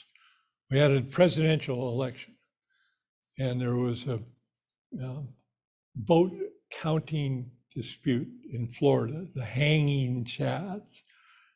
And they were counting and counting, and they were trying to figure out which vote went which way. And finally, the case of Bush versus Gore makes its way to the US Supreme Court. And they issued an opinion that settled the legal question. And that ended the debate. There was no complaint afterwards. Well, there were complaints, but there was no further step that needed to be taken after the Supreme Court had resolved the issue. That's the role of the court, to resolve those issues and get the public to understand you win, you lost. And that's the end of the story. There's no carryover, shouldn't be any carryover. And I was proud of that case. I may not have fully bought into the analysis. I might have had my personal preferences. I don't recall, but the point I make is that's the system we have. And the alternative system where someone might gun up is inconceivable. But we're seeing tastes of it. And it's COVID related, or a general more deep owliness of people, this isolation. We're tired of living through this. It's uncomfortable. It's causing anxiety. And I understand that. Now we don't have normal activity, and we don't know when it's coming back. And I don't know how that normal will be affected, but what we cannot accept, and what we're seeing more of, is when a judge makes a decision, when our court issues a decision, when the Supreme Court issues an opinion or a decision, people are more inclined today than they were 20 years ago to engage in messaging or threats, death threats, hate mail. We've always been public officials and expect that, but it just seems like it's ramping up. So how do we deal with that? What do you do as lawyers? Well, it gets back to where I started. We went to, or at least I went to law school to help people. Public service at my level is just public service at my level. But your level doesn't mean that you're not, you don't have opportunities for public service in your community. So whether it be an access to justice program, whether it's through your Rotary, Kiwanis, Lias, or whatever your service club might be, through your golf club or whatever, so through your churches, that this discussion takes place. This education flows from those discussions. We are special in society based upon our status as lawyers. We are natural leaders within our groups. We set the tone for many conversations. We should be more inclined to present a positive approach to the conversation than a negative one of complaining. It was early in my tenure that I was taught that, Johnson, you can complain all you want about anything you choose, but that's not going to change anything. If you want to change something, then come up with a solution to the problem that you're complaining about. Otherwise, I don't waste my time. And I think that was good advice.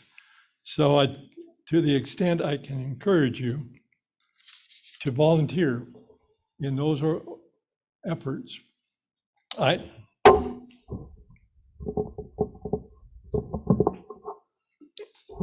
do. So I was hoping to see some of the former Superior Court judges here, because they are my example. But let me use Dick Manning as my foil. So during his time as a lawyer, he's gained respect from judges, from lawyers, because of the activities he has chosen to devote his extra time to. He was president of the Washington State Bar Association. That takes a year commitment. Back then, I think you had one meeting a month spread around the state, uproot your life, your practice, your normal routine. I can't emphasize enough how key that volunteer work is to the continued existence of the Bar Association. Brooke Taylor, similarly, before he became a Superior Court judge, was president of the bar, dedicated to establishing and promoting the rule of law that I've tried to speak a little bit on today. Noted for that, respected for that. So I always give examples of when I've done good things for clients and not gotten a lot of money back. It wasn't the best business model to embrace, but you know, if the person couldn't pay, their respect and their admiration and their gratitude for the work that you provided in getting them through whatever crisis they faced was reward enough. Helping people carries with it a personal reward. This idea that we are politically divided or there's some divisiveness among people on a political basis is in many ways nonsense in this regard. If you were walking down the street, tripped, fell, all your belongings spread over the sidewalk, I'm going to help you pick up that stuff. And I'm not going to ask you whether you're Republican or Democrat before. If your spouse or your child is involved in a wreck and I first responder and I've got to take action to save their lives, I'm not going to ask your political persuasion before I take action. So I think we're all similarly inclined. So we are human beings first. We are professionals second. We help people. We disregard their political persuasion. It doesn't matter to us, and it shouldn't matter to the judicial system. And we take steps to eliminate that creeping in.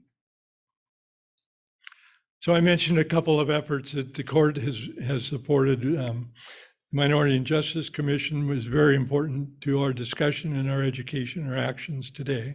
The Gender and Justice Commission is similarly active in promoting equal opportunity for women lawyers and women professionals and women generally, that there shouldn't be a disparity in pay or opportunity based upon your gender. I'm active in they call it Juvenile Detention Alternative Initiative. And what that is just exactly what it sounds like. We're trying to develop in counties alternatives to detaining primarily status kids. Those are the kids who are truants or misbehaving or taggers or whatever. They don't need detention. And we enlist frontline people, or our police officers, who take the kids not to detention, but to a program that is supportive, a safety net for these kids that need redirection, need that support. The goal, and it's far better success than putting them in jail, but the goal is to keep these kids out of jail. Because we see so too often that the pipeline to the Superior Court, to the felony docket, is the juvenile docket. And there's got to be a way to invest early on. And I've been the beneficiary of that personally. And I'm fifth grade, and I joke with some parents, teenagers are the worst, and I was right there. And someone intervened, actually several people intervened, redirected me a certain way, and here I am. But for that intervention, I wouldn't be here. So as much as I can spend much time and effort to develop programs in lieu of detention, I'm going to do it because we see more success in those programs, getting these kids lawyers and treatment and counseling or whatever their issue might be. Anything we can provide as far as program,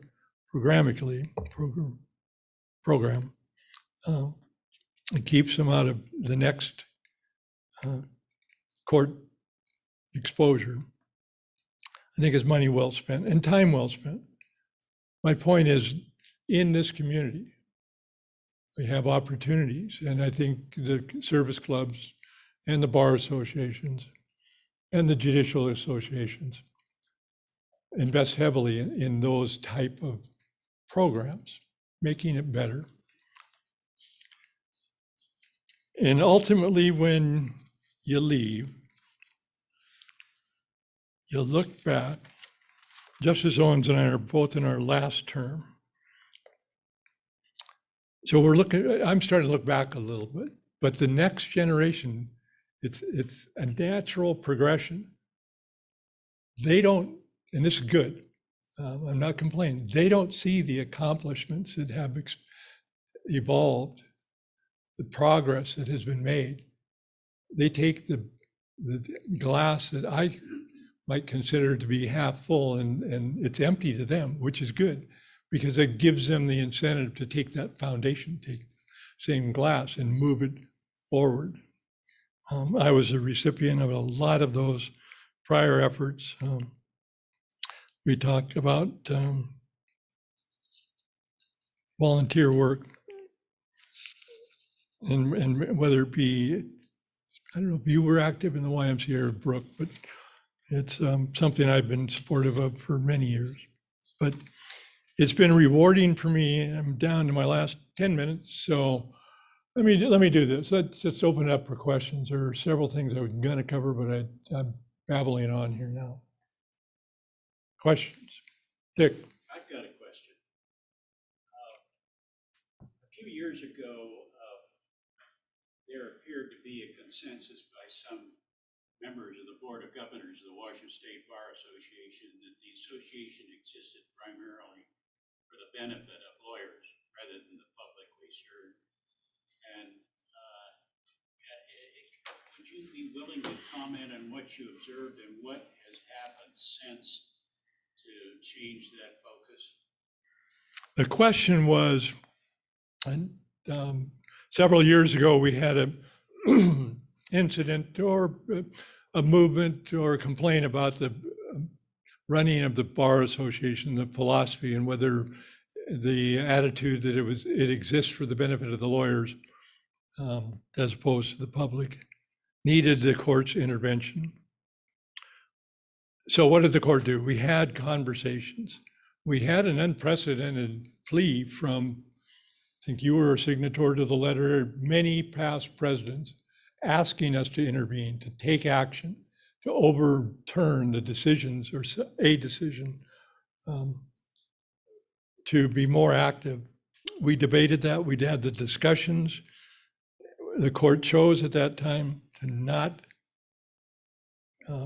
expressly or directly intervene. But the message got out, I think, positively. So it resulted in a change in attitude amongst the governing body. The other thing that occurred, I don't know if it effectuated a complete change that addressed all the problems, but we do have more exposure of the bar's meetings and their agendas and more interest, I think, today as a result of that. We're looking at the operations of the bar, and the U.S. Supreme Court has decided a couple cases, Keller, and I can't remember the other one, but it causes us to look at the legal status and structure of the Bar Association and the tentacles it pulls out, because you're all dues-paying members. You may not agree with some of the efforts, political efforts, involvements You are entitled to have your dues reduced to reflect your personal choice. They call it the Keller deduction. But whether that is satisfactory, seems to be a debate. So the Bar Association is looking into that structure, bar governance. When Justice Fairhurst was chief, we did a study on bar governance, and a lot of the recommendations, well, all of the recommendations were studied by the bar leadership, some of which were implemented. So yeah, we constantly are concerned about the function and operation of the Bar Association, whether they're giving the bang for the buck that they charge for dues. Primary expense of the bar is in the admission and disciplinary system. I think the percentage is 80%. It's at 20% that might be called into question, but we're studying that. And I know they're having those discussions within the existing Board of Governors. Our current bar president, Brian Tollefson from Pierce County, I think has a depth of knowledge on that issue. And I don't know what the future holds. I don't know what the US Supreme Court will decide. But we're preparing for it. I think there was one case out of Midwest and where they declared the structure by court order invalid. So they had to recreate their bar association before the mandate issued, 30 days or 60 days. We don't want to face that. We want to be prepared for a bad case, not a bad case, a evolutionary court decision. So we're ready to plan B. Other questions? Yes. I have a question from an online attendee. Since yesterday and throughout today, there has been a lively discussion on the solo and small firm listserv about bullying by opposing counsel. Most comments were against bullying. Several, however, said that such action was an appropriate way to intimidate opposing counsel. What are the ethical duties towards lawyers' conduct with each other on a case? So I started out early in the presentation with the oath of attorney that you should maintain the respect due to judges, judicial officers, and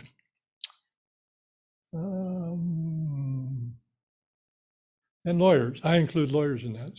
So when someone is acting in a disrespectful manner, is it actionable as far as a disciplinary process? Yeah. So I don't know where the investigation would go, but bullying is not a tactic that is respectful in interactions among attorneys. To the extent that is perceived as occurring, if it's substantiated, then it's subject to the filing of a grievance. Ultimately, if we get that, then the type of issue where disrespect between attorneys is occurring, then we will resolve it. A case that might have surprised the respondent lawyer, I refer to as the ultimate bullying disrespect. In a deposition, after the questions were finished, it was so heated that this male attorney swung and hit a female attorney, punched her. Came up to us with an agreed recommendation for something, and we said, no. Hitting your opposing counsel is not going to be tolerated. We upped the sanction, or it came back to us in a different form. So yeah, we've got those cases, and I hope that in your legal experience, you never get involved as a respondent in the disciplinary process.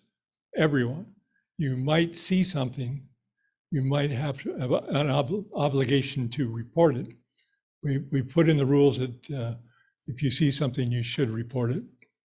And if it happens to you, it's even more egregious personally.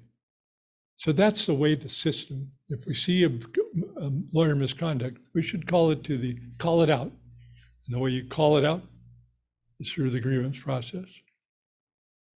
And when you have disciplinary counsel, whoever called in the question, you can ask if those complaints, if those grievances are being processed, how they're being processed, and what they should do. And the disciplinary counsel may answer that question. That's the only way we can resolve it. We cannot, there's probably a dispute over what happened. Like the case I mentioned, there was no dispute. The guy hit his opposing counsel. And if it gets to that point, then yeah, something bad's going to happen. Yes. So earlier this year, the court decided Stately Blake, Yes. and I'm interested on your court's thoughts about the rule of law and the sea change that case has created in the criminal legal system. Well, if you looked at the opinion, Justice Owens was absolutely correct in her analysis, which I joined. Were the complete ramifications, were the majority aware of the complete ramifications? I don't know. It wasn't argued to us. I don't think it was hidden that it was a big case. Majority decided what they decided. And those decisions are just being implemented now. And it's a big challenge. But I think there was an awareness that it was a big challenge. It's not the first time we've had the occasion to do that. In recent times, we finally got to the point where the processing and administration of the capital punishment scheme got to the point where we were unanimous in deciding it didn't meet current constitutional requirements. That was a biggie. Felony murder, when we overturned that 20 years ago, affected a lot of criminal convictions. We do that from time to time. We divide on those results. The majority controls and must be followed. We have a reconsideration process. In Blake, I don't think they asked for reconsideration. We have engaged in discussions with how to provide resources in the legislative process to address the increased caseloads that the judges and the court systems are going to be inundated with, and the legislature has responded partially. But we'll get through it.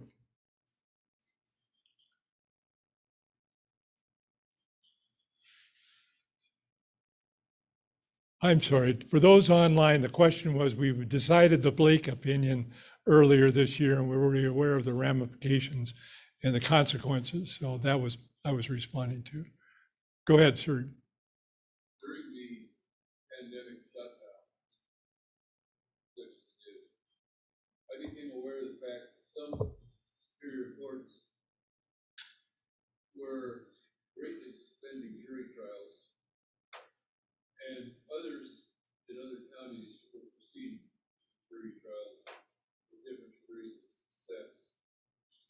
Generally speaking, are you at the Supreme Court level anticipating a lot of speedy trial cases coming up in other counties that did not proceed as aggressively as others continuing to the trial? So the question was, in criminal cases, given the COVID situation, that jury trials are being deferred or denied or suspended, and they're just languishing, and are we concerned about the flood of cases that are going to come to the system claiming a violation of the time for trial rule limitations? Probably. I think we've got one queued up in a few weeks from now, but it's not COVID related. So I don't know what's coming up.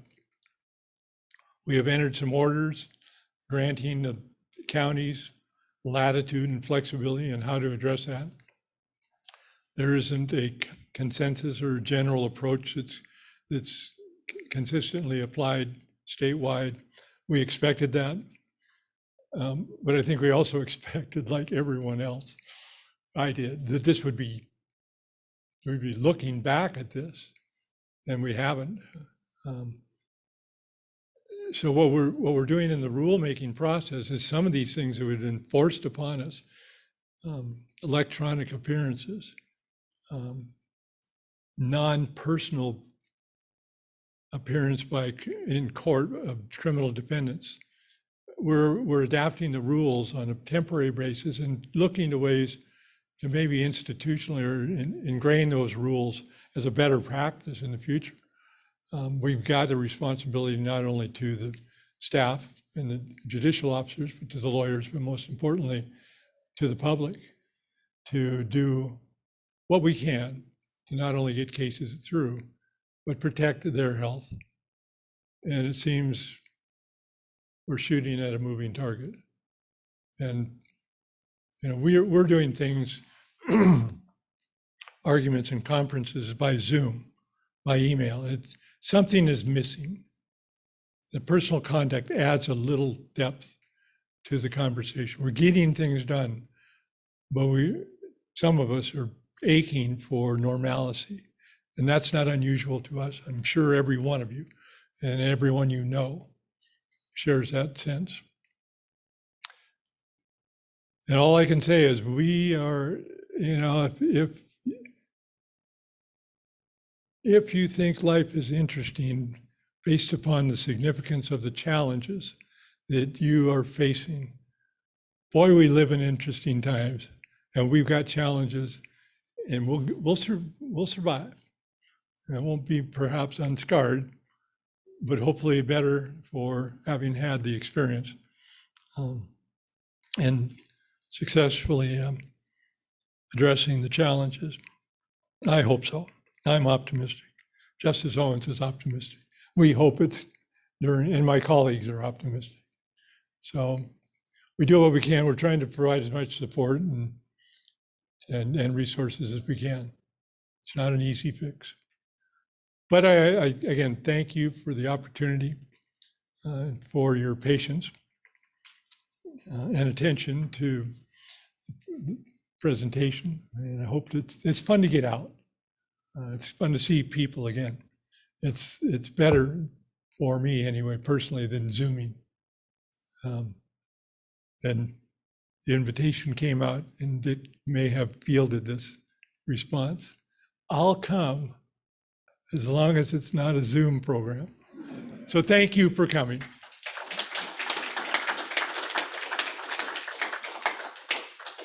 Take a break.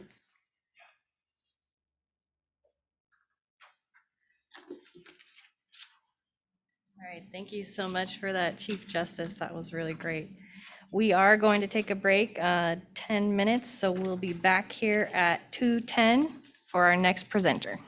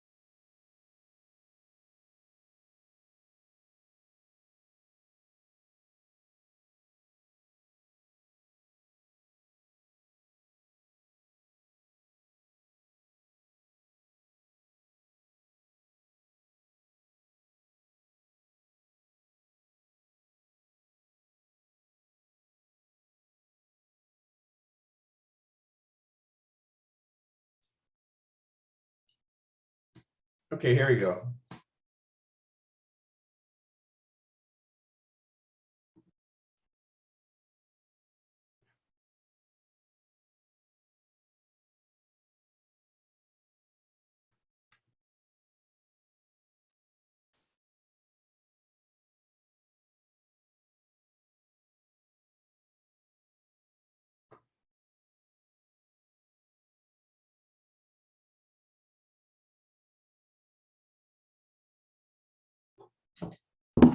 Oh, I always do that. All right, we're going to start on our next presentation. And Ted Howard is going to introduce our speaker.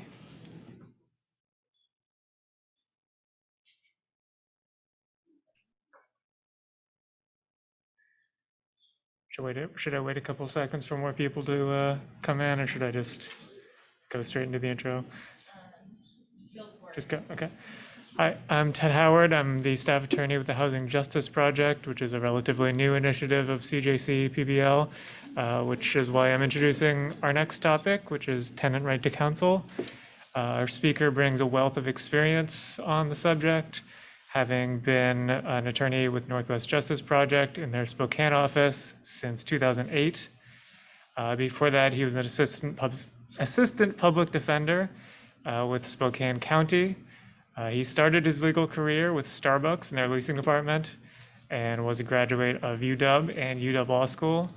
I don't believe he worked in a lumber mill like Justice Johnson, but otherwise an immaculately Pacific Northwestern CV. Please welcome remotely our next speaker, Jose Trejo. Well, so I assume the best way is for me to do the PowerPoint internally. Is that correct? So I'm going to try to do that. Go.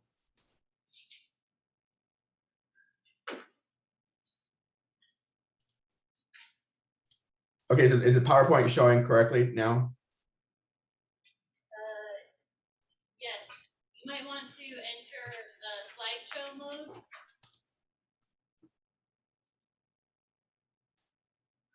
Okay, so where to go? And that's in the meeting controls. Sorry about this. You should be able to go into slideshow there at the very top. You've got a slideshow drop down. Oh, got it. Sorry.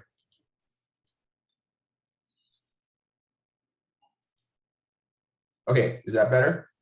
Yes. Okay. Yeah, it looks good. So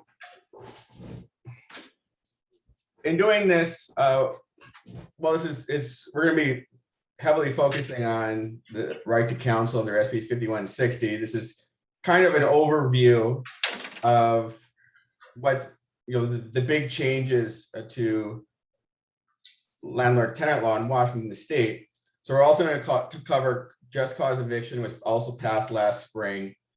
And I want to put the caveat out there that in a practical sense, we kind of, this is what the legislation says, but this is all new. It hasn't been litigated. The bridge literally just ended last week, and that created a bunch more restrictions so there was sort of an in-between where landlords could ask for rent under a certain circumstance for August and September rents, for instance, but they couldn't ask for rents before that, and they had different notice requirements. So you're going to find a lot of confusion out there, particularly with landlords about where they're supposed to be at this exact moment. Everything I'm focusing on here is based on the law that as it applies from November 1st going forward. So we don't talk about the bridge or anything else, but you may hear things, for example, that notices had to be consecutive rather than concurrent, or confusion over when late fees can be applied, or if they're applicable at all. Questions about when rents could have been raised and those kinds of things.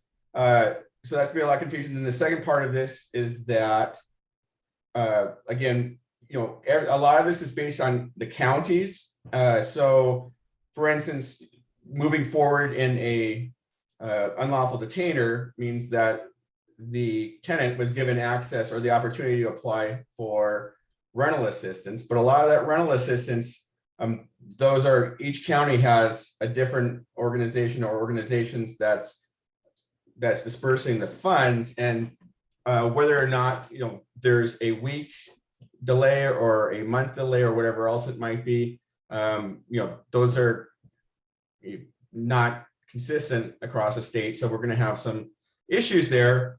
Or again, there may be confusion as to what's going on, what, you know, with those particular items, and it won't have a universal answer. And frankly, the way that the judges will be handling things could be slightly different as well. So I'll do the best I can to answer what we've seen going forth so far, sort of across the state, but a lot of what's going to happen hasn't really got up to speed yet. So, you know, you'll have a lot of this, like I said, is one, going off of the statutes. The practical applications are potentially a little bit, are yet to be worked out. Okay, so starting off with right to counsel. What is right to counsel? So this is only for low-income tenants, mobile homeowners who may qualify for free legal representation under the statute. It's sort of like a bit, you know, being able to receive a public defender, except that the situations are more limited, and the application process will be vastly different, as it's going to be, again, somewhat statewide, but it'll vary by county as well. And so, so who qualifies? Well, the RTC does not kick in until an eviction summons has been served. And so if, for instance, the landlord has given out a notice for mediation, for instance, the 14-day notices or the 14-day notice for that rent is due, which those ones can be served concurrently, the tenant is not yet eligible for an attorney. When those fail and the landlord decides to set out a summons, that's when the tenant is going to be eligible. And that actually, it does not have, it can be pocket served. So that's, but of course, and then it's incumbent on the tenant to, you know, go and contact the court for, you know, for that to happen. So I imagine the landlords will kind of shy away from that for the time being, because that means that the tenant probably is not going to get assigned counsel until they actually get to the hearing. It could be a little bit, again, that's going to be county by county as far as how they actually work through that particular process.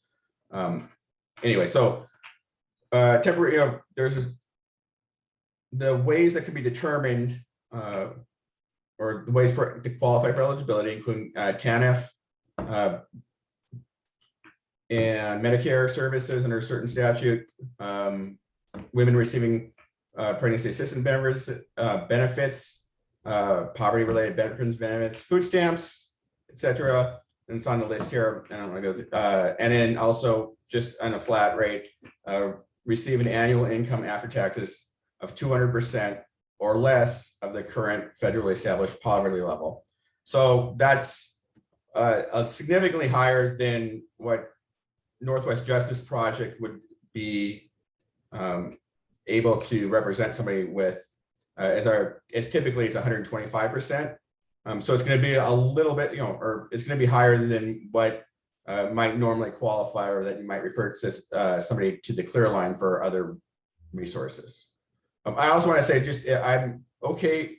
Let me get to that with people asking questions, but I'm not sure that I can see all of the that I'll be able to see the. I'm not sure how to make it so I can see the hands go up. So if somebody just wants to say something, or if one of the organizers could say something, if somebody has a question and they raise their hand, I don't seem to be able to see the hands as on my current settings.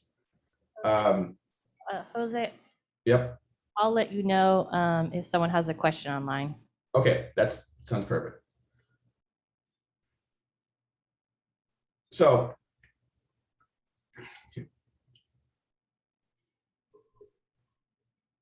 the unlawful detainer actions are only covered, these are the only cases that are covered by the right to counsel. So basically it comes down to the issue of possession. As you may know, unlawful detainer actions address only the question of possession. And once possession is no longer an issue, it becomes a normal civil case if there's other issues to be addressed. There's limitations to what can be asked for in terms of it's basically contract rent, utilities if they're if that's part of the lease. And then there's some further restrictions that are the last 6 months past the end of the pandemic, or when the governor declares that. So, but it's not going to be just any landlord-tenant case. It won't be a case where there is money. Money is the only issue, and it won't be anything that's not specific to that kind of possession. So they want if they come in complain if they called, for instance, clear complaining about an issue with habitability, that wouldn't be something that they would be entitled to counsel. And if NJP has the capacity, then they would be referred to the regular field offices for representation by an attorney in that office, as opposed to part of the statewide EP unit. Now, that doesn't mean that if a landlord has evicted somebody, like by lockout or without proper service or any of the other reasons, that the writ can be overturned, that the EPU wouldn't be able to represent them. It really comes down to the issue of whether or not they potentially could be entitled to possession. So, for instance, a landlord locks them out, or gets a writ that without going through the process, it gets referred through CLEAR or to the local VLP. Then the attorney will look at that, and as long as they have, even though the tenant might not want to go back to or move back in because all this sort of problems, the fact that they would be entitled to the possession, which of course then triggers other rights, that's what's going to be the key for whether or not it's covered by the right to counsel. Appointments. The other one will be that anything that comes after that, or like down the road, for instance, getting an order of limited dissemination, or any other collateral attack on a financial judgment. So it could be something from the past now, where the tenant's completely out. It was an improper eviction. The landlord's asking, has gotten a judgment, perhaps, without that could be easily overturned because they didn't go through the process, or they violated the moratorium, or whatever else it might be. But at this point, I'm trying to think of the appropriate examples for this one. But basically, if it's just about the money, because the tenant moved out on their own after getting a 14-day notice or something along that lines, which was against the moratorium, but they weren't actually evicted when we're, physically by either writ or lockout or whatever it might be. Those are the kind of case, and it's just money at this point. Those are the kind of cases that the right to counsel won't be applicable to. There's a bunch of new forms to be aware of with regards to triggering these things. And along the way, it's going to show, all of them show all the different lines that need to be contacted.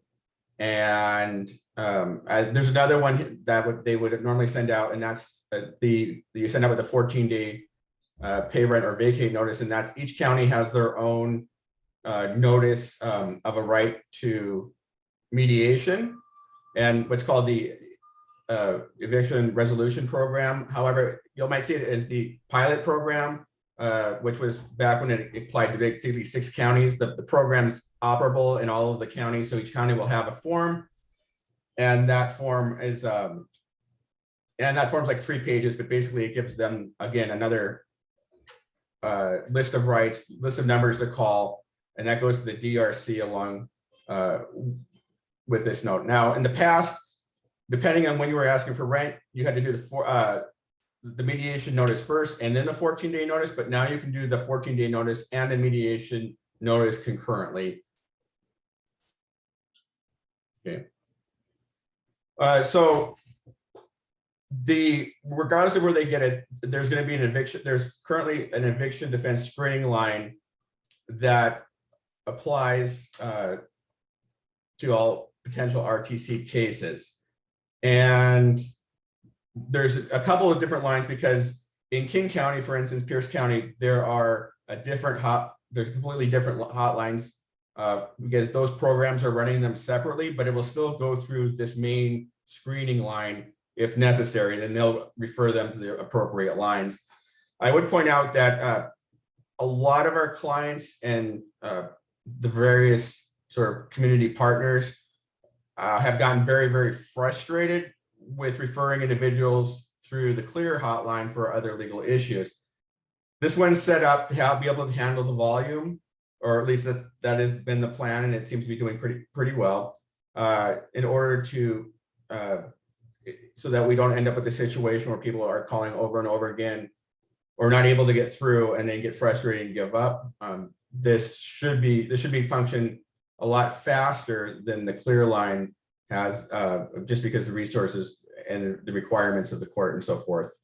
So that's one of those things where if you hear of these any issues along those lines, try it again, and then you can shoot me an email or anyone that may be connected with the eviction defense unit in your area, and somebody should be able to follow up on that. But so far, it's been going pretty well. So who is providing representation? So for the most part across the state, there are going to be Northwest Justice Project attorneys in our eviction prevention unit who are assigned, who can be assigned these cases. In King County again and Pierce County, it was decided that local housing justice projects are able to do it on their own. In some of the other county, and in about half of the rest of the counties, I think there are both the VLPs or the housing justice projects that are doing it, as well as Northwest Justice Project attorneys in that area.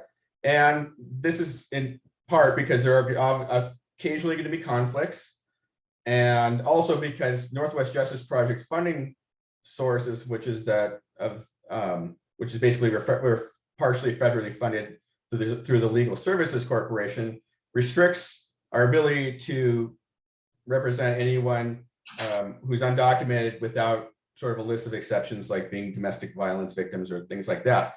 So in a lot of counties, that's going to create a potential problem.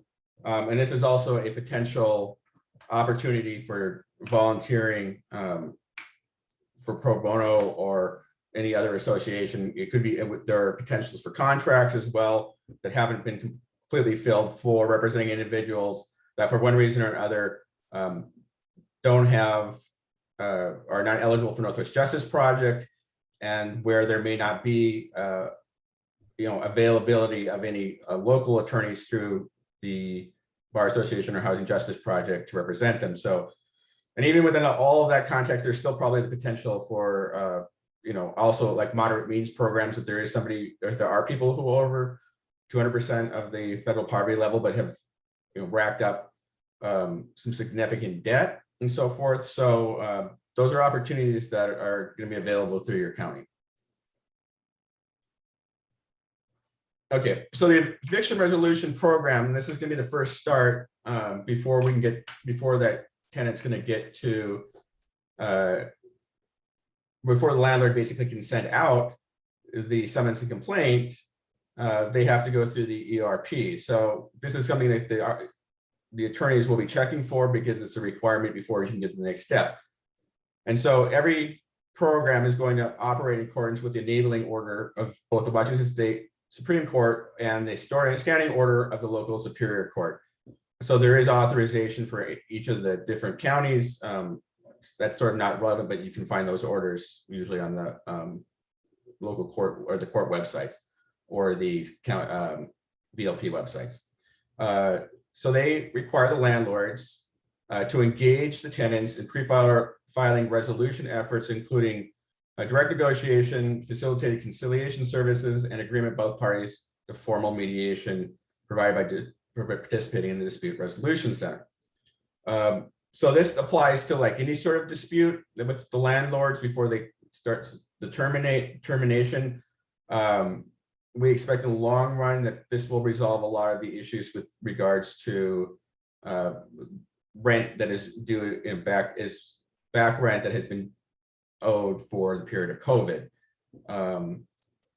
They're all nonprofit organizations. Every county now has an operable one. It's easy to find the list of operable ones online. Your particular one is going to be the Peninsula DRC for both counties. And I have that here, their website right there.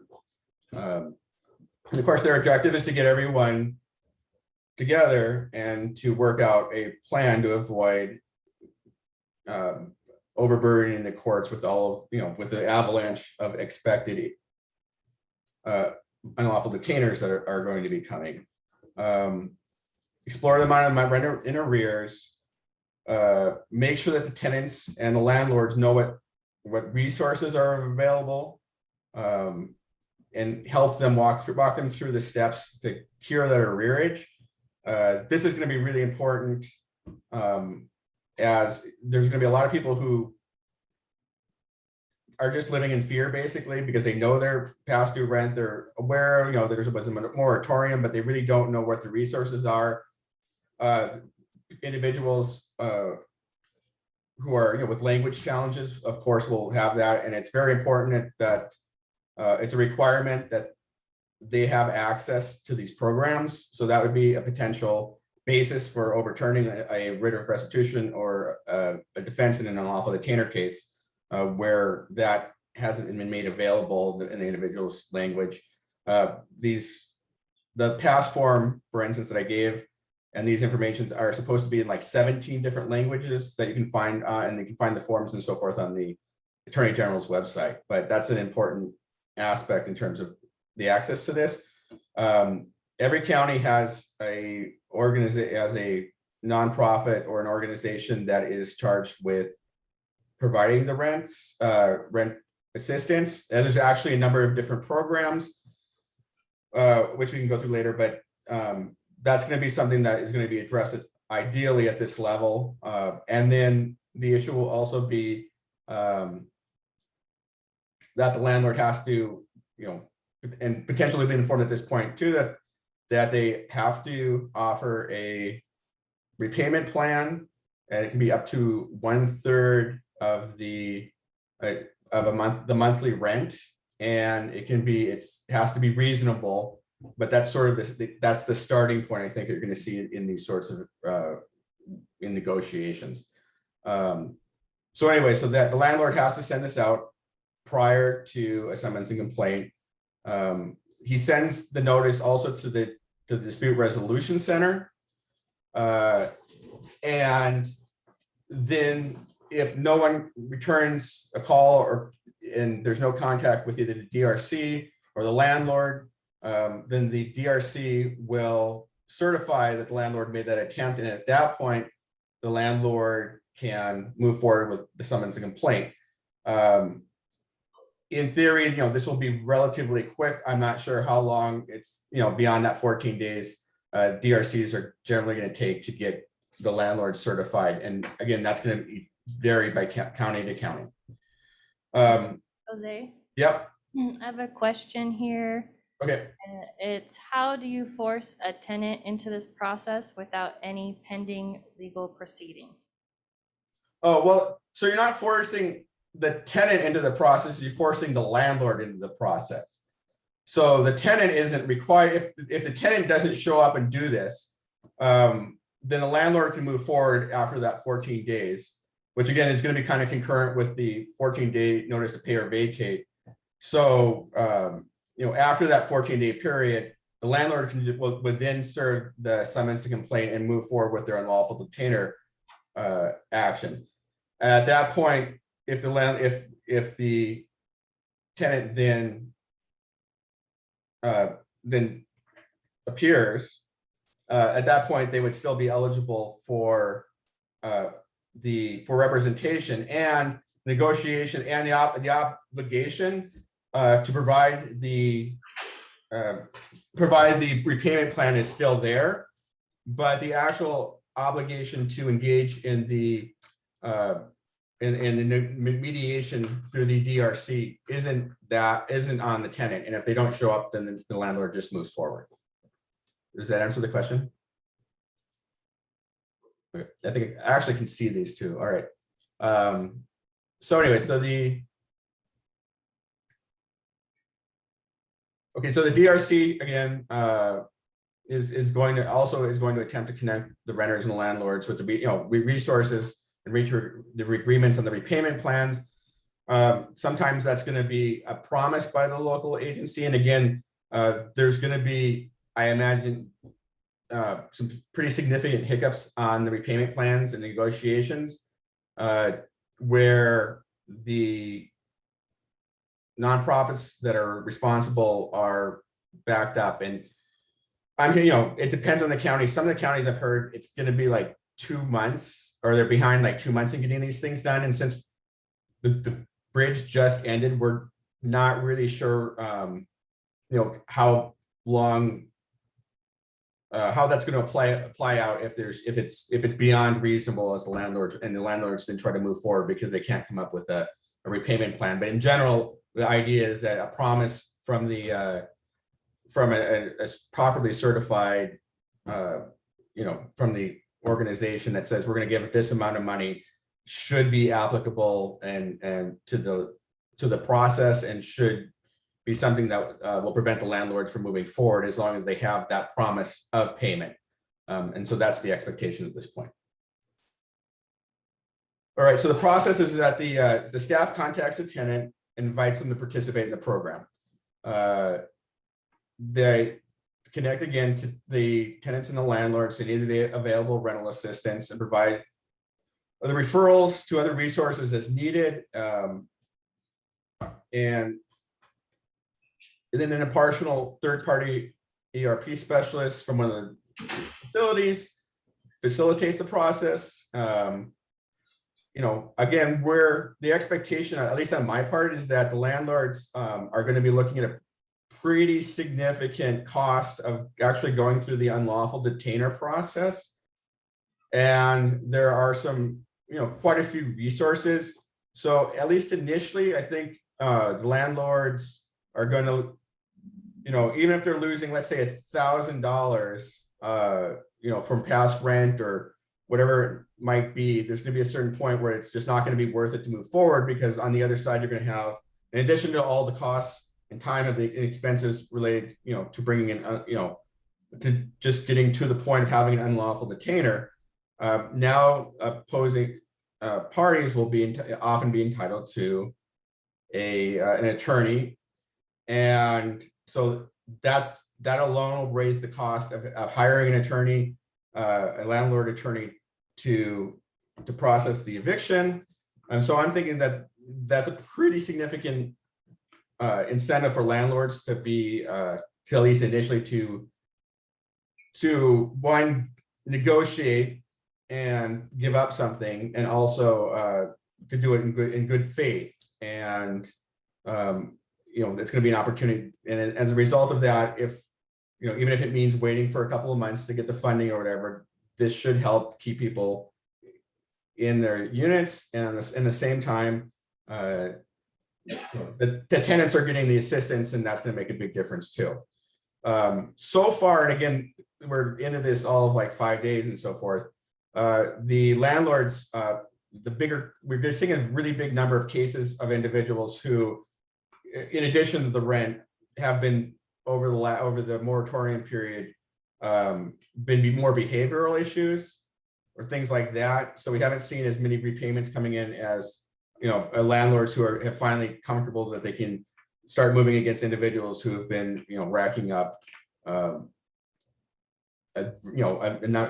lease violations. And again, there's requirements there that are going to be tricky, which, and we'll get that with the good cause, but that's sort of what we're seeing at this point. Again, only 5 days in, and although the conditions were really relaxed as far as moving forward with that after July 31st, I think a lot of landlords have just waited till this period of time so they can be absolutely sure that they're not doing anything moving forward. Even as a tenant side attorney, I was getting tons of calls from landlord attorneys like, how do I file an eviction? So there was a lot of confusion. It's getting worked out, but I think a lot of people were waiting till the beginning of this month to start, just so that they didn't have to worry about all of the different things that happened that were requirements of the bridge period, but didn't carry over until once that was done. Anyways, there's no, this is not a arbitration. And so the DRC will issue a certificate, regardless of the outcome of the process. So here's the basics and details of it. We've sort of gone through this already, but the evictions are for non-payment of rent.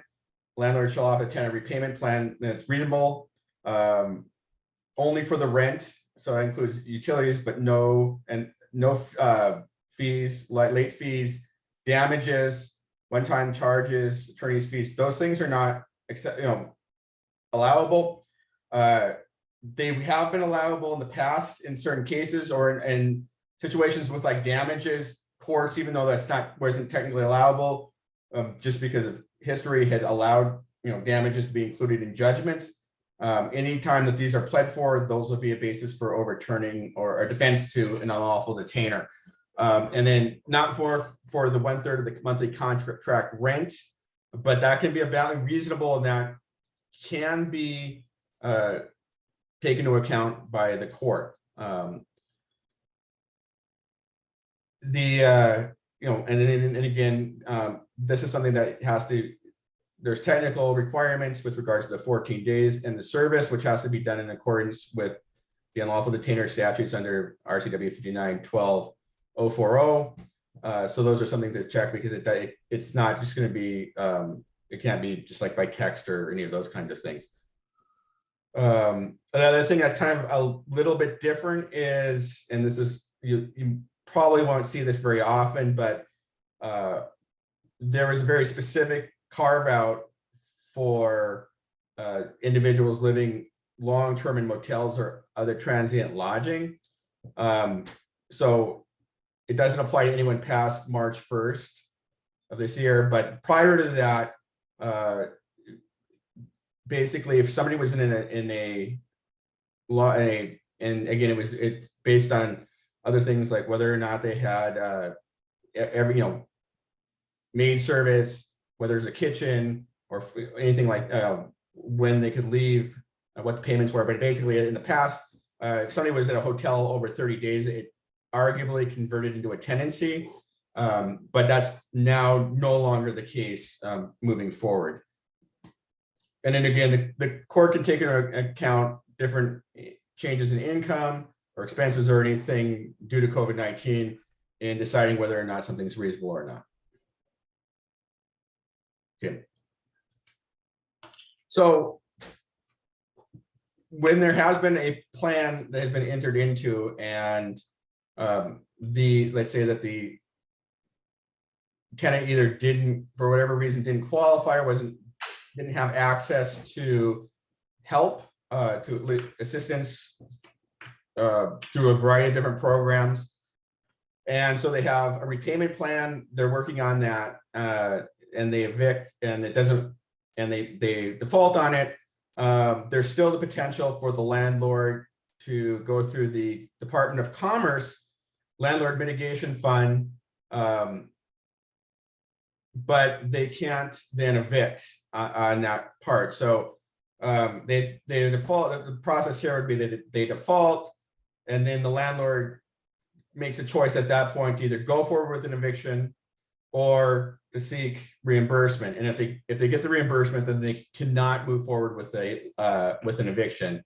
That some people may have some questions on this one in the sense that the landlord mitigation program was set up along with the law that says that there could not be discrimination for source of income. So like Section 8 vouchers or other rental assistance programs, which landlords were in the past have made as basically said, we're not taking Section 8 vouchers, et cetera. That became illegal.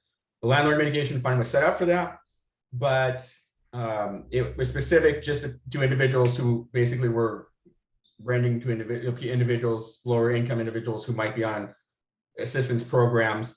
That's been changed now so that any of the landlords have, at least temporarily for purposes of COVID, have access to those resources as well. Not just ones who started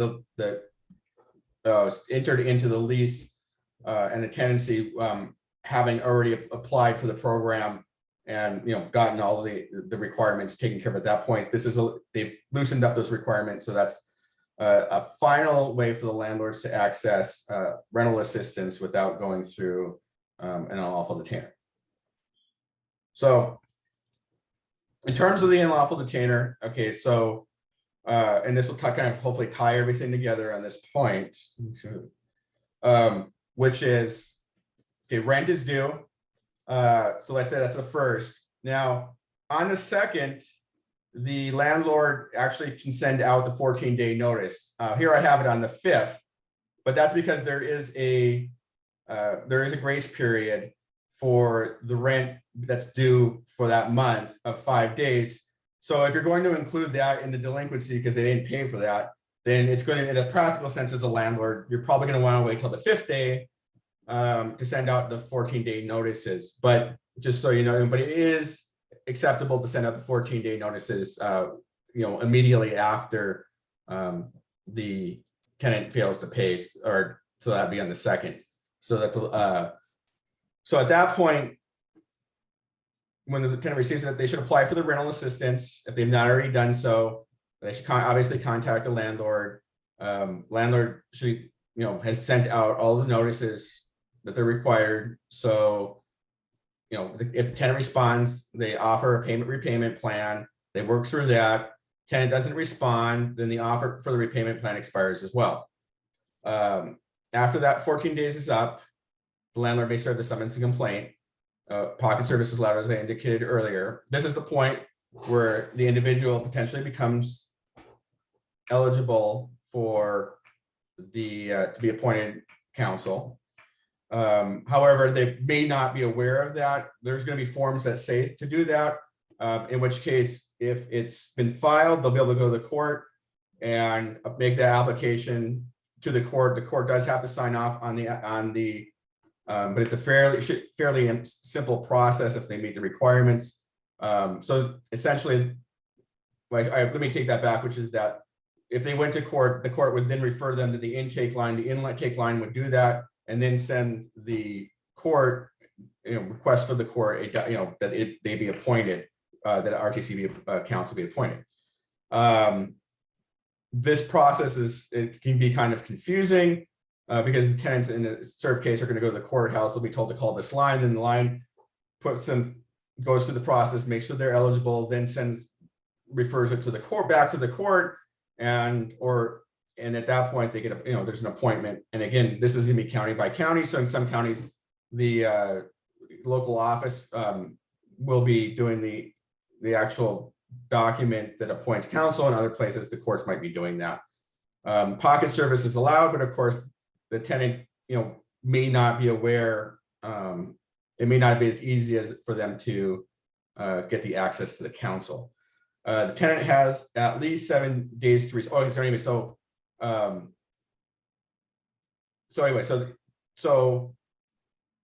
after that point, and the 14 days have expired now. So then anyway, so that all process is there. Landlord hasn't heard from the tenant. Nothing's moved forward in terms of mediation or everything else. There's no acceptance of the plan, or the tenant's just not willing to make an agreement, or the landlord's being unreasonable. Then the landlord serves a summons complaint. Tenant has at least 7 days to respond. Again, there's gonna be local rules that apply here, but it's at least 7 days. I would also point out that for those who are familiar with the process, that RCW 5918 375 has been struck, so there's no longer the ability of the landlord to just basically get default where there's only money, only rent at issue. There were some weird workarounds that the landlords could go through to like sort of expedite the process. That's no longer available to them. So the tenant's going to have at least 7 days, up to 30 days, or whatever the local court rules say to respond in the summons and complaint. The show cause hearing is then set. This is really where counsel's often going to be appointed.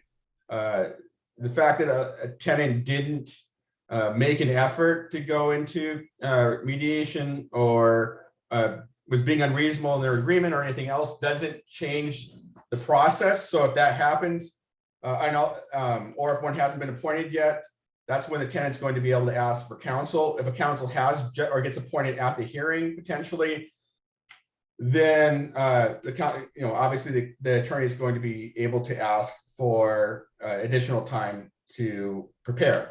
So the expectation is in a large number of the cases that it's going to go to the second show cause hearing, and there's also the potential for continuance while the tenant gets access to the preservation programs that are available, all of those kinds of things. So the expectation is, depending on the situation, is going to be a week to a 2 week continuance, pretty much as a right, after either to allow for additional trying to find resources or for the council to be to get up to speed on the case.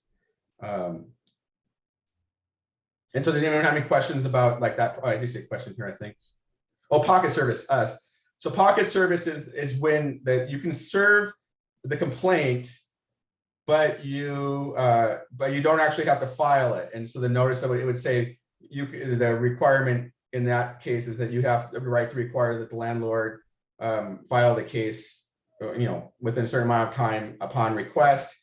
But that basically starts the clock ticking, and it was often used by landlords to avoid getting, if they were sort of doing it pro se or they didn't want to start the process, that allows the landlord to start certain clocks ticking, but without having to pay the filing fees and so forth, or maybe not to have to pay their landlord if they, certain larger ones that would try to do it on themselves. And so there was a variety of reasons for doing it that way. Some was because if there wasn't a case number, then tenants would get pretty sloppy about that. I don't think that I think that's gonna go away to a certain extent. Well, we're not sure, but anyways, it basically means it's serving a complaint without actually filing the case. You see that happen a lot in consumer cases, in debt defense cases, where the collection agencies don't have the same requirements for notices and everything else, and they serve the complaint. It's not filed with the court. The person calls, is there a court case? The court doesn't know what's going on, but if they don't respond, then the collection agency can go and get a default judgment and file basically on the same day they filed. That's going to be obviously a lot trickier especially now under the RLTA. So anyways, post-tenancy rights. So these rights last up to 6 months after the end of the public emergency. So some of these will go away, like the RTC remains, it isn't sunset, but some of the rights, for instance, to the type of repayment plan is going to be different.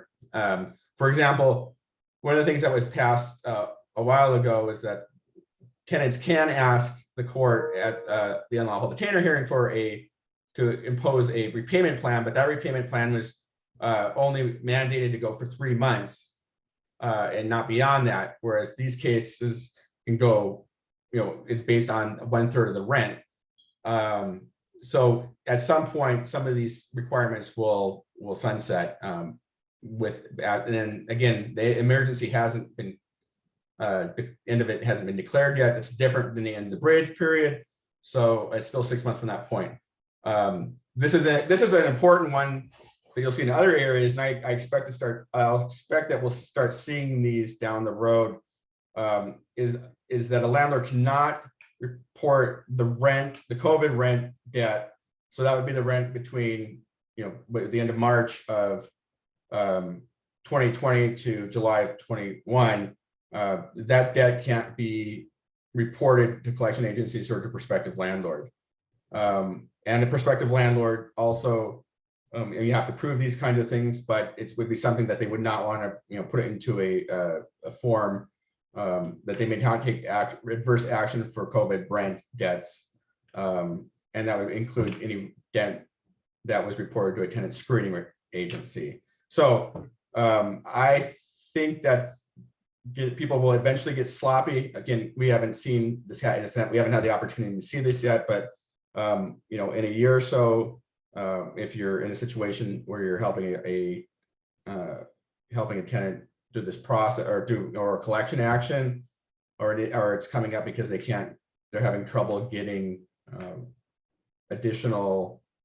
getting housing because of something like this, this is one of the biggest things I think that we all have to look for in the future, in particular because a lot of the tenant screening agencies are not in Washington the state, or they're part of something more nationwide, and they are individuals who are there aren't familiar with Washington state law, and even might be like in a drop down or something like that. They don't get it right, and so this again be really not now, but in a year or so, be very, very aware of that sort of requirement. Also, landlord cannot charge late fees on COVID rent. That might require some math going forward if things haven't been worked out, and ideally, like where the COVID rent is will be eliminated as an issue. But landlords will do things where they like to carry over, and they say all rents have to be, all debts apply first to rent, or first to late fees and outstanding rent, and then going forward. All of that's been changed in the RLTA, but basically you may have to figure out whether they're trying to charge rents for late fees going forward for rents that occurred during that period of time. And then finally, violations of these rights are subject to landlord to a penalty of 2.5 times the contract rent,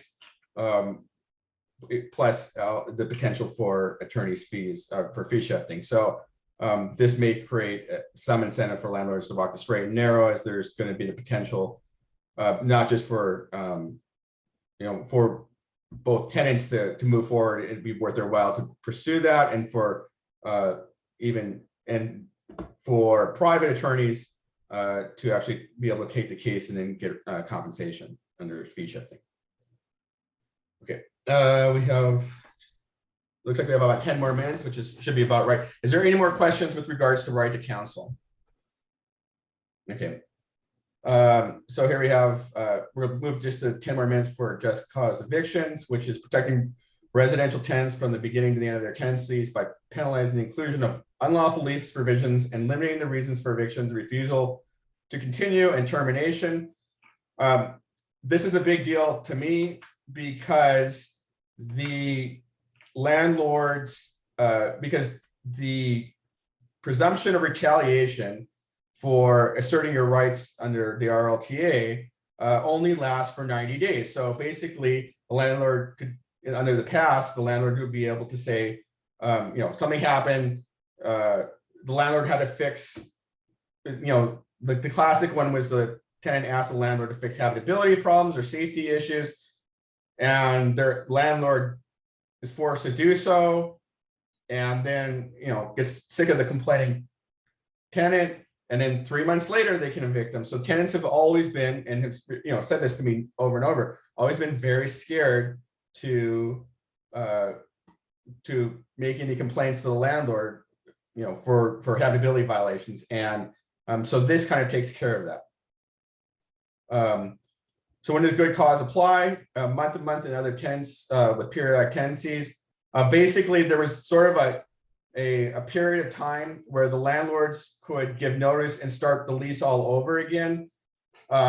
Because if the lease says that it's a fixed term and it's going to end, then they don't have to continue the lease, and they can end it at the end of the fixed term. However, because of prior practices, a huge number of most leases, in fact, that were like commercially done said that it automatically converted to a month to month. And as a result of that, and in a situation like that going forward, that kind of lease would then provide that individual with the rights, would be covered by good cause. However, if now going forward, if in future leases, and then also leases that were sort of grandfathered in, if the landlord then made that change as appropriate, you can now do it so that the tenancy will end at the end of that period of time. You still have to give a 60-day notice that it's to terminate, but you have as a landlord, the absolute right to terminate that tenancy. If you're currently in a month-to-month with your tenant, or you didn't adjust the issues, your lease, then you're going to be covered, and you'll have to comply with the following rules. And so it's 17 reasons to terminate a tenancy. I think we're, I'll just sort of scan through it, which is obviously the rent.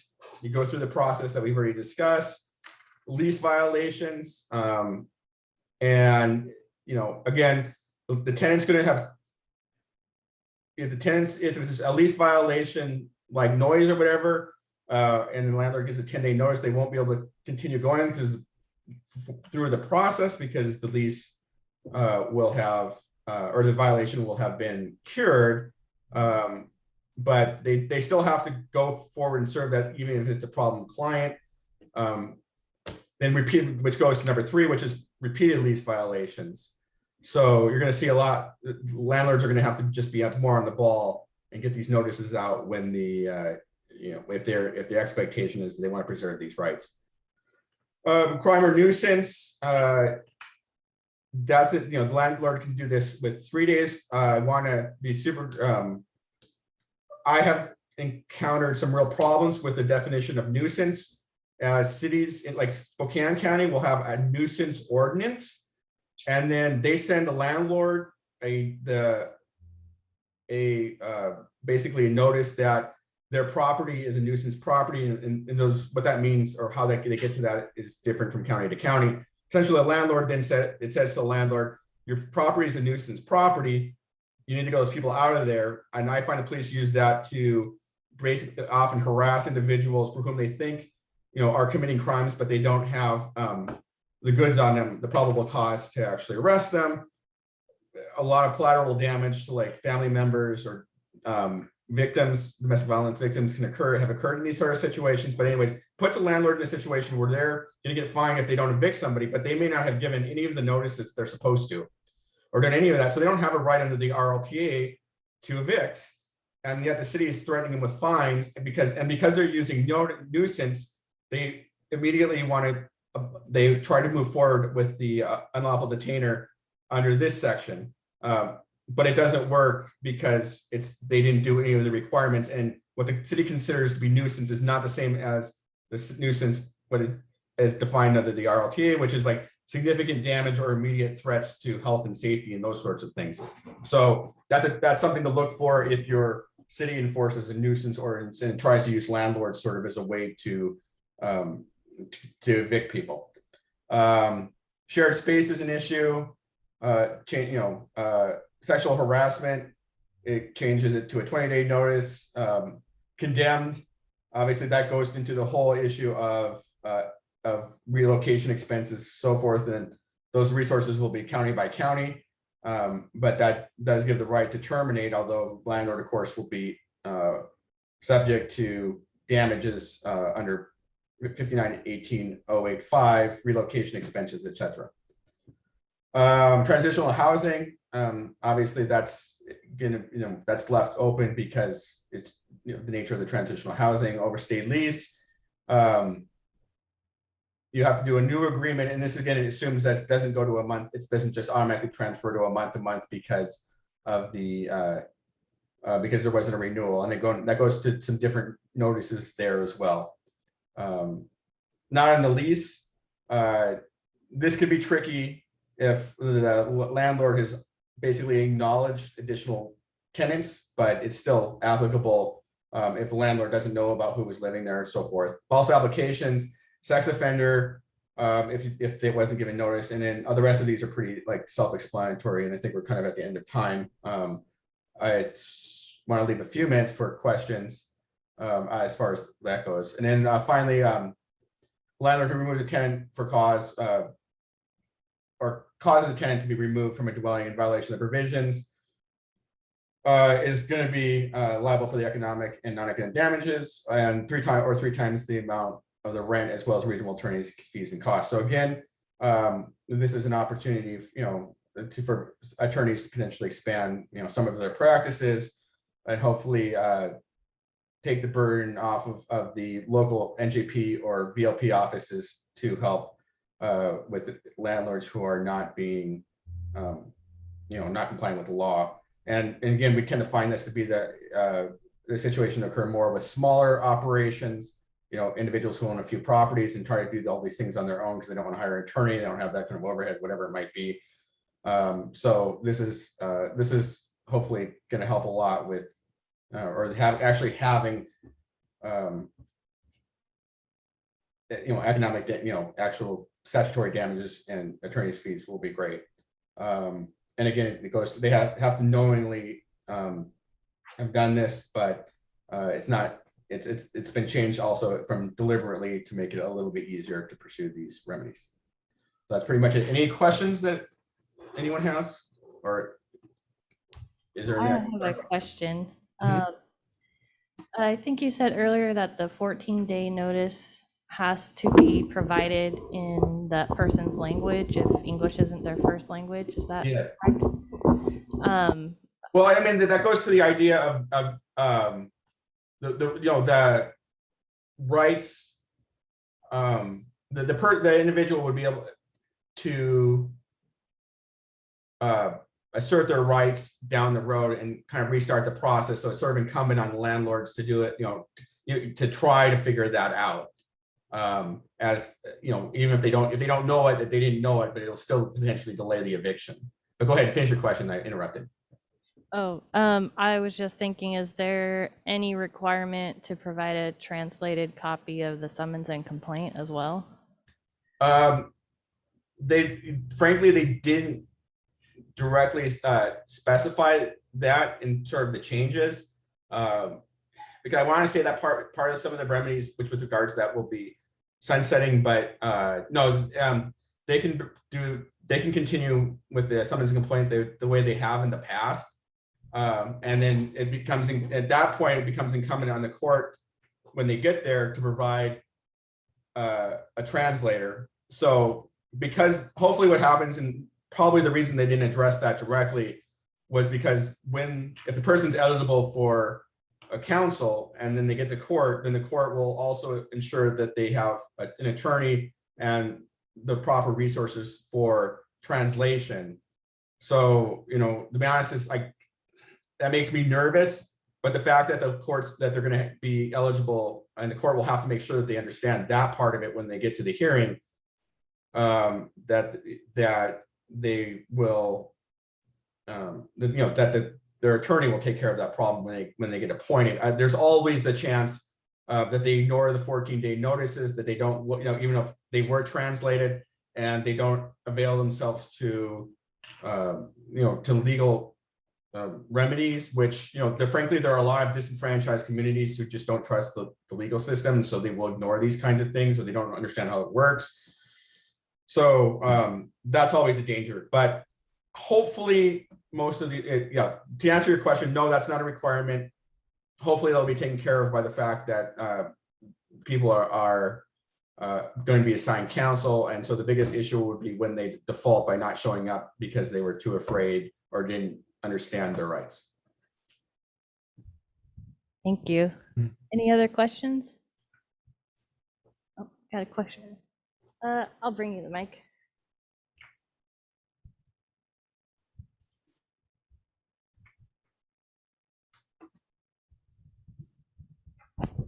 Hi, I'm wondering if, under your reading of these new laws, the landlord has any obligation to accept rental assistance payments?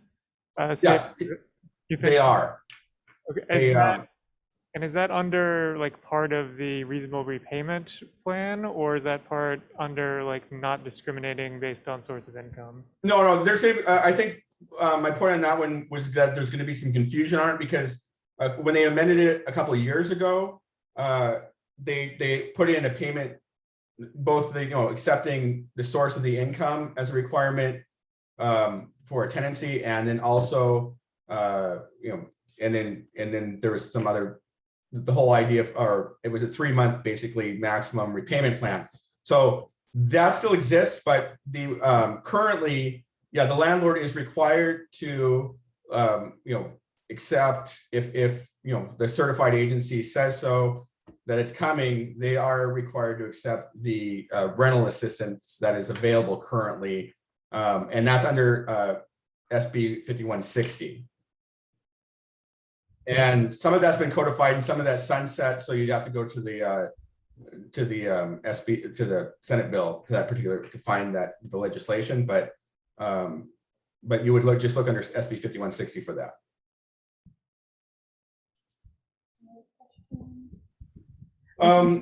All the questions. Yeah, so if on the tenant side, the various VLPs have been trainings. King County, the problem with King County is that they're kind of a different, they have different rules for King County, but so good resource is going to be, of course, WashingtonLawHelp.org, which is sort of run by NJP. Everything's super simple there.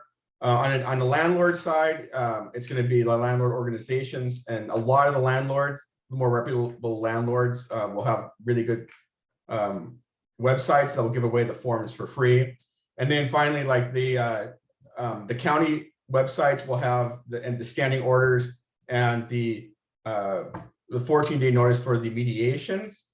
And then for instance, the 14-day notice to pay or vacate is available along with a lot of other forms on the Attorney General's website. But if you're doing it tenant side, just start with Washington Law Help, and then go from there. And of course, you're always welcome to call anyone in the EPU. We love to take questions. The VLPs are, if they're doing this, will also do it. And and then anyone that you might know in the local office, even for those kinds of forms, and somebody generally will be able to email you something. Awesome. Thank you so much for that presentation, Jose. That was really good. Okay, thanks very much. Okay, we're going to move along to our final presenters of the day, and I'll turn it over to Raphael to introduce himself and Gary.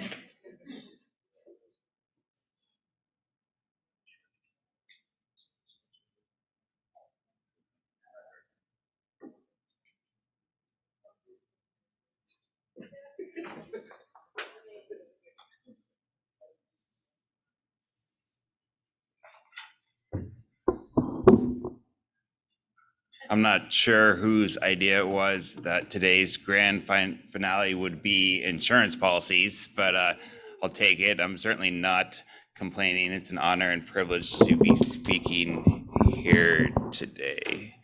It's also an honor and privilege to introduce Gary Williams. Don't tell his wife, Marilyn, but I'm pretty sure Gary's 3 favorite words are read the policy.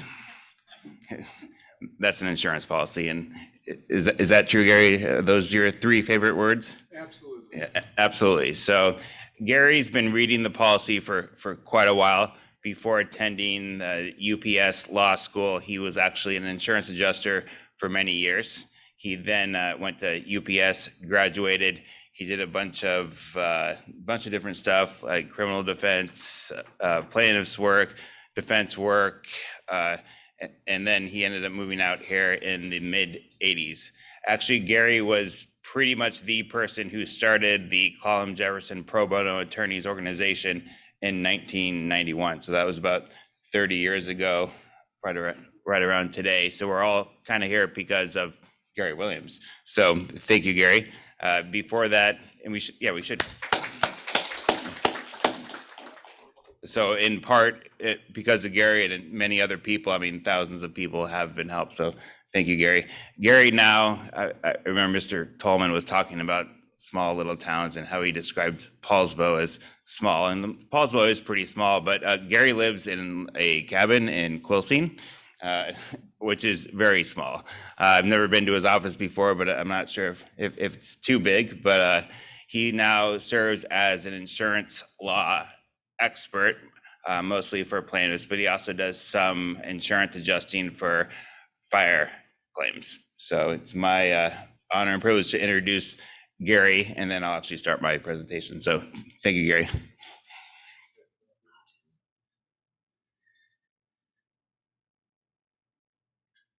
Okay. So today I'll be talking about 3 different insurance policies if I have time. I'll be talking about auto insurance, I'll be talking about homeowners insurance, and then I'll be talking about umbrella insurance. I thought about this here today because for some reason, one of my favorite questions to ask someone is, what kind of insurance do you have? I'm not sure what that says about me. That one of my favorite questions is asking someone what kind of insurance they have, but that's a whole nother story. But and I asked that question because I want to know, and I ask pretty much everyone that question, no matter how old, no matter how young, no matter if you're a woman, man, sex, that doesn't matter. I always ask, and I always get 3 responses. The first response is, I have no idea. And I'm like, okay, that's fine. I mean, probably not the best, but it's understandable because I probably wouldn't know anything about my insurance policy if it wasn't for the job I have now. Number 2 is I have full coverage. So if someone ever asks you about insurance, they're like, oh, I have full coverage. Like, they have no idea what full coverage means. I think to a lot of people, they think full coverage, and that means I have an insurance policy. It's probably not full coverage, and we'll talk about that here today. And then 3 is, oh, I really like my insurance agent. I'm sure my insurance is fine. That's not a good answer. I mean, it's okay, but you really should know your insurance policy and your insurance declarations page for yourself, and that's what we're going to talk about here today. And this is pretty small, unfortunately, but I'll try to do my best. So this is a declarations page. So this is going to be your roadmap for your insurance policy. It's normally the very first thing in your insurance policy packet. And this is, the whole thing's important because you got to read your policy, but your insurance declarations page is a bit of a roadmap for what kind of insurance you have. Oh, and that's great. So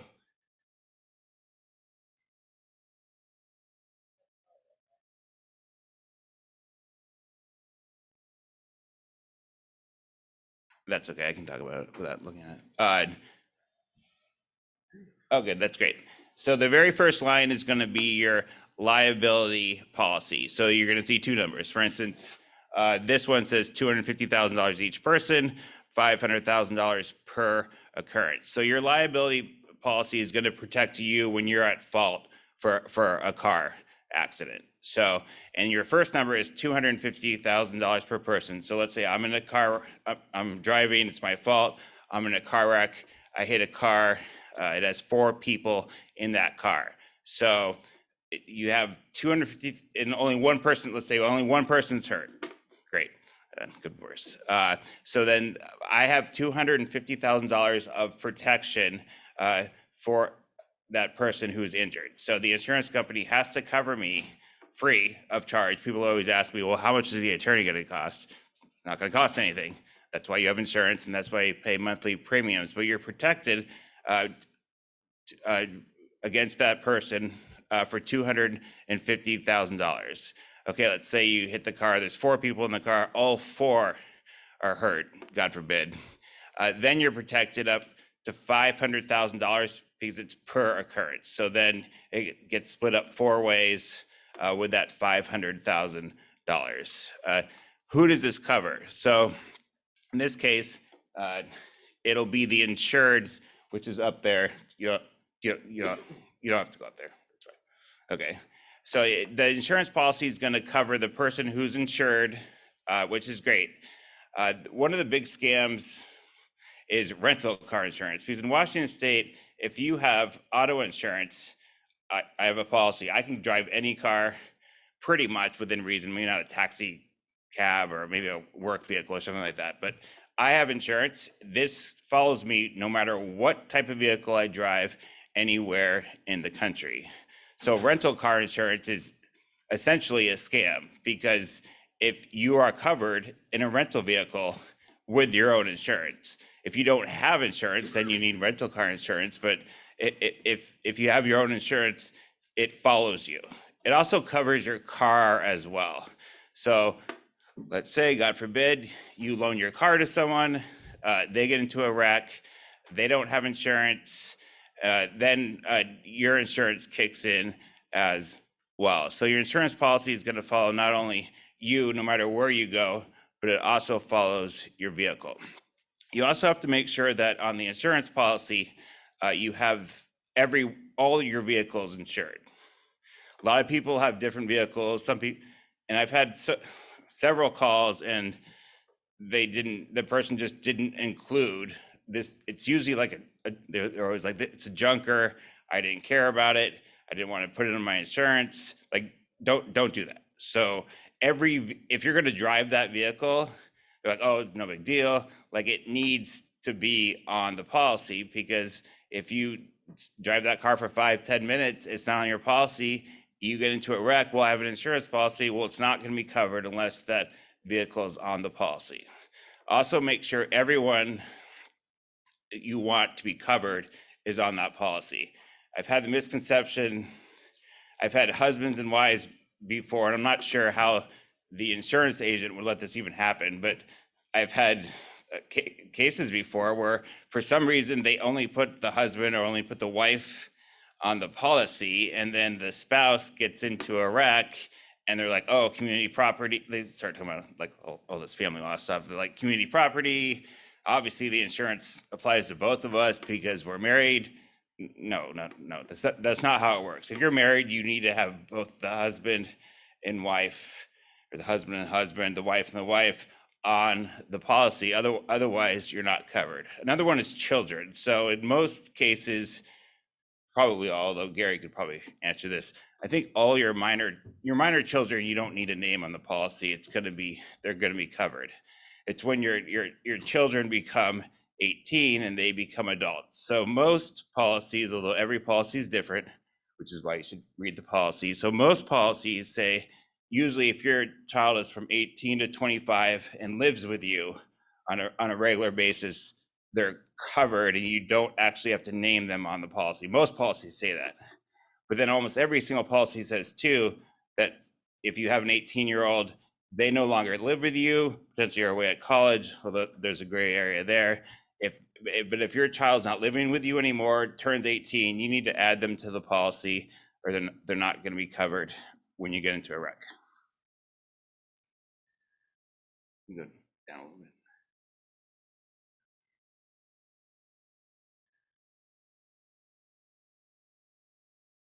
And then, so you're looking at the policy limits too. So here's $250,000 per person. This is once again protecting me if I'm in a wreck. 500,000, the most I can be covered. And you just need to think about your policy, because in the state of Washington, you have to have insurance. But in the state of Washington, the mandatory minimum of insurance is only $25,000.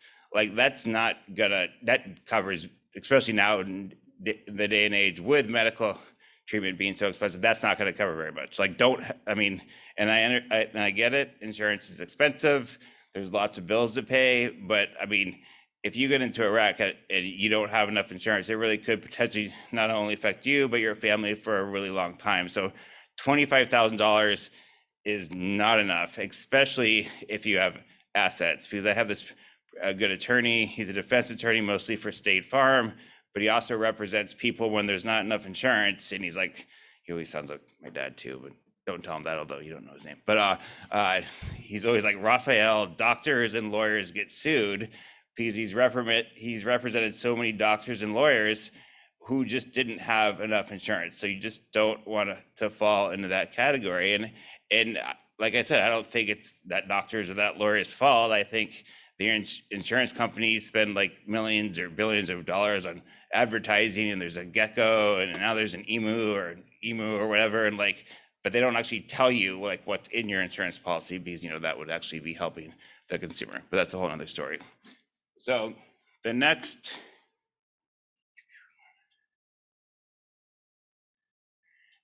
line is property damage. So property damage is just, so your first at fault policy, or when you're at fault, covers bodily injury. The next one's property damage. So it's basically the same thing, but it's a separate policy. So if you hit a car or a house, or if you hit anything, then you're insured up to that limit. So if, let's say you hit a parked car, you cause $5,000 worth of damage, you're going to be covered under your insurance policy.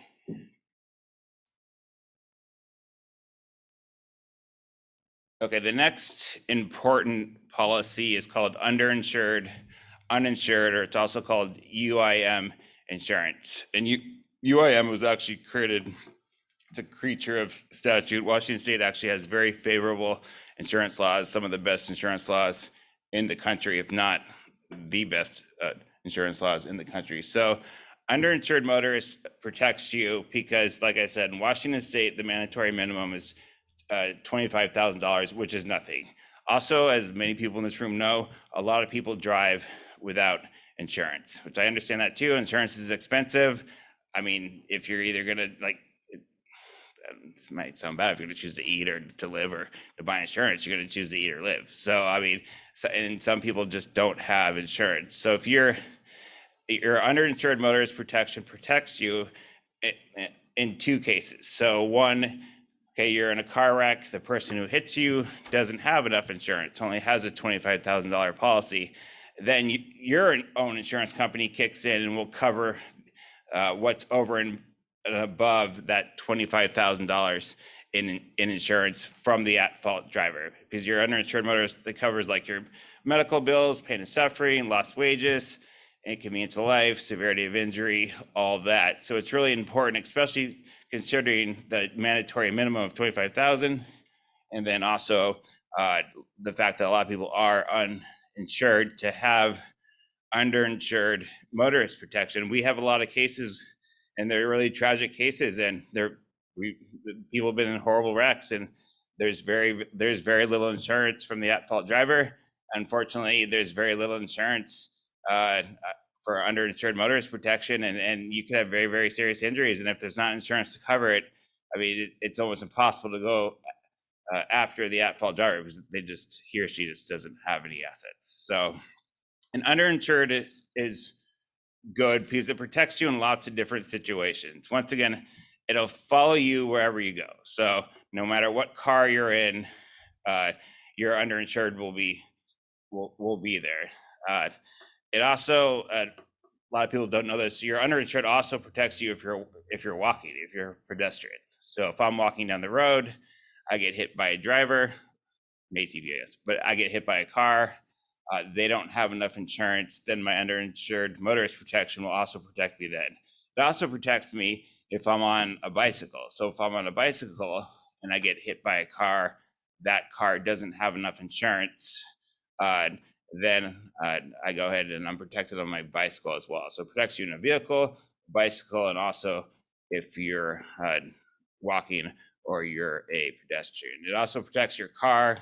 For instance, everyone in your car, if I'm in a car, I have 3 passengers, my underinsured motorist protection not only protects me, but it protects those 3 people in the car. So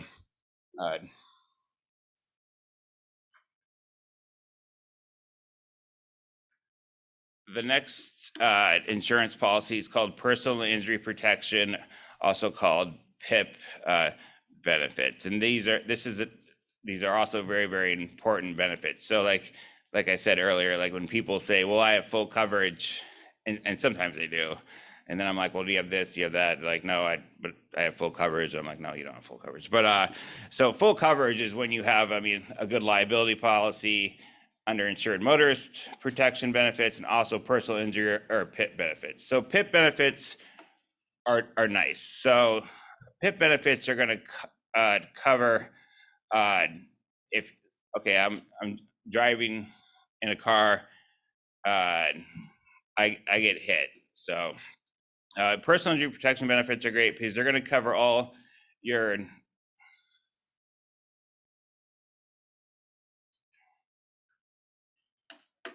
it's going to cover all your medical treatment up to your policy limit. So in Washington State, the mandatory minimum and personal injury protection benefits, which is also a creature of statute, which is great. Thank you, Washington. It's going to cover all your medical treatment up to your policy limit, which in Washington State, a mandatory minimum of $10,000. So in personal injury protection benefits are a lot of people come in and Medicare is probably second, but in some personal health insurances are okay.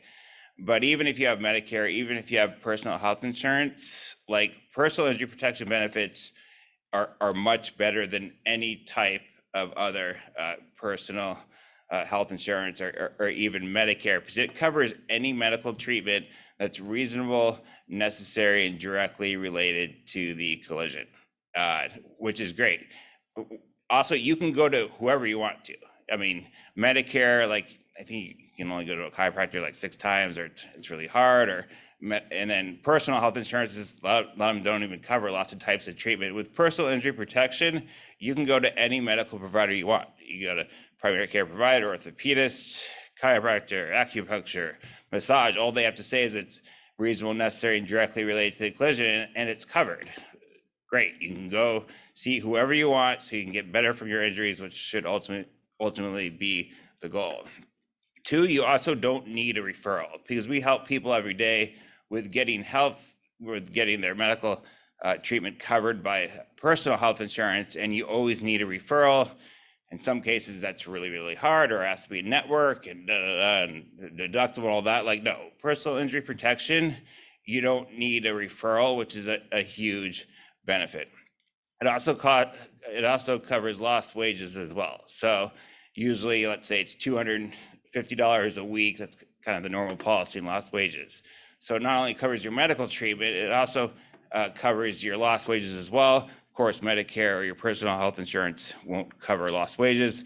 It'll also cover household help. So if you need someone to clean your house or to do your lawn maintenance, it'll cover that as well.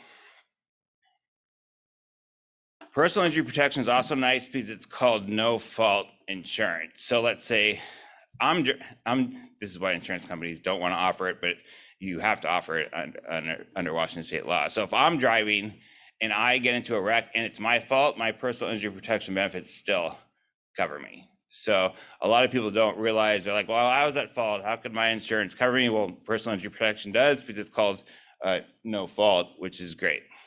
It also is going to cover you too. Once again, if you're on a bicycle, it covers you. So if I'm on my bike, I get hit, I have personal injury protection benefits. I'm covered. If I'm walking in a crosswalk, I get hit by a car, my personal injury protection benefits cover me. Once again, it also stays with your vehicle as well. So if I'm in a car, I have 3 passengers. If I get hit, or if I cause a wreck even, it's going to cover not only me as the driver, but it'll cover everyone in my vehicle as well. There's probably no way I'm going to finish this presentation in a half an hour, but what time is it? No, okay. 3:34. Is it really? Okay, so I have 6 minutes left. So we're just going to talk about auto insurance policies today, and maybe we'll have a sequel about homeowners insurance next year, but let's talk about auto insurance. Okay, and your next line on your declarations page is going to be your collision. So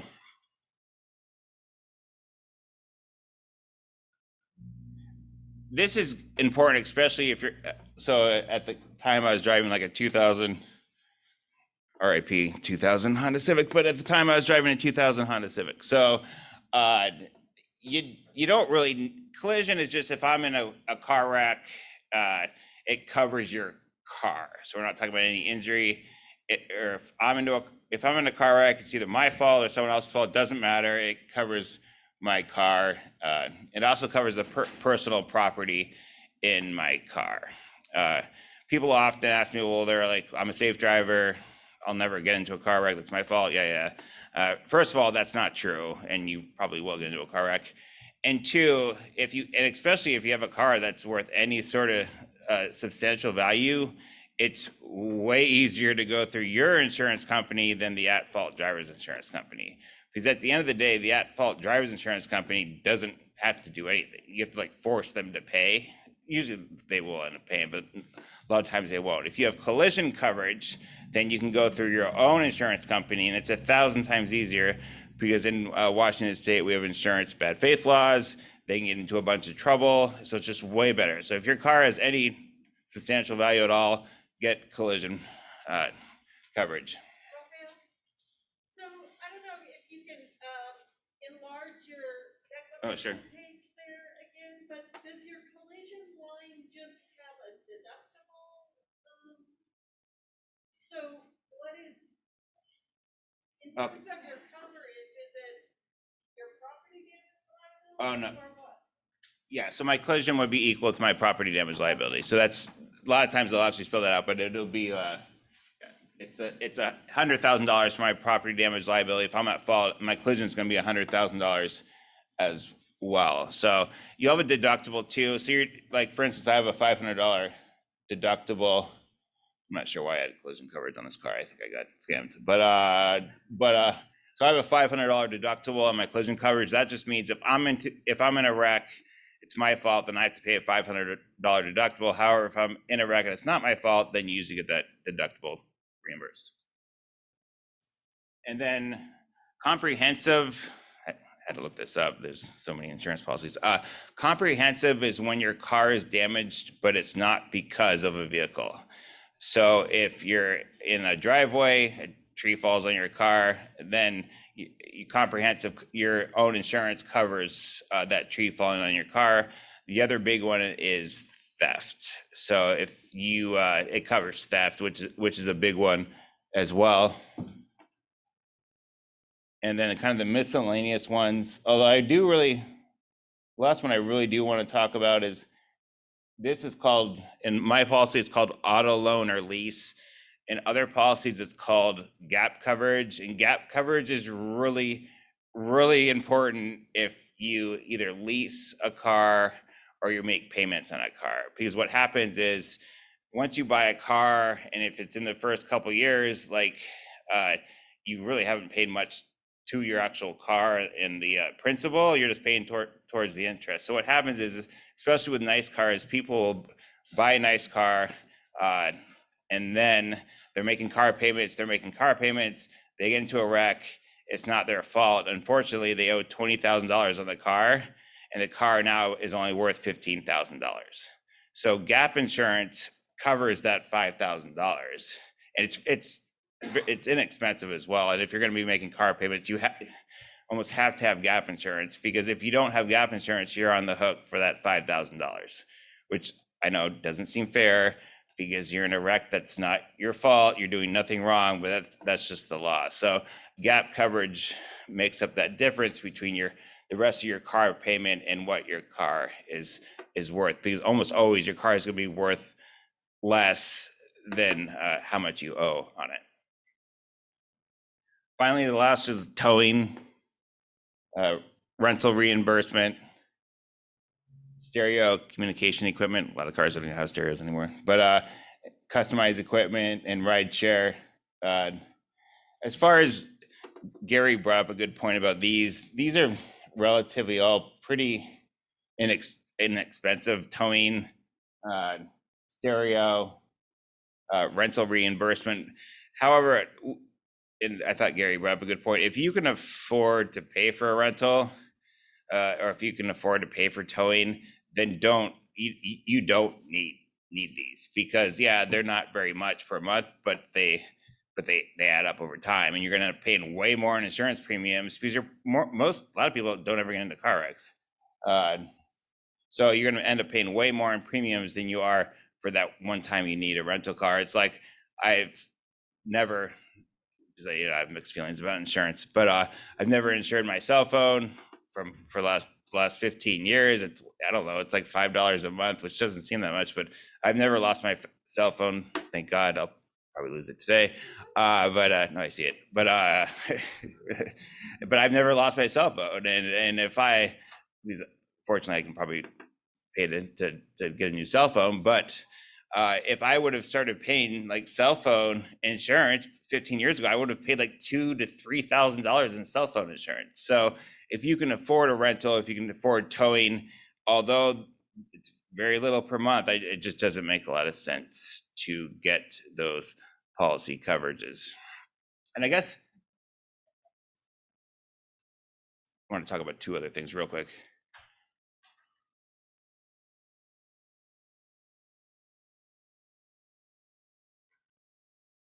And then people always ask me they always ask me, which is a very good question, how much insurance should I get? Like, you just need to be protected. I mean, if you have assets, like doctors and lawyers get sued. So if you have assets, you should get, I mean, you should have a high liability policy. You should also maybe consider an umbrella policy, which is very relatively inexpensive. I can talk to you more about that later, not today. But if you have assets, like, you need to have a lot in liability, because it just takes one. I mean, you look down and change the radio and accidents happen and you could kill someone. And that sounds horrible. And it is horrible, absolutely. But it is an accident. Certainly wasn't on purpose, but that could really affect you or your family's life for a long time. So as far as liability, like, really think about a high liability limit and an umbrella, especially if you have assets or earn a significant amount of money per year. You should always have underinsured motorist protection. I know it's expensive, but like, there's just so many cases where, and people could even afford underinsured motorists, but they're like, I didn't even know what that meant, or my insurance agent said Medicare would cover, or whatever, like all these crazy excuses. But underinsured motorist protection, definitely should have it. And then personal injury protection, even if you're on Medicare, have good personal health insurance, or have good state health insurance. Like, personal injury protection benefits are just by far the greatest benefits to protect you if you are in a car wreck. Oh, Karen? Sure. Underinsured motorists. Why does Washington state allow people to register cars if they don't have insurance? A lot of other states, you can't register your car. I have no idea. Oh, I don't know. But, you know, no, because it's stupid. No, I'm just kidding. You have a different Yeah. system. You don't get tagged until you have an accident uninsured, and then you lose your license. It's. Okay. I understand her question. Well, I get it. Yeah, I get it too. I don't know why either. Yeah, that's just legislative policy. Yeah, and Well- that's what I was wondering, why is that? It doesn't make any sense. Well, it doesn't make any sense too, because if you buy a new car, you have to have insurance, or if you even lease a car, you have to have proof of insurance.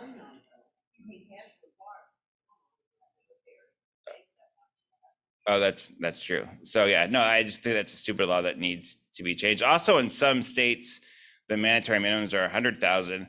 I don't know this for sure. It's like, don't quote me on it, because I've had a few cases with Canadian insurance. I think their mandatory minimums are $1 million, but it's state insurance. It's all through the state insurance. I have no idea how that works, but yeah, in Canada, I'm pretty sure the mandatory minimum, but everyone has, I think, the exact same policy, and it's $1 million minimum. So, and then finally, because this is the other question people always ask me. So first of all, there are no best insurance companies, but so I have PEMCO. I would say the majority of plaintiffs' attorneys, I don't know if you think this is a good thing or bad thing, but the majority of plaintiff attorneys that I know that I highly respect have PEMCO, so take that with a grain of salt. And then Amica, Mutual of Enumclaw, and the Grange, like, those are the 4 insurance companies we refer people to. And this is not a science or anything. I haven't done any great studies. These are by far the easiest insurance companies we see when handling claims, not necessarily when they're representing an at-fault driver, because if they're representing an at-fault driver, all insurance companies aren't going to be great. But these are the best companies if you're in a wreck and you need to utilize your underinsured motorist protection benefits or your personal injury protection benefits. they don't really fight it, and they're usually much more reasonable. For instance, and I had USAA for a long time. My grandfather was in World War II. They're I don't want to overstate this, but they're an awful company to have if you're in a car wreck and you need your personal injury protection benefits, because they will cut you off every single time for no reason. So this is why I recommend these four insurance companies, although it's not an exact science. So with that exciting topic out of the way, it's Gary's turn. Also, I just want to say that Gary is one of my most very favorite people. He's just such a nice guy, and he really cares about the little guy. Also, he'll talk about insurance policies nonstop. Sometimes I'll call him up for a yes or no answer. 25 minutes later, he's still talking about case law. And at first, well, I wanted to get to the point, but he really has taught me a lot about insurance law. It's really hard. As Mr. Tolman said, if it was easy, everyone would do it. But Gary's a master of insurance law, and he really is all about the little guy fighting the big guy, and he's really an inspiration to not only me, but a lot of other people. So thank you.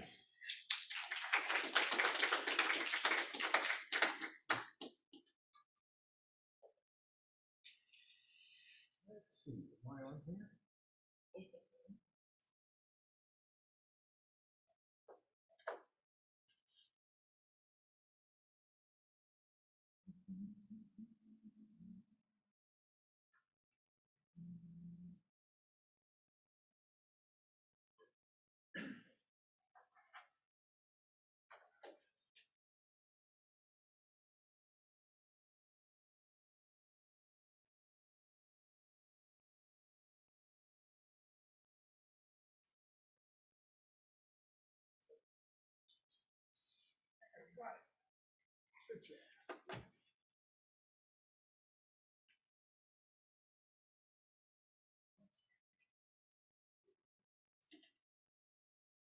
Good.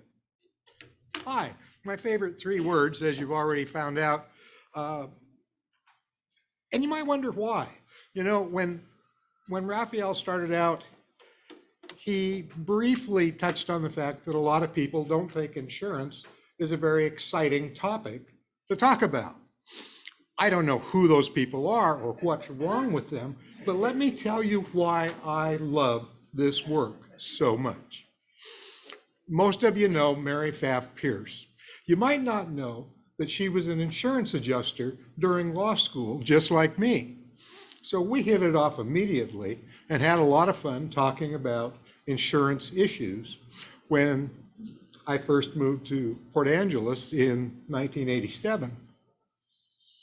One day she called me to say, I have a client who has a really nasty problem. Would you look at it? What's the problem? Well, the problem is the client was a logging company owner from the West End. On a sunny afternoon, he was driving from Edda's Hook back into town, towing his boat. He'd been fishing in the saltwater that day. So he had a truck, he had a trailer, he had a boat on the trailer. He's headed west, right into the sunlight. If you know that spot, you know it's incredibly dangerous. You can't see a damn thing. And he couldn't, and he hit a guy on a bicycle. In torts, sometimes it's not as important what you do wrong as who you did it to. Mary's friend picked out a real expensive guy to run over and kill. And he had very inadequate liability insurance. He had maybe $100,000. And here our plaintiff is a middle-aged, well-off engineer, architect, something like that, with a young wife and a couple of kids, little kids. This is $1 million claim, and the client has assets. This is a real problem. So Mary and I, being insurance adjusters in our prior lives, decided, let's have the client come to the office and spend the afternoon looking at all his paperwork. We'll tell him to bring all of his insurance policies and see what he's got. Well, if your car insurance only covers a certain limit, it's real hard to get some more insurance that will help. You know, your homeowner's policy says all over it, this doesn't apply to car wrecks. Don't even talk to us about one. And so do our life insurance policies and our medical and everything else. This guy was really in trouble. Well, Mary and I started reading these policies and laughing and joking and having a really good time. And we got to the policy on the boat. It's a nice boat, so he had insurance on it. And we pop open the policy and we read and we read, and we get to the insuring agreements on the liability coverage. And here's what it said. We will cover your legal liability arising from the ownership, maintenance, or use of the insured property. So we looked at that. And what kept occurring to us was he was using the trailer to haul the boat. The trailer was insured. It was listed on the policy. So why wouldn't his liability, which arose from his ownership, maintenance, or use of this boat trailer, be covered on the boat policy? We both were surprised to see exactly how that read. It looked to us like we've got a winner here. We found coverage. We're going to save this guy's ass because we took the time to read the insurance policy. And that's exactly what we did. We got him covered on a motion for summary judgment. We didn't even have to try it. Mutual of Enumclaw caved, paid everything, including all our fees and costs. And Mary found the answer for her friend. Okay. That's what you can do if you take the time to read and understand an insurance policy. It's why I love my job. I've been doing it for 50 years. I'd do it for another 50 years if I wasn't kind of wearing out a little. So the key to that was that we read the policy. Why? It's a treasure hunt. It is literally a treasure hunt. Whoa. There we go. What you have to do if you're going to read the thing is you're going to have to find it. You're going to have to look at it and say, what are the effective dates? That's the lingo they use in those policies. In other words, over what period of time is this insurance policy in effect? Because your effective dates have to match up to the date of whatever happened that you want to be covered. Now, that sounds pretty simple on the surface until you back up a minute and remember that some insurance is written on an occurrence basis. Your car policy is an occurrence policy. The dates of your policy have to match the date of the occurrence, which is the car wreck or the fire or the burglary or whatever it is. Some policies are called claims-made policies. Claims-made policies are triggered coverage-wise when a claim is made against you. Your malpractice insurance, all of it is on a claims-made basis. So if you get sued today for something that happened 10 years ago, and you have your insurance today and it's in effect, then you have an opportunity to be covered. So is it occurrence or is it a claims-made policy? Once you know that, you can start to find the correct policy, the one that has the right effective dates. You will also find that a lot of claim paperwork, letters from adjusters, stuff like that, might have a wrong date on it. Big companies, when they make a mistake like that, they don't fix it right away. They don't know how. It just carries over to time immemorial. So you have to not only check the dates of the policy, but check the triggering date.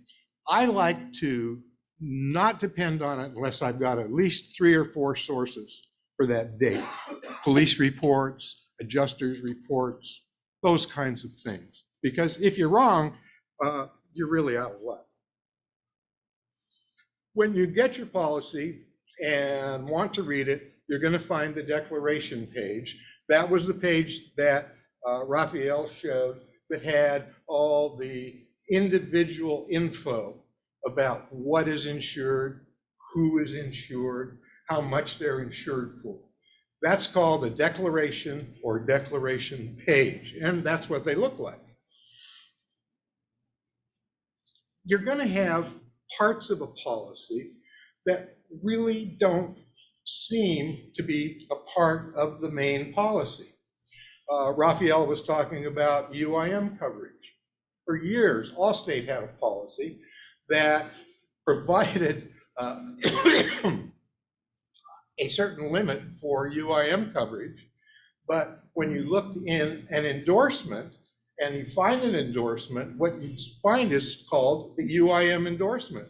The whole UIM coverage part, limits, exclusions, everything, wasn't even in the main policy, it was in the endorsement. So you have to find all of these. And how do you know if you found them? Well, you look at the declarations page, because every declaration page will have a section where form numbers are listed out along with addition dates, and those are the things that are in the policy. So what I like to do is use a yellow highlighter and highlight the declaration page each time I find one of those pages, endorsements to add to it. When I have found all of them and I have them in front of me, then I can go to the next step. The best place to get a policy is from the insurance company. And the way you do that is you send a letter that says, please send me a certified copy of the policy. And they know what that is. And what they will do is assemble a copy of the policy. They'll put a little affidavit on the front of it that says this is the complete, proper, correct policy for the period of time in question. And you can kind of depend on that being correct to the extent that it is in fact correct. Now, I've been doing this for a really long time, and I can tell you I've only seen 7 or 8 times when the insurance company really screwed up a certified copy and tried to tell me that something was in the policy that I didn't think should be there. But you've got to be careful because you don't have to have this happen to you 6 or 7 times for it to be a real problem. Once is more than enough. Here's a declarations page for a homeowner's policy. And what you'll notice at the very top is it says Safeco Insurance Company of Oregon. Now I'm pointing this out because I know people who believe that Safeco is just Safeco, that State Farm is State Farm. You want to sue State Farm? Oh, good. Gary versus State Farm, would that do it? No. That'll get you dismissed out of court. There is no such insurance company as State Farm. They have 2. State Farm Fire and Casualty Company is one. State Farm Auto Mutual Company is another. To simply sue State Farm doesn't get you anywhere. And with a statute of limitation problem, it could get you a malpractice claim. So your deck page tells who is insuring, when they are insuring, what they are insuring, and for how much.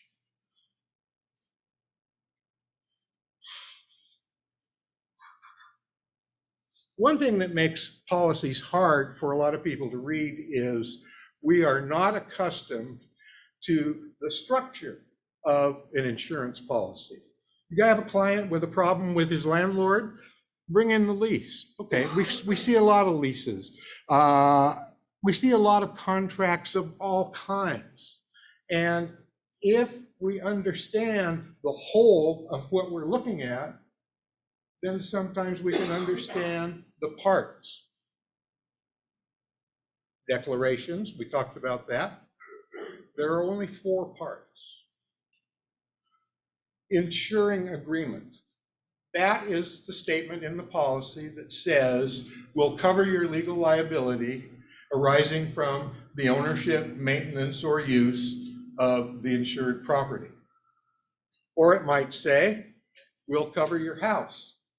We'll cover the stuff in your house. We'll cover your expense to live somewhere else while you rebuild your house after the fire. Insuring agreements simply state what is covered. Once you have insuring agreements, then the next thing you've got to have is exclusions. Exclusions will delete coverage from that policy that is provided somewhere else. And that is a key to understanding insurance, is to know the only reason you have an exclusion in the policy is that you've got an insuring agreement that's going to cover whatever that exclusion doesn't want to be covered. Homeowner's policy. We don't pay for car wrecks. Well, that means that earlier in that homeowner's policy, there's an insuring agreement that could be read to say, we do pay for car wrecks. So the exclusions take care of that. The fourth part of an insurance policy is conditions. Those are the things that both the insurance company and the policyholder have to do to obtain coverage. It'll say to the policyholder, you have to cooperate with us. You have to give us paperwork and tell us the facts of whatever event you're complaining about. If we want more paperwork, you have to send it to us. If we want to sit you down and take a deposition, even though there's no case pending, the conditions section will say that you have to sit for an examination under oath if the insurance company reasonably demands it. So here's your 4 parts of every insurance company. Some people will tell you that endorsements are part number 5, and that is BS. Endorsements are no different than the rest of the policy. They just change something or they add something. Every single sentence in an endorsement either relates to declarations, insuring agreements, exclusions, or conditions. These are the 4 parts. There are no other parts. That means when you're reading the thing, it starts to make a little more sense because things are kind of where they ought to be and the structure does make sense.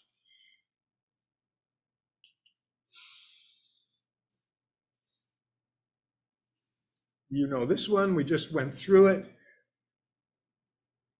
The declarations tell you who is insured, what is insured, and when it is insured. Okay, come on. Yeah.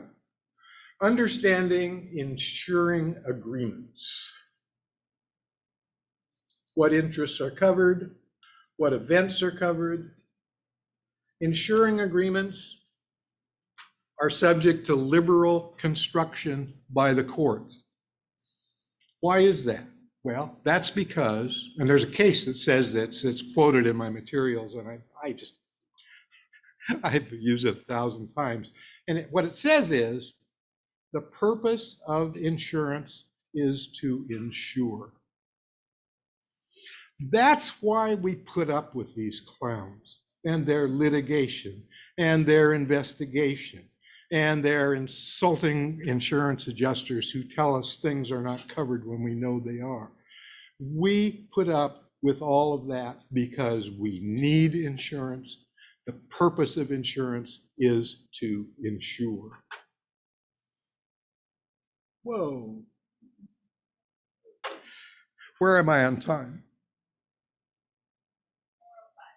Oh, well, I'm done. That's wonderful. Who's got a question? I've got a comment. Excellent. Larry. One of the best companies you didn't mention because it limits its eligibility to members of the military service is USAA, and it's ranked #1 by Consumer Reports for policy owner claim service. But you have to be a member of the military, or have a parent who was, or have a son or daughter who was. And they're outstanding for policyholder service. That has not been my experience. Well, It used to be. It used to be. At the present time, those of us who do plaintiff's insurance work on a full-time basis, as far as I know, are 100% agreed that USAA is the absolute worst. Now, you don't feel it because of their advertising. Their advertising is great and it works. And I tell you, it is a hell of a lot cheaper to get some new customers through advertising than it is to pay the claims of the customers you've already got. That is the basis of USAA's success at this time. So when did they change? They used to be really good, I thought. Yeah, probably it's about, let's see, middle 80s, McKinstry and Company did a project for Allstate. And the object of it was to figure out, can we make more money by being good to clients and paying the claims, or by being tough? And McKinstry decided the way for an insurance company to make money these days is to be tough, to say no, no, no, no, to spend tons of money on lawyers and all that goes with that, and as little as possible on claims. And at the time, professional claims people looked at it and said, well, my God, that's wrong. The purpose of insurance is to insure. We're in this job to help people in their time of need. And declaring war on people because they had a claim is the exact opposite of that. Well, what happened was Allstate made money, lots of money, following McKinstry's advice. So USAA, State Farm, somebody else decided to do the same thing. They hired McKinstry to come in and do a redo of their whole claims operation. And the business took a real nosedive. PIP coverage. Back in the day, there was never a hassle about PIP coverage. Send in the bill, the insurance company would pay it. In the mid-90s, State Farm started something they called the ACE program, where they looked carefully at every stinking medical bill and did anything they could to deny coverage for medical bills. They denied coverage for medical bills because the price was too high on the medical bill, because some doctor in New Jersey would say, oh, that kind of surgery should only cost $10,000. So they would pay you $10,000 for a $50,000 surgery. That was the beginning of it. And, you know, to this day, this business is a lot tougher than it was before. And so, you know, it makes it crucial, I think, when we deal with these claims, these issues, to really be careful about reading the policy. And I'm known for bitching about this. People call me up and want to know, is this covered? Is that covered? And I say, read the friggin' policy. How the hell would I know? I'm sitting over here in the woods talking to you on the phone. That's not going to teach us anything, is it? Read it, understand it, and it's a lot of fun. There's nothing I would rather do. Thank you.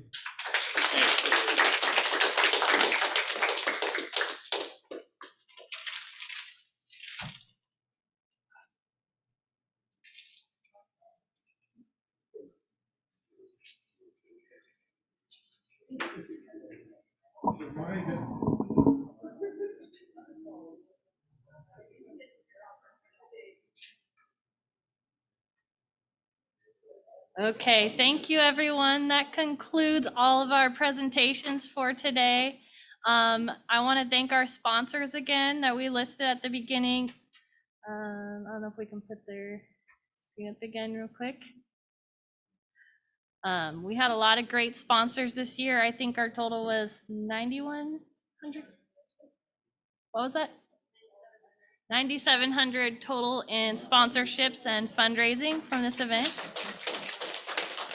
And we have them on our shared screen. So thank you so much to those sponsors. I also want to thank our volunteers for pro bono, our attorneys that volunteer, and everyone that helps make pro bono happen but doesn't get paid for it. We couldn't exist without you. And then finally, before we go, we're going to do a drawing for our in-person attendees. Thanks to our board member, Dick Manning, we have a gift card or 2 gift cards for Cocapelli.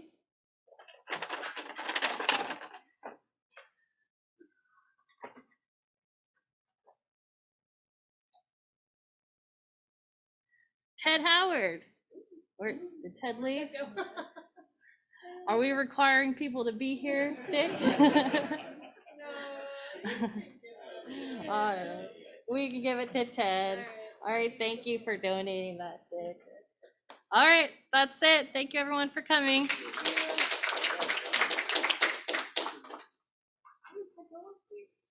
I don't know, he was here and he left right before the